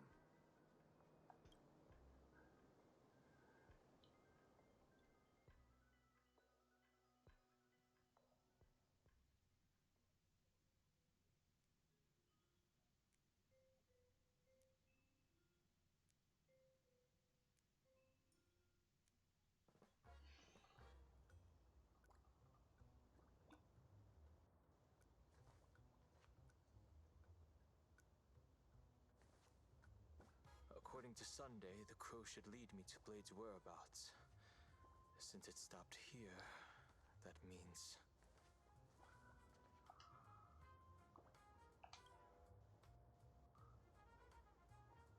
I wasn't even looking for you.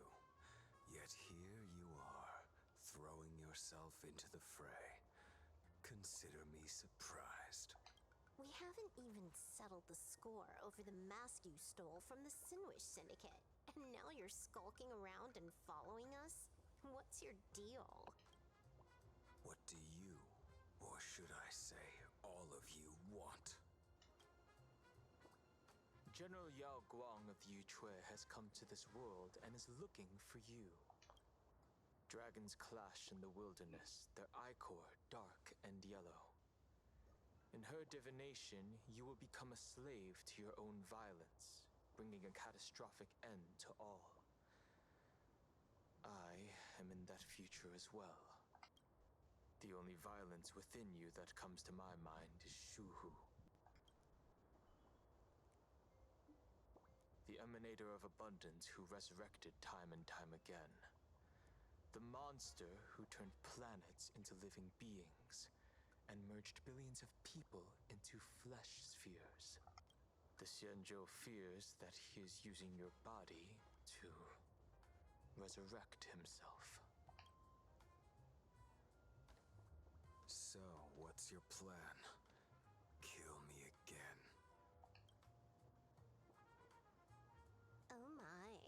Things are getting a little heated. Should I get you both slushies? Thank you. I'll pass.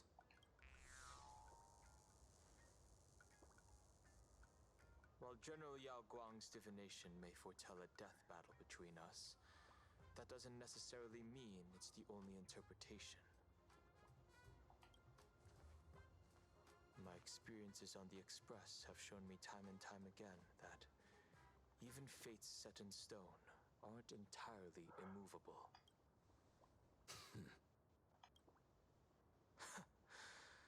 I have no intention of getting into a quarrel with you, but I need to make sure that the presence of the Stellaron hunters won't endanger my companions or the future of this planet. Thus, I must know your purpose here, Blade. What has Destiny's Slave written in your script? He stated this trip would be connected to death. Should I congratulate you? Much obliged. In my experience, it's best not to get your hopes up too soon. prophecies rarely unfold the way you expect. However, the General's divination isn't entirely baseless. Ever since my arrival here, I have been feeling restless. There's another power here beckoning me. Is there another form of abundance in the world besides you? Perhaps there is more than one. Are you referring to the disciples of Sanctus Medicus? Or the Elixir Seekers? Something far more dangerous. Do they have support from other factions? Unclear. As such, I'll keep an eye on you until everything settles. Just like you did in the past. That's as far as I'll go.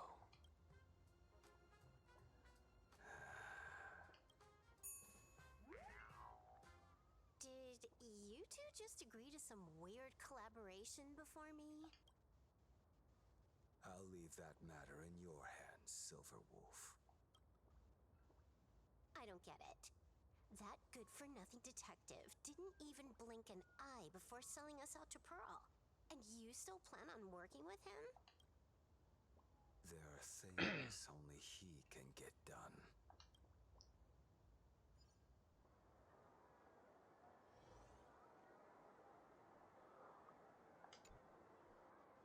Hey, you two! Making faces.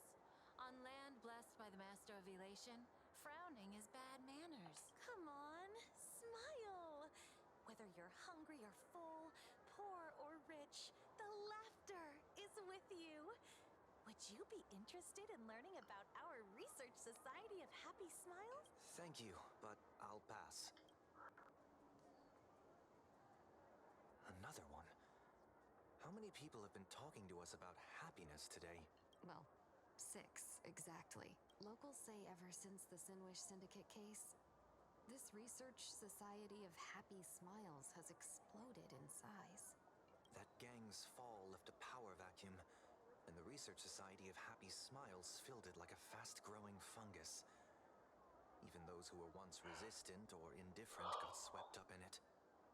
I think I'm starting to get a better picture now. Is this, by any chance, tied to what you're preparing to do in the Phantasmoon games? Not only me. It might also be tied to the ominous fate General Yao Guang warned about. The one looming over this world. A few days ago, when I used the tuning power to help her intervene at SparksyCon, I caught a strange sound echoing in people's minds. A strange sound? Yes. Cheerful, happy laughter echoing in their heads. Oh, without those gangsters, this street's much cleaner now. The so-called voice of Aha those society recruiters claim to hear? Could the Whatever that is, it's not Aha's laughter. From the moment I set foot on this street, I've been using my tuning ability to sense the residents' minds. Miss Tingyun, allow me to correct you. Those connected to the Research Society of Happy Smiles number not 6, but 42. Oh boy, the answer to everything. Each of them carries the same sound. Identical laughter, looping endlessly like a broken record. mind control? Or something worse? Are you trying to say that this is tied to the harmony? My apologies. I dare not make such wild assumptions. No, this isn't the work of any tuner. It feels like a barrier, born from the human mind itself, to numb the unbearable pain it cannot endure. Like a worn-out tape recorder hidden deep in the subconscious, repeating the same thing over and over. I am happy. I am happy. So, whose divine handiwork is this supposed to be now? Wherever this laughter comes from, causing so many people to self-deceive in perfect unison while enduring pain is well beyond the capabilities of a mere charitable group. Beneath these calm waters, the undercurrents are far more turbulent than anyone imagines. The bad news just keeps coming. Dan Heng's gone off on his own, and Madame Yao's completely vanished. Can you still sense her? The bird I entrusted to General Yao Guang has seemingly gone silent. I can't share its vision anymore. I can't even feel her thoughts through it. But I know it hasn't faded. That means she's still in this world somewhere. Let's pray she returns soon, with some news to pierce through all this fog. Otherwise, this Arcadia built on happiness will crumble fast and fall into the abyss. Okay, back to that. Achievement.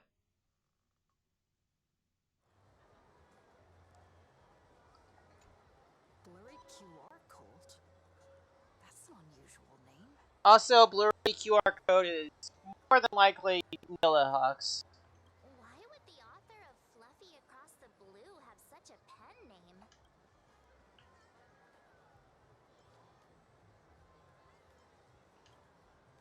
Really? A pen name often says a lot about its creator. Someone who can draw something that cute must have a warm, gentle heart. Or just a goofy goober. I heard the Fluffy's been running for half a year in a magazine. At first, it wasn't very popular in Plain Arcadia. But after that memory bubble movie, A Holy Grail Stay Night, Old Odie produced, became a massive hit. The Astral Express's adventure stories spread far and wide, and the Fluffy started gaining popularity.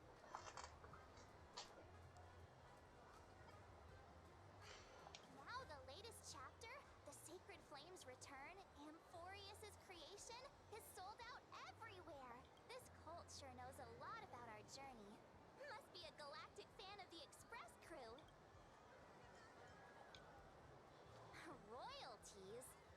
You're being way too practical. It's a comic where we're the protagonists. Someone's giving us free publicity. Can't you cut them a little slack?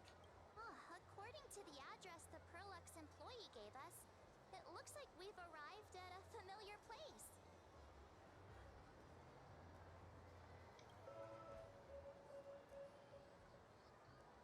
For such a small place, Dovebrook District is really full of hidden talents.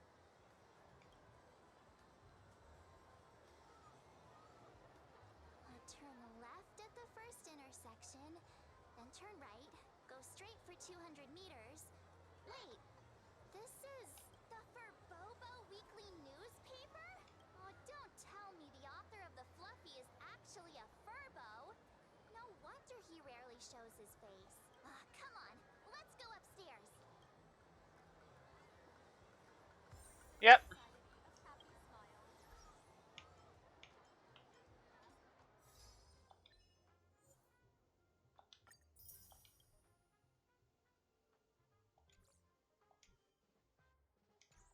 Oh.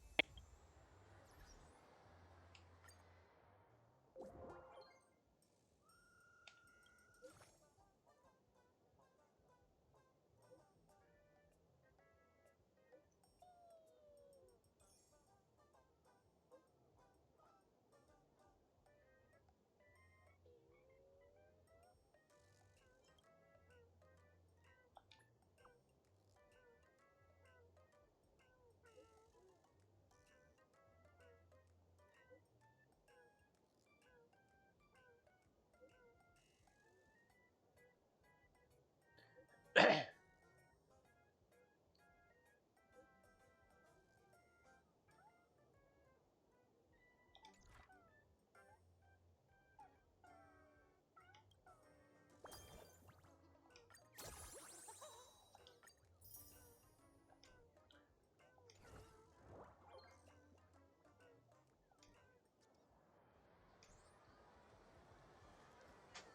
Fluffy goes puff, puff, puff.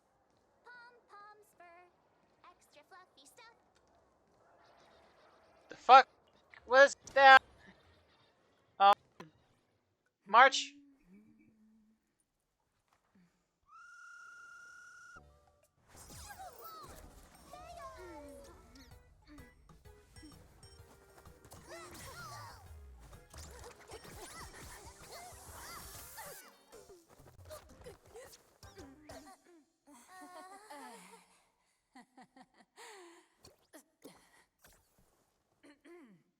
Please come in. Let me guess. Your next line is... That's Joseph. Why are you here? Miss Nihilux, what are you doing here? What's the problem? I'm the magazine's founder, its president, and its editor-in-chief. It's only logical that I'd be sitting here. A million? President Nihilux has already been behind on behind on everyone's wages for months. If it weren't for the money, who'd risk their neck being a tabloid journalist, sneaking photos of the bigwigs on the Astral Express?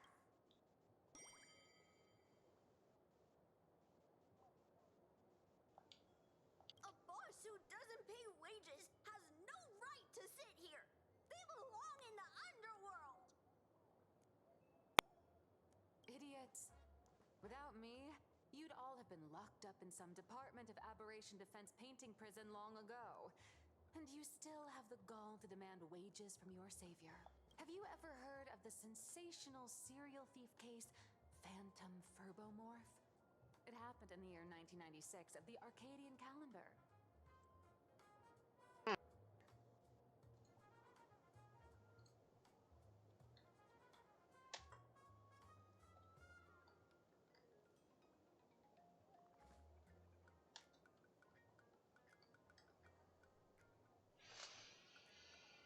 I mean, there was a movie from about the Phantom in '96. I don't know. I'm sorry. I was wrong. I shouldn't have talked back. I'm sorry for being born a Furbo. Beep boop. Even if you've got dirt on us, making us work for free is way too ridiculous. We've had enough. We've overthrown the boss. We've got a new president now. Please stand up for us. Welcome, traveler. Furbo Hot Pot requires a reservation. Rumors are 10,000 credits apiece, and if you're looking to hire a hitman, just head right down the hall to the storeroom. Oh, or maybe you came to meet the brilliant, charming, and universally adored blurry QR cult. Well then, truth be told, that person is actually... Me.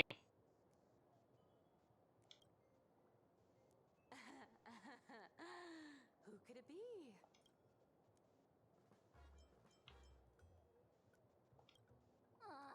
Even more non-existent memories. What are you even talking about? Once you rule out all the wrong answers, only one truth remains. Oh, I.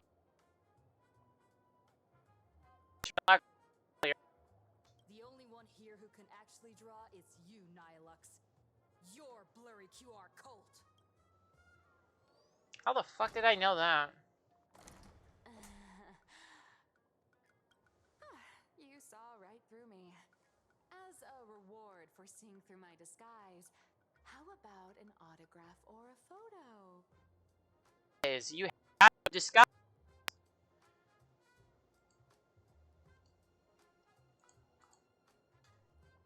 Allow me to reintroduce myself. I'm Nihilux. You can also call me by my pen name, Blurry QR Cult. Aw, no wonder you were tagging along back at Perlux Tower, acting like you knew us so well. Wait. This blurry QR cult persona isn't a fake, is it? Identity is just a mask and a body. Real or fake, it's all in how you see it. At the very least, for now, there's no other blurry QR cult around who could show up at Star Rail Fest for a live signing and hype up the Astral Express. Right? So, you already know why we're here. Just a little deduction, that's all. The news about Star Rail Fest is already everywhere online. Knowing how that perfectionist Madame Pearl operates, she's definitely pulling strings to make your collaboration a success. Naturally, having me step in was part of her plan. If case, will you... That said, I'll have to respectfully decline. That is, what the fuck his name was? Shiba. Oh crap.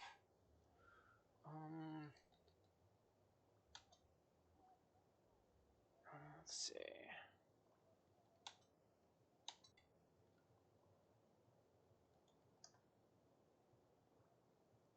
Yeah, Rohan Kishibe. Not to brag, but Fluffy Across the Blue is ridiculously popular in this world. If tickets weren't limited, the line would wrap around the planet twice and a half.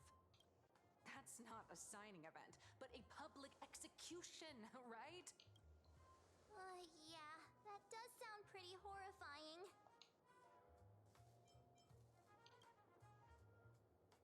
So tell me, Miss Nihilux, do you really have the right to refuse us?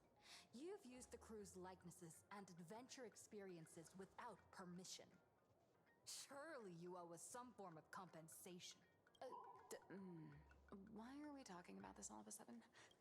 Today, on behalf of the entire Astral Express crew, for your violation of our publicity rights, emotional damages, and lost wages, I hereby demand 1.6 billion credits.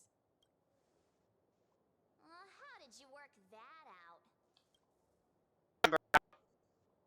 Believe it or not, I don't have a single coin on me right now. That's impossible! Just your royalties alone should have made you rich. Due to, unknown circumstances, my luck with money hasn't been great. But I get what this is really about. You're not only after cash, are you? I'll show up at Star Rail Fest. Is that good enough for you? Then it's settled.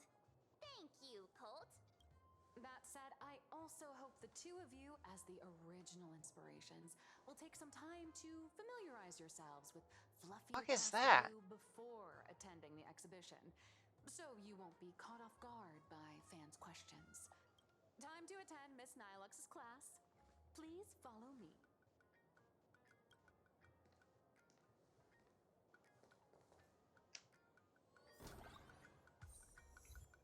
Dream. That's 5. I think maybe. Yeah, that's 5. That was a short one.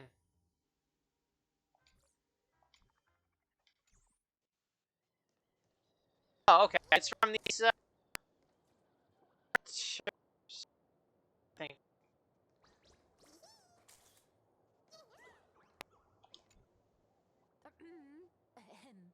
Miss Nihilux's mini class is officially in session.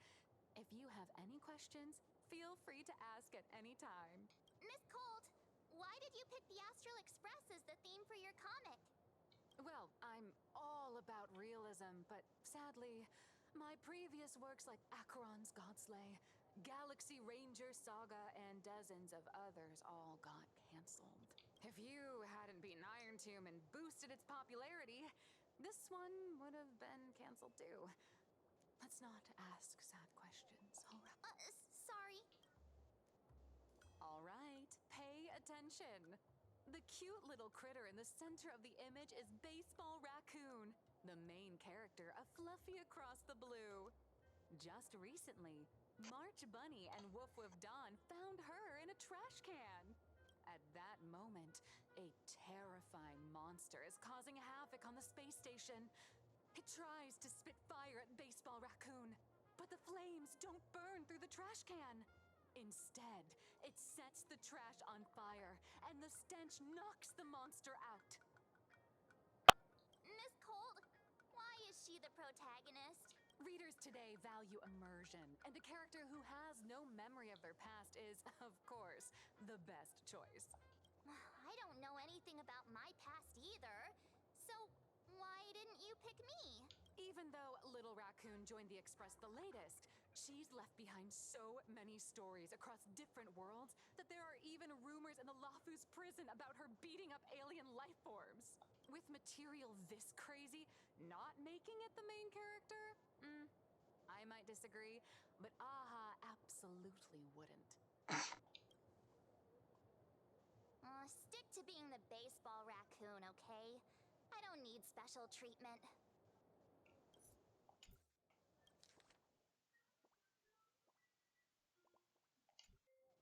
March. The Fluffy is just a comic. Outside of this, the author and the readers, every character in this world, aren't we all the protagonists of our own lives? That sounds so passionate, Miss Cold. I totally get it now.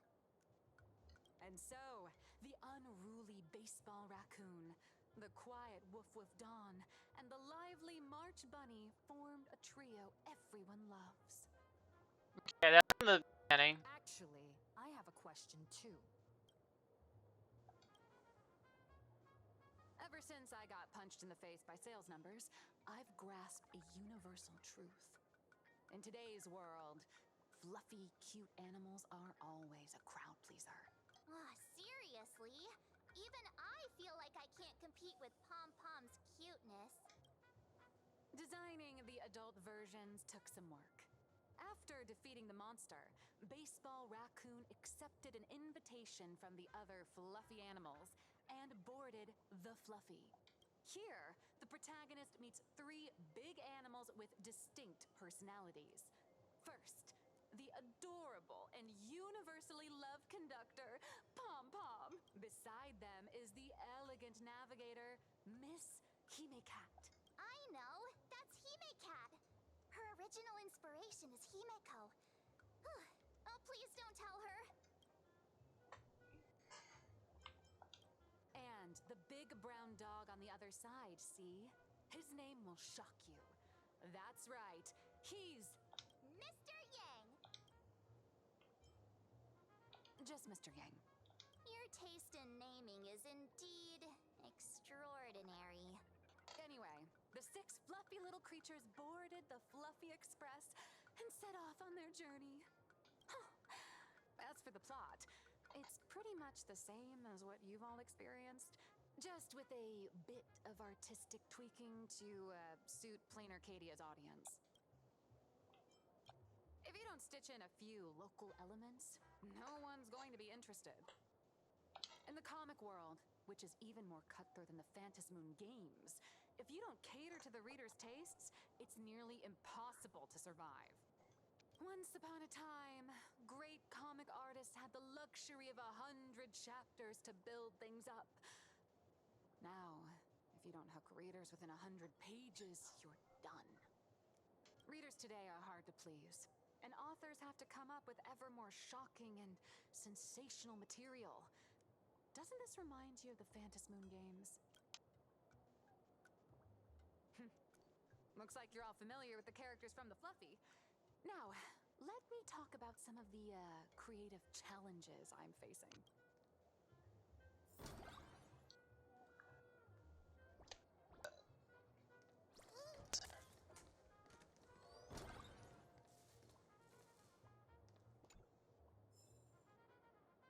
Oh!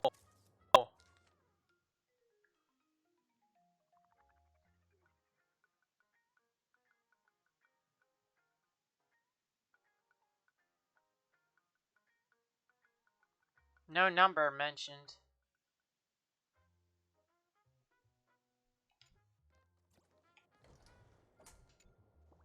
So, what do you see on the Fluffy stands?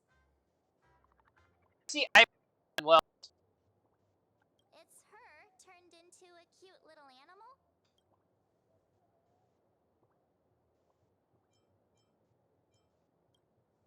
Yes, this is the character, and you're the inspiration behind her. But even for someone as interesting as you, there are many backstories that readers don't care about, don't want to know, or don't feel obliged to understand. A comic artist's job is to capture the most interesting parts, and present them to the readers. The cute and clever one is March Bunny. The unruly but reliable one is Baseball Raccoon. This is what we call a concrete archetype paired with an abstract character.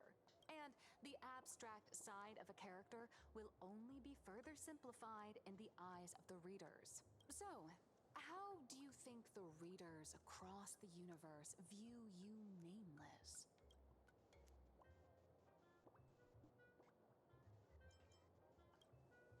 Well said. Your heroic deeds and accomplishments drew my attention, and your demeanor gave me inspiration for the character in the Fluffy. But while the hero identity boosts the character's popularity, it also becomes a limitation. That's why the little animals in the Fluffy have to defeat even more powerful villains and keep upping the ante to get more applause from the audience. In turn, the reader's perceptions and expectations constrain the character's growth. If she acts out of line, the popularity will crash. If she can't come up with new ideas or grow stronger, the audience will soon lose interest in the comic. Unfortunately, the creation of Fluffy Across the Blue is now stuck at this very awkward bottleneck. Honestly, after drawing comics for so long, I've pretty much run out of ideas. Hundreds of amber eras ago, people would laugh out loud just from seeing a cat do a backflip. Now, to get the same kind of enthusiastic reaction, you'd probably need to have that cat fight a Mechatron in a one-on-one showdown in Perlux Tower. Although the Fluffy specials are selling like crazy, doing side stories without progressing the main plot isn't a long-term solution. Ever since all the gossip memo keepers I hired got wiped out in Amphorius, my source of intel's been drying up fast. But if someone from the Astral Express could quietly feed me a few juicy insider secrets from the Phantasmoon games, imagine the reader's reaction when the next chapter drops. Whoa! Does blurry QR code have a time machine or what? Oh, that'd totally save the Fluffy's future sales. After all, my little Furbo crew already works for you. Just have them slip me a copy of the Phantasmoon Games press release. Let's call it buying your exclusive adaptation rights. We'll do a 50-50 split. 50% of 0.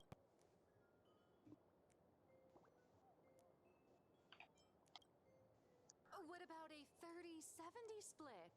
Deal. 70 for me, 30 for you. Yeah. Wow, you change your face faster than Sparkle. All right, since we've got the profit split sorted, looks like my creative block won't last much longer. Just wait for my appearance at Star Rail Fest. Star Rail Fest, a grand event that gathers millions of eyes and an inordinate amount of wish power. And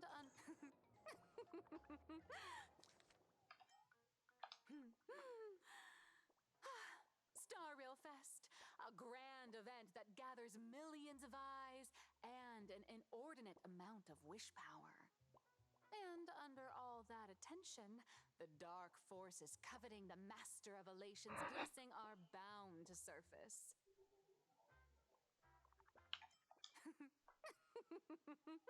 Heroes and devils dancing together in plain Arcadia. Tell me, is there a better source of inspiration than that? Heroes and devils dancing together in plain Arcadia. Tell me, is there a better source of inspiration than that? My hero, don't let us down.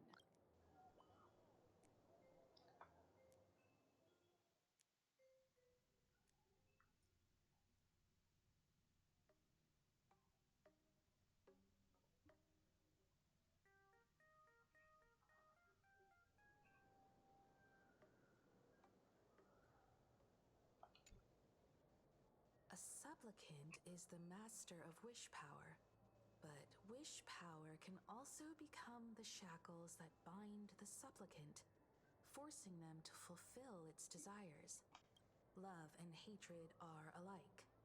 Dependence resembles fear. What commands wish power isn't only love, but also hatred. Thank you. These notes will really be a big help to her. Good. I'm so glad to be of help. For generations, many members of our family have attempted to enter the Phantom Moon Games, hoping to rely on the Aeon's immense power to lift the curse afflicting the Graphia bloodline. Some came close to the mask, but could only watch as history passed them by. Others wore it, only to fail in the end.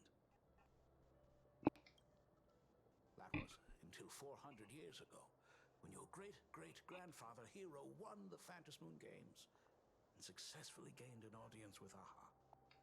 But the family's curse was not broken. In his notes he wrote, "Just as the god of destruction cannot cradle a bouquet, so too is the god of elation powerless against a curse. Such is the cycle of cause and effect." Father, are you wondering what it was that healed me? I know you're keeping something from me. But I don't care what cured you 15 years ago. As long as you're alive, I can wait until the day you're ready to tell me. Still, as a father, there are things I must say, even if you don't want to hear them. As an artist, I'm fascinated by fleeting lives. How they struggle, they suffer, and in doing so, reveal a brilliance worthy of time's memory. But, as a father, I can't stand by and watch my daughter walk into tragedy. I bless you to be a hero, to welcome the same end as Akiviri. Those are words I could never speak. The road ahead is shrouded by uncertainty, and that's why someone must take the first step, to trailblaze a path others can follow. I can't stop you, even though every part of me wishes you'd stay. But this is your choice, my daughter's choice. All I can do is stand by you quietly and pray you'll come back safely. Do you still remember the bedtime story I used to tell? They say there was once a princess in the sky. Day and night she painted in her celestial garden, untouched by the joys and sorrows of the mortal world. One night, a thunderous sound echoed from her painting. Curious, she stepped inside. Through seas of flowers, across mountains, until she reached the world's edge. There stood an ancient tower, so tall it pierced the heavens, so vast it seemed to hold the universe itself. Climbing the endless staircase, the princess reached the summit, and from there she saw the world beyond her garden. In the distance, she heard cries, the voices of people burning in raging fire. From that tower of infinity descended the world painter to walk the mortal realm. With a single stroke of her brush, she brought forth 1,000 imaginae, turning the tide against destruction. To go where there are cries, to go where there are flames. That is the meaning of Murata. But beyond the family name, my interpretation of our ancestor's name, Graphia, is also the hope I place in you. Himiko, whatever choice you make, if this is truly what you want, then go. Use those steps blazed upon trails to paint the world as you see it. Thank you, Dad. By the way, how's your health? You haven't picked up any bad habits like smoking or drinking while I was away, have you? As the Dean of Graphia Academy, I still have to set a good example for my students. It's just, my tendinitis keeps acting up. My herniated disc is getting worse.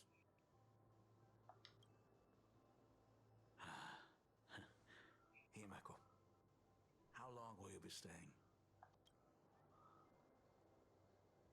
At least until the lunar cycle shifts. I'll stay here in plain Arcadia until then. I see. If only the Phantom Moon could stay full forever. Himeko, safe travels on the trails ahead.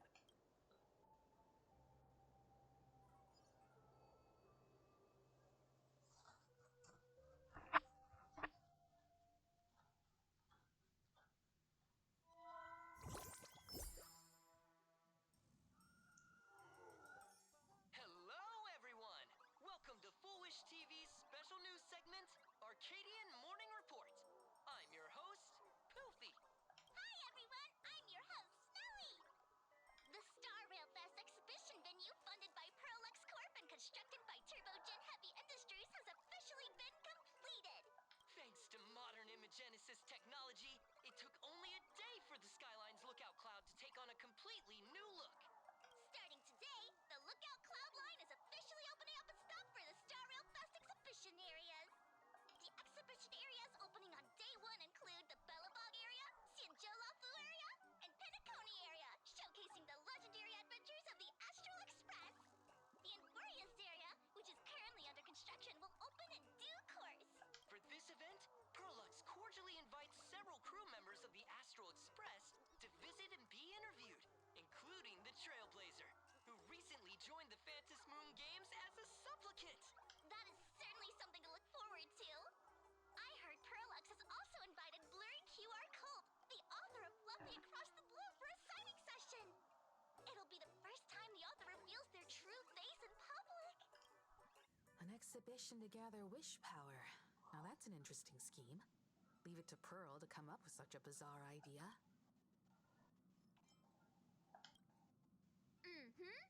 Pearl is also mobilizing Perlux's resources to promote us. When I talked with Pearl, I shared with her the idea of becoming a sail, advancing and retreating together. This collaboration could truly bring out the best of our respective strengths.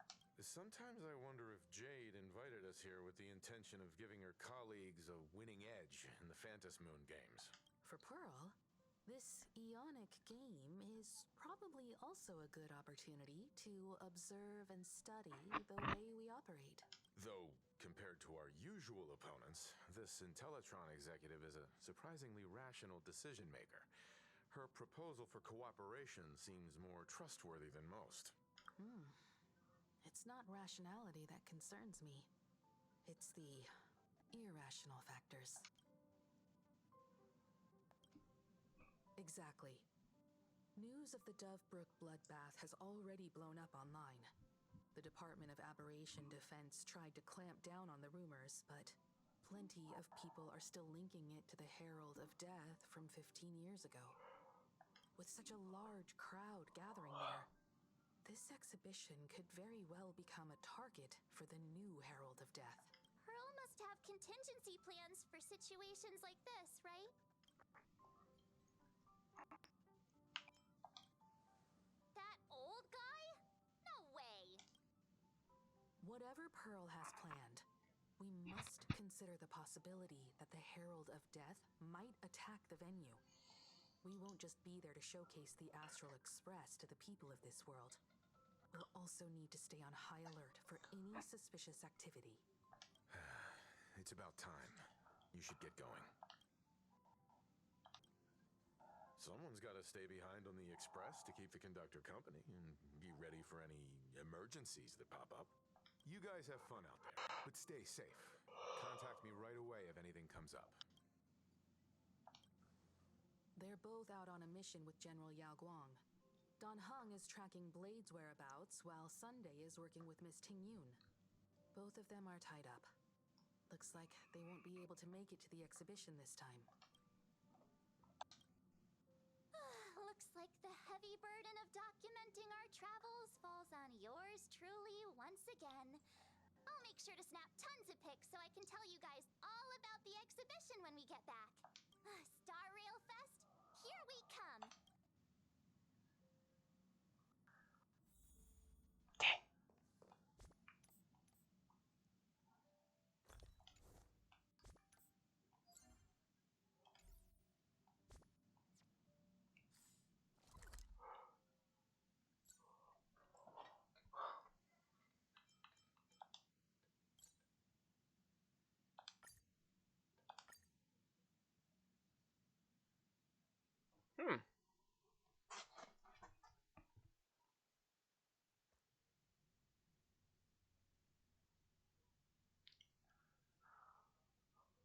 I just happened to look.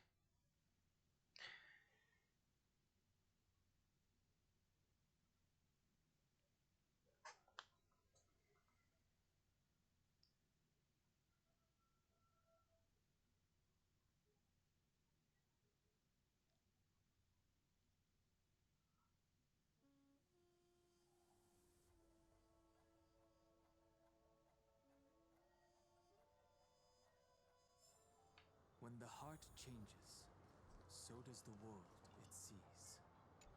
Time to waste money, buddy! Remember to bring more next time!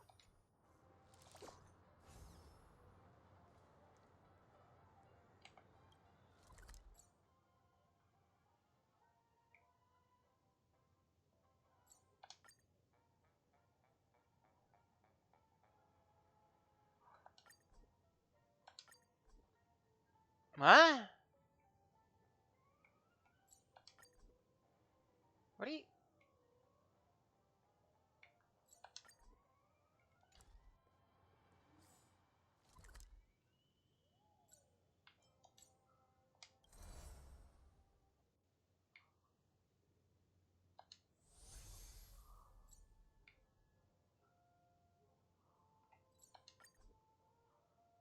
Why can't I... What?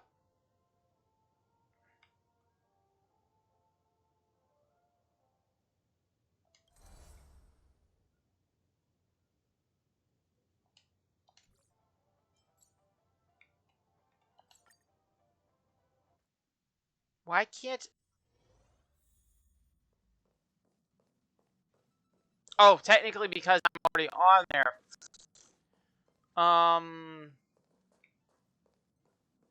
But what? That doesn't make a whole lot of sense.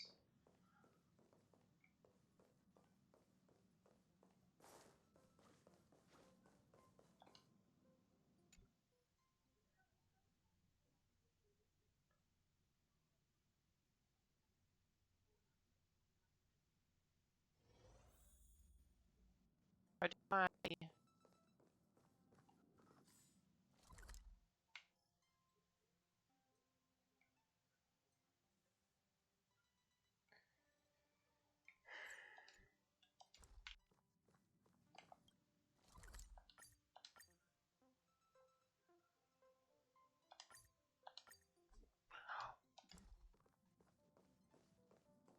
What?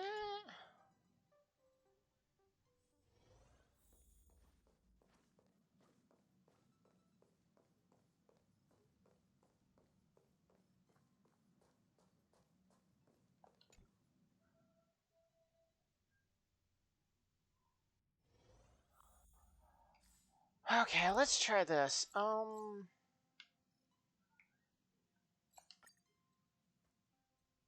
wait. What? Oh my...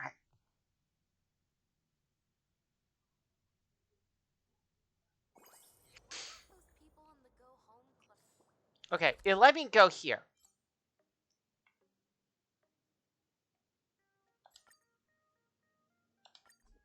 But not here.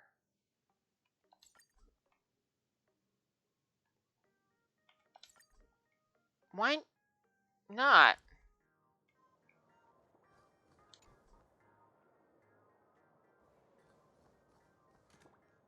Wait, here. Um.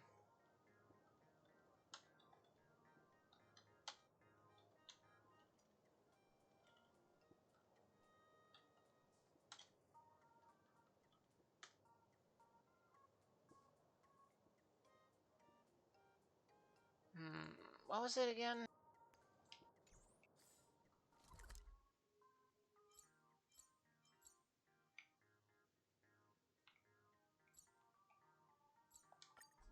Invalid data 20. Invalid data.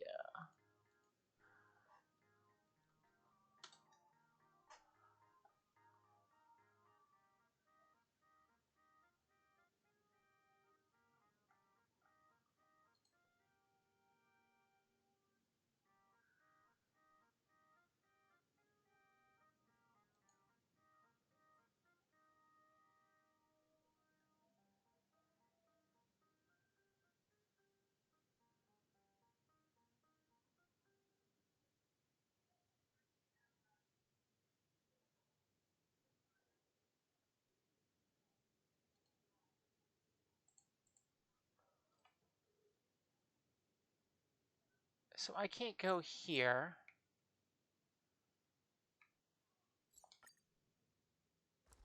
But I can go here.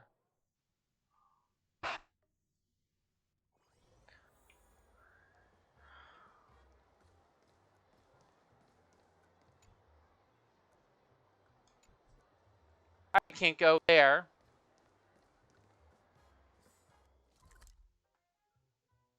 Why is it only Don't Mention City the only one I can't go to?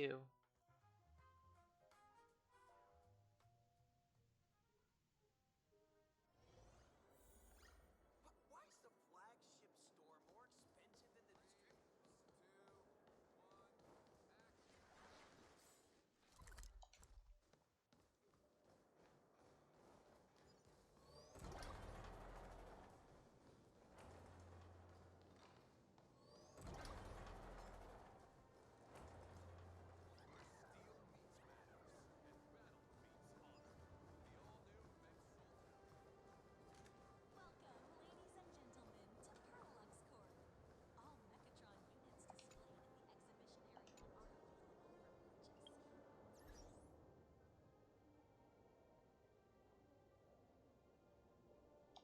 Why can't I?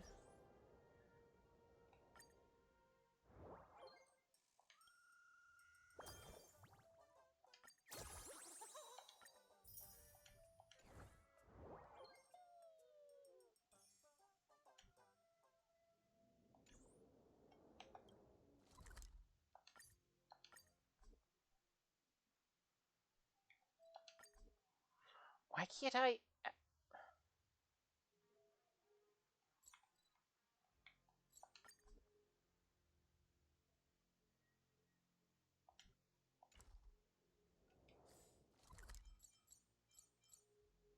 Okay, I'm gonna try something.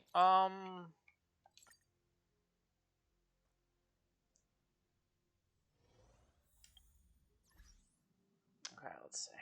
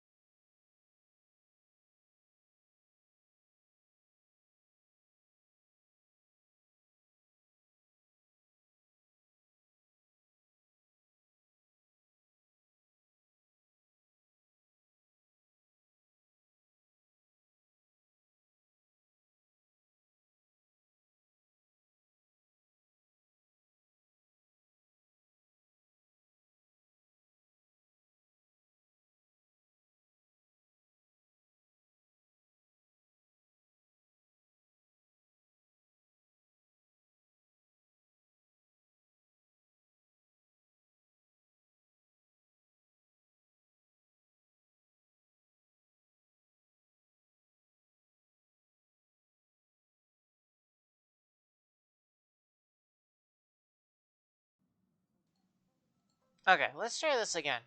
Maybe the game will let me actually leave.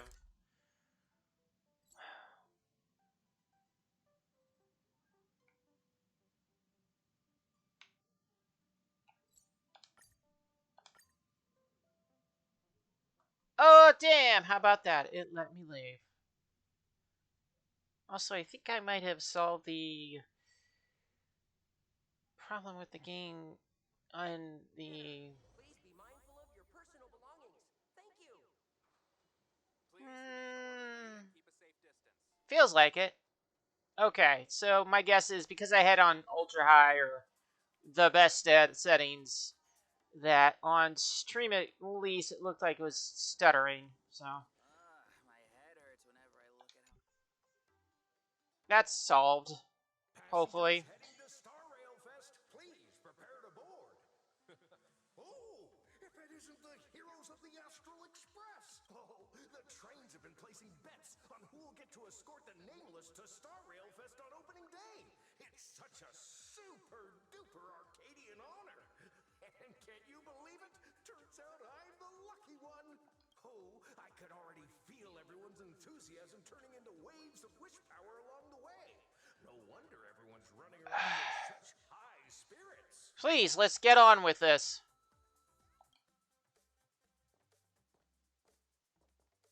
Ding, ding, dong, dong. The express is about to depart. Heroes, please stay seated and hold on tight. This special train is bound for the Star Rail Fest exhibition. By the laughter above, may the smile of plain Arcadia grace our faces.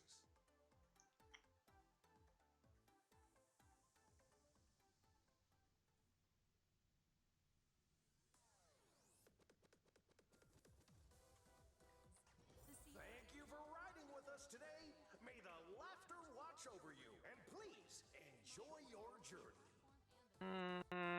Oh, wow! The exhibition entrance is packed with Express fans!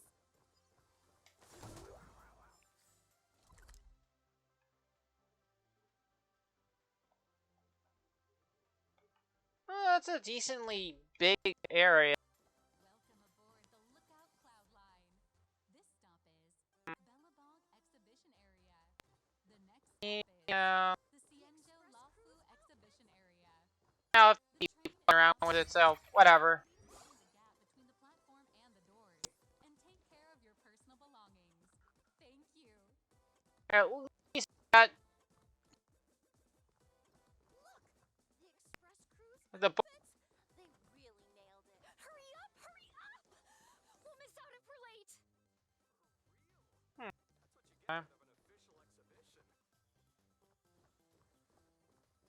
Are those hired cosplayers over there?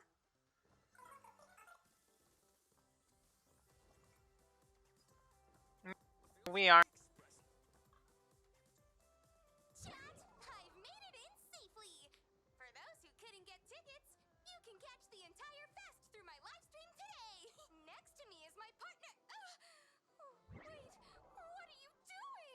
Tis I, Cold Dragon Young, Don Hung. Where'd you get that mask from? It looks so weird.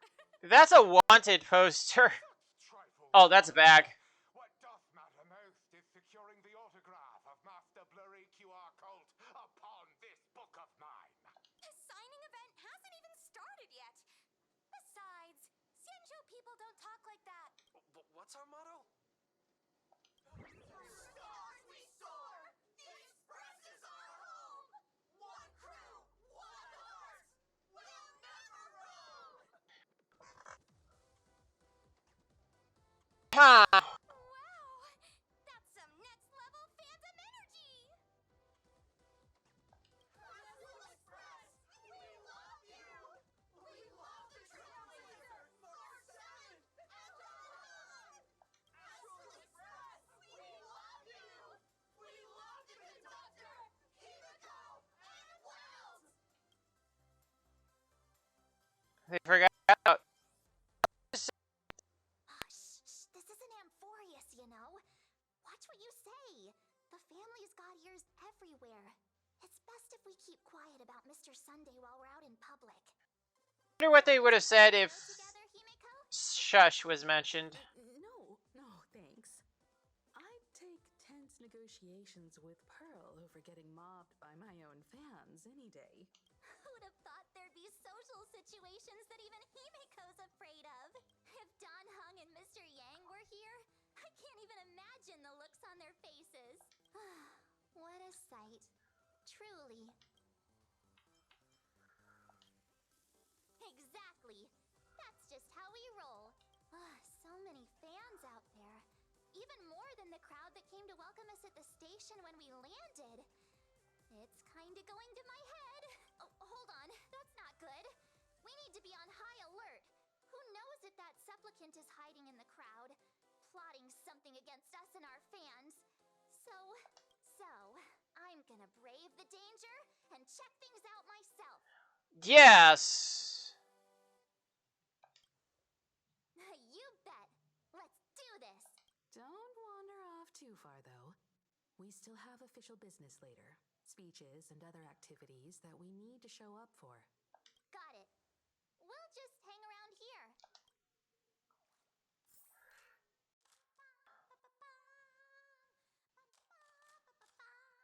Enough dawdling.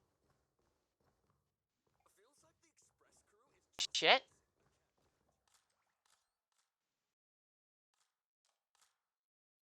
I can't tell you who sits next to me. So how's that for pure love, huh? What the shit happened to the music? I'll take Hey, little raccoon. Over here? I'm right And now the music is back. What the shit? Will the Astral Express truly bring happiness to Plain Arcadia?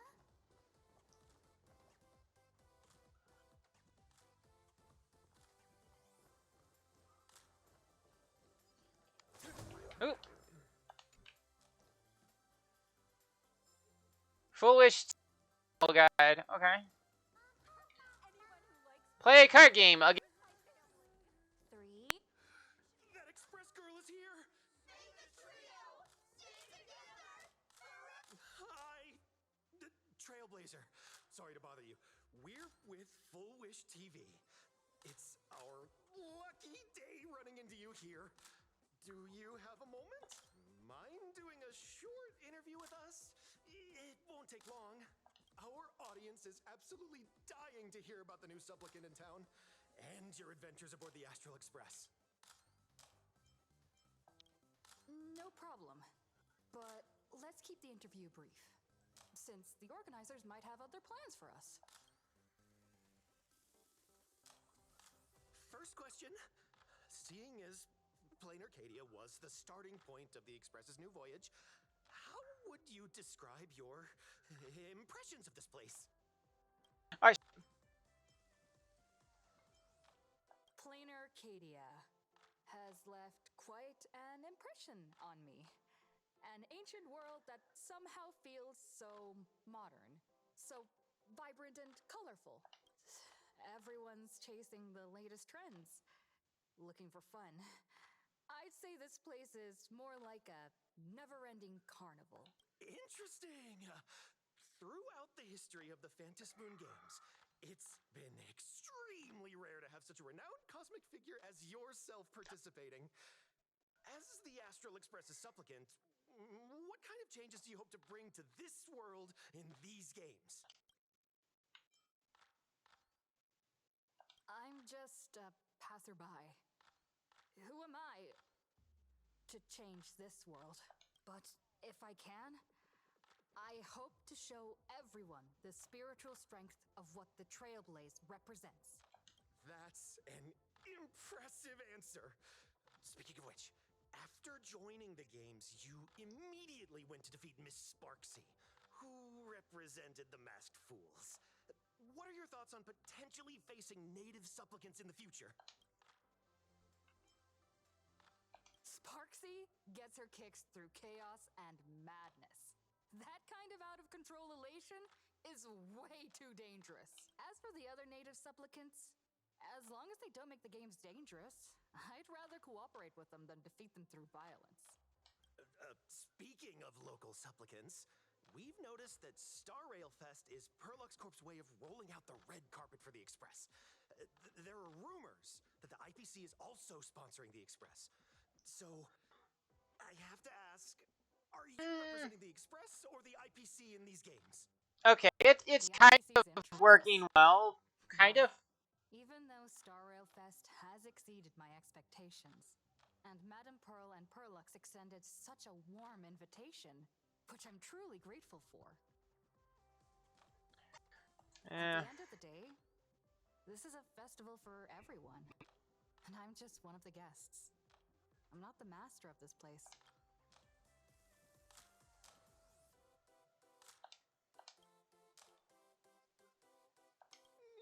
Thank you for your valuable time. We won't keep you from your plans at the exhibition any longer. What a pretentious answer. No worries. This material will do just fine.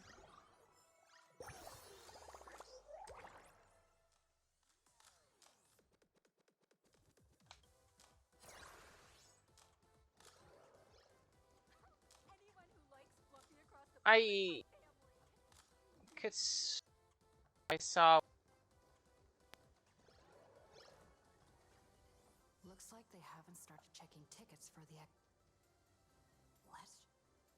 I just.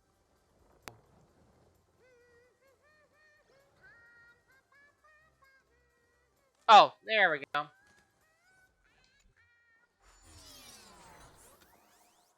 Whoa, what the shit?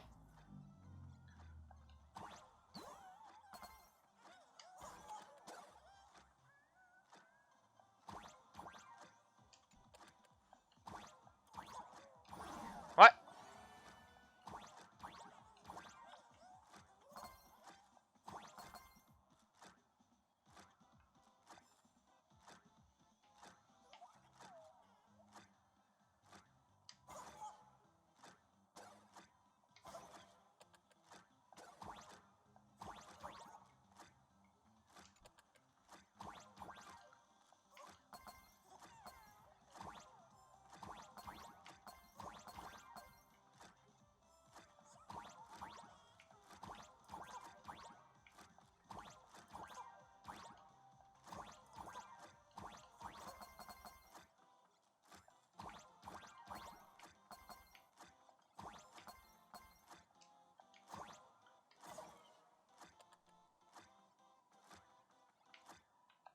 I kind of want to see what's.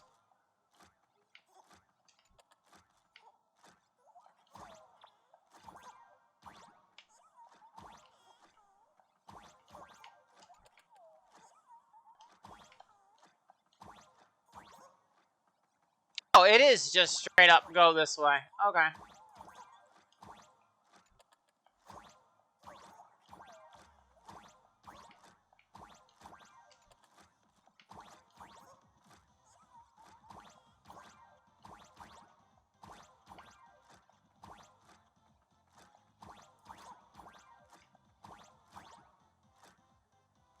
Okay.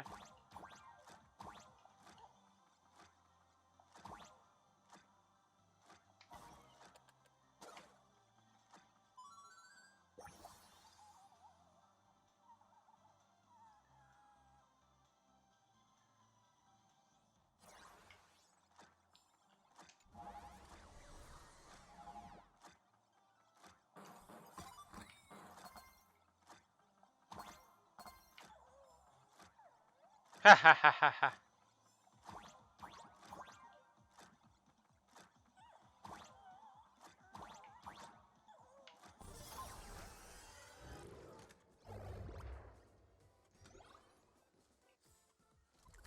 And that one is done. Okay. I'll get these two out of the way. And that'll do it. Wow, with that outfit, you must be cosplaying as March Bunny. Am I right? The accuracy is just insane. Yeah, just like the original. Since we're all fans here, let's skip the sales pitch. But I gotta say this up front. The conductor is the cutest in the whole universe. I agree. The minute. Some of your stuff looks familiar to me. Sharp eye! You're definitely a hardcore fan. We collaborated closely with artists from different worlds along the trailblazing expedition to create these products. I can pretty much guess who they are. I may not be that talented or have the artistic skills of a master, but I've written some articles and gained a bit of popularity in the fan community, so while I'm here at the booth, I thought I might as well do some self-promotion.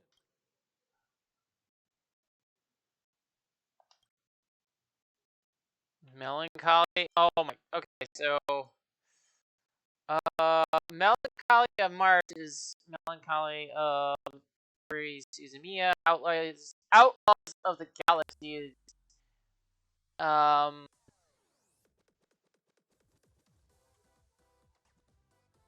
Outlaw. Wait. Ah, crap. What was that anime called?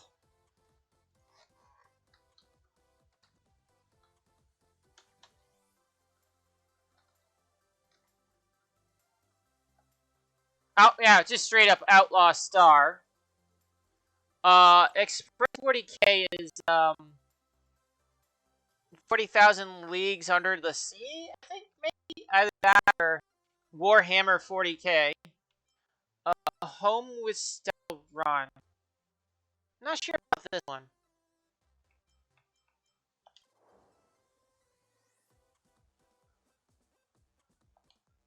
If any of you happen to be super hackers, space warriors, spirit whisperers, or those cursed by eons, come find me. I've said my piece. Oh, I guessed it without having to check it. That is definitely Melancholy of Haruhi Suzumiya. Looking for a sense of truth in fictional stories is just human nature.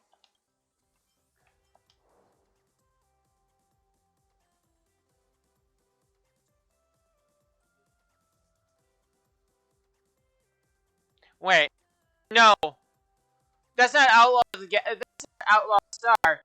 That's crap. What's that game called?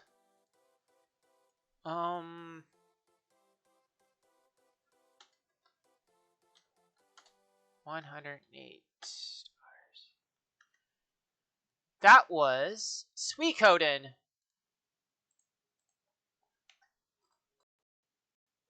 Because in each game, there are 108 stars of destiny. Rupert II, wise throughout the universe, profound in his insights, was bestowed the title Profound One by Noose.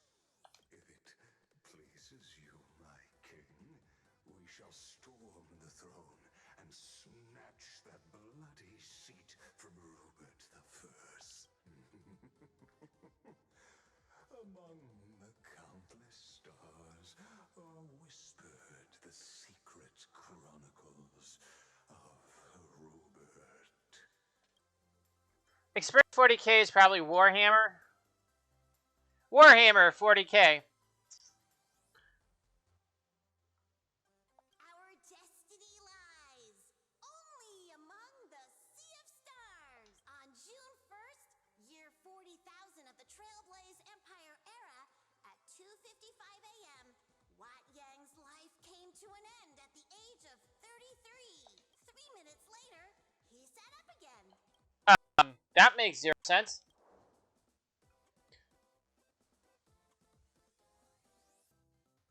Family themed fan comment.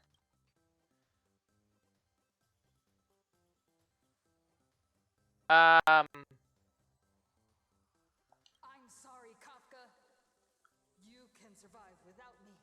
But if I leave Mr. Yang, he won't make it. Well, what I about Silverwolf? Are you planning to release her back into the wild? don't know what that's supposed to be. The folks here seriously don't hold back. Nothing's off limits to them. Buy one item, get a free novel. It's a venue exclusive deal. First come, first served. Better act fast, or you might regret it forever. Sure, why not? Hit the shelves the other day. This mysterious old guy snatched them all up, saying something about using them as art references for students. He loaded up the whole cart like he was stocking inventory. Even the scalpers were no match for him, I'd say. Not long after he left, a girl with bunny ears came to buy figurines too. She was Evanessa. clearly a collector, buying complete sets of everything. Then she discovered that in every collection she wanted, there was one Hemacat missing. That old man bought all the Hemacats. Oh, that's horrifying. I can't let this happen to me. I have to make the best use of my wallet while things are still in stock. Wait, was that her father?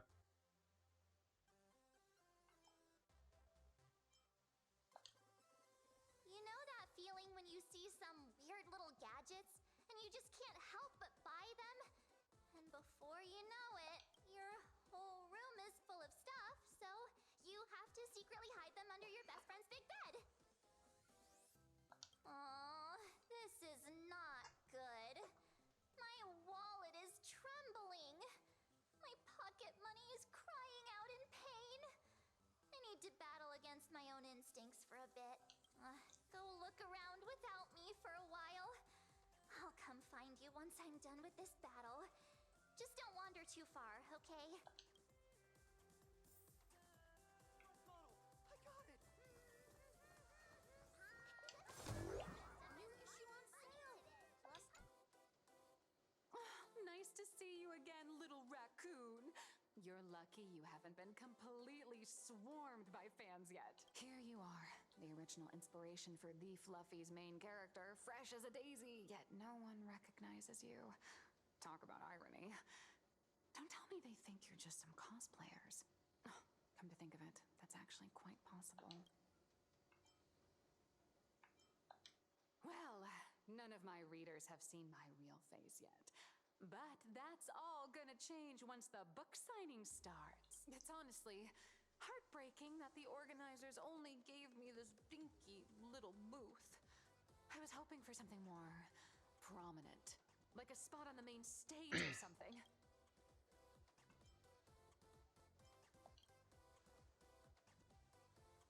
I know. Hey, wanna have the number 000000001 collector's edition comic that blurry QR cult signed today? Ever heard of wishful thinking? Besides, what's wrong with selling a ton of copies? You're getting royalties too, you know. Hold up. What's this extra thing? Light sticks. The organizers gave me thousands of them and told me to hand one out to each fan who gets a book signed. They really know how to push someone around. I wanted to give them a piece of my mind. Am I not the world-renowned author of Fluffy Across the Blue, the great blurry QR cult? Who exactly do they think I am? Chopped liver? Yes. But you're right. This is Star Rail Fest. Today, I'm just a side character. Anyway, it's about time to head to the booth and meet up with the staff to start the signing session. I won't keep you from enjoying yourself any longer. Bye-bye.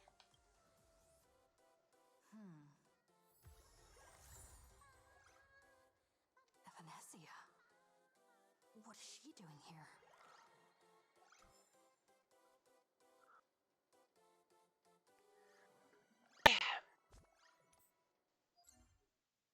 Oh, that's not it.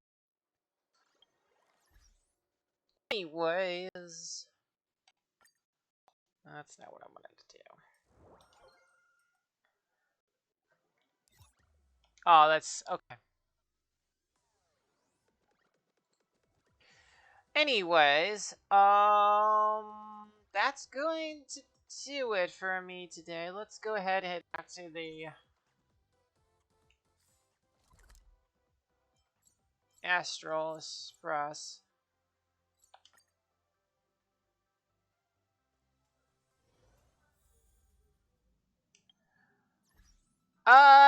next time we will push on with the main story.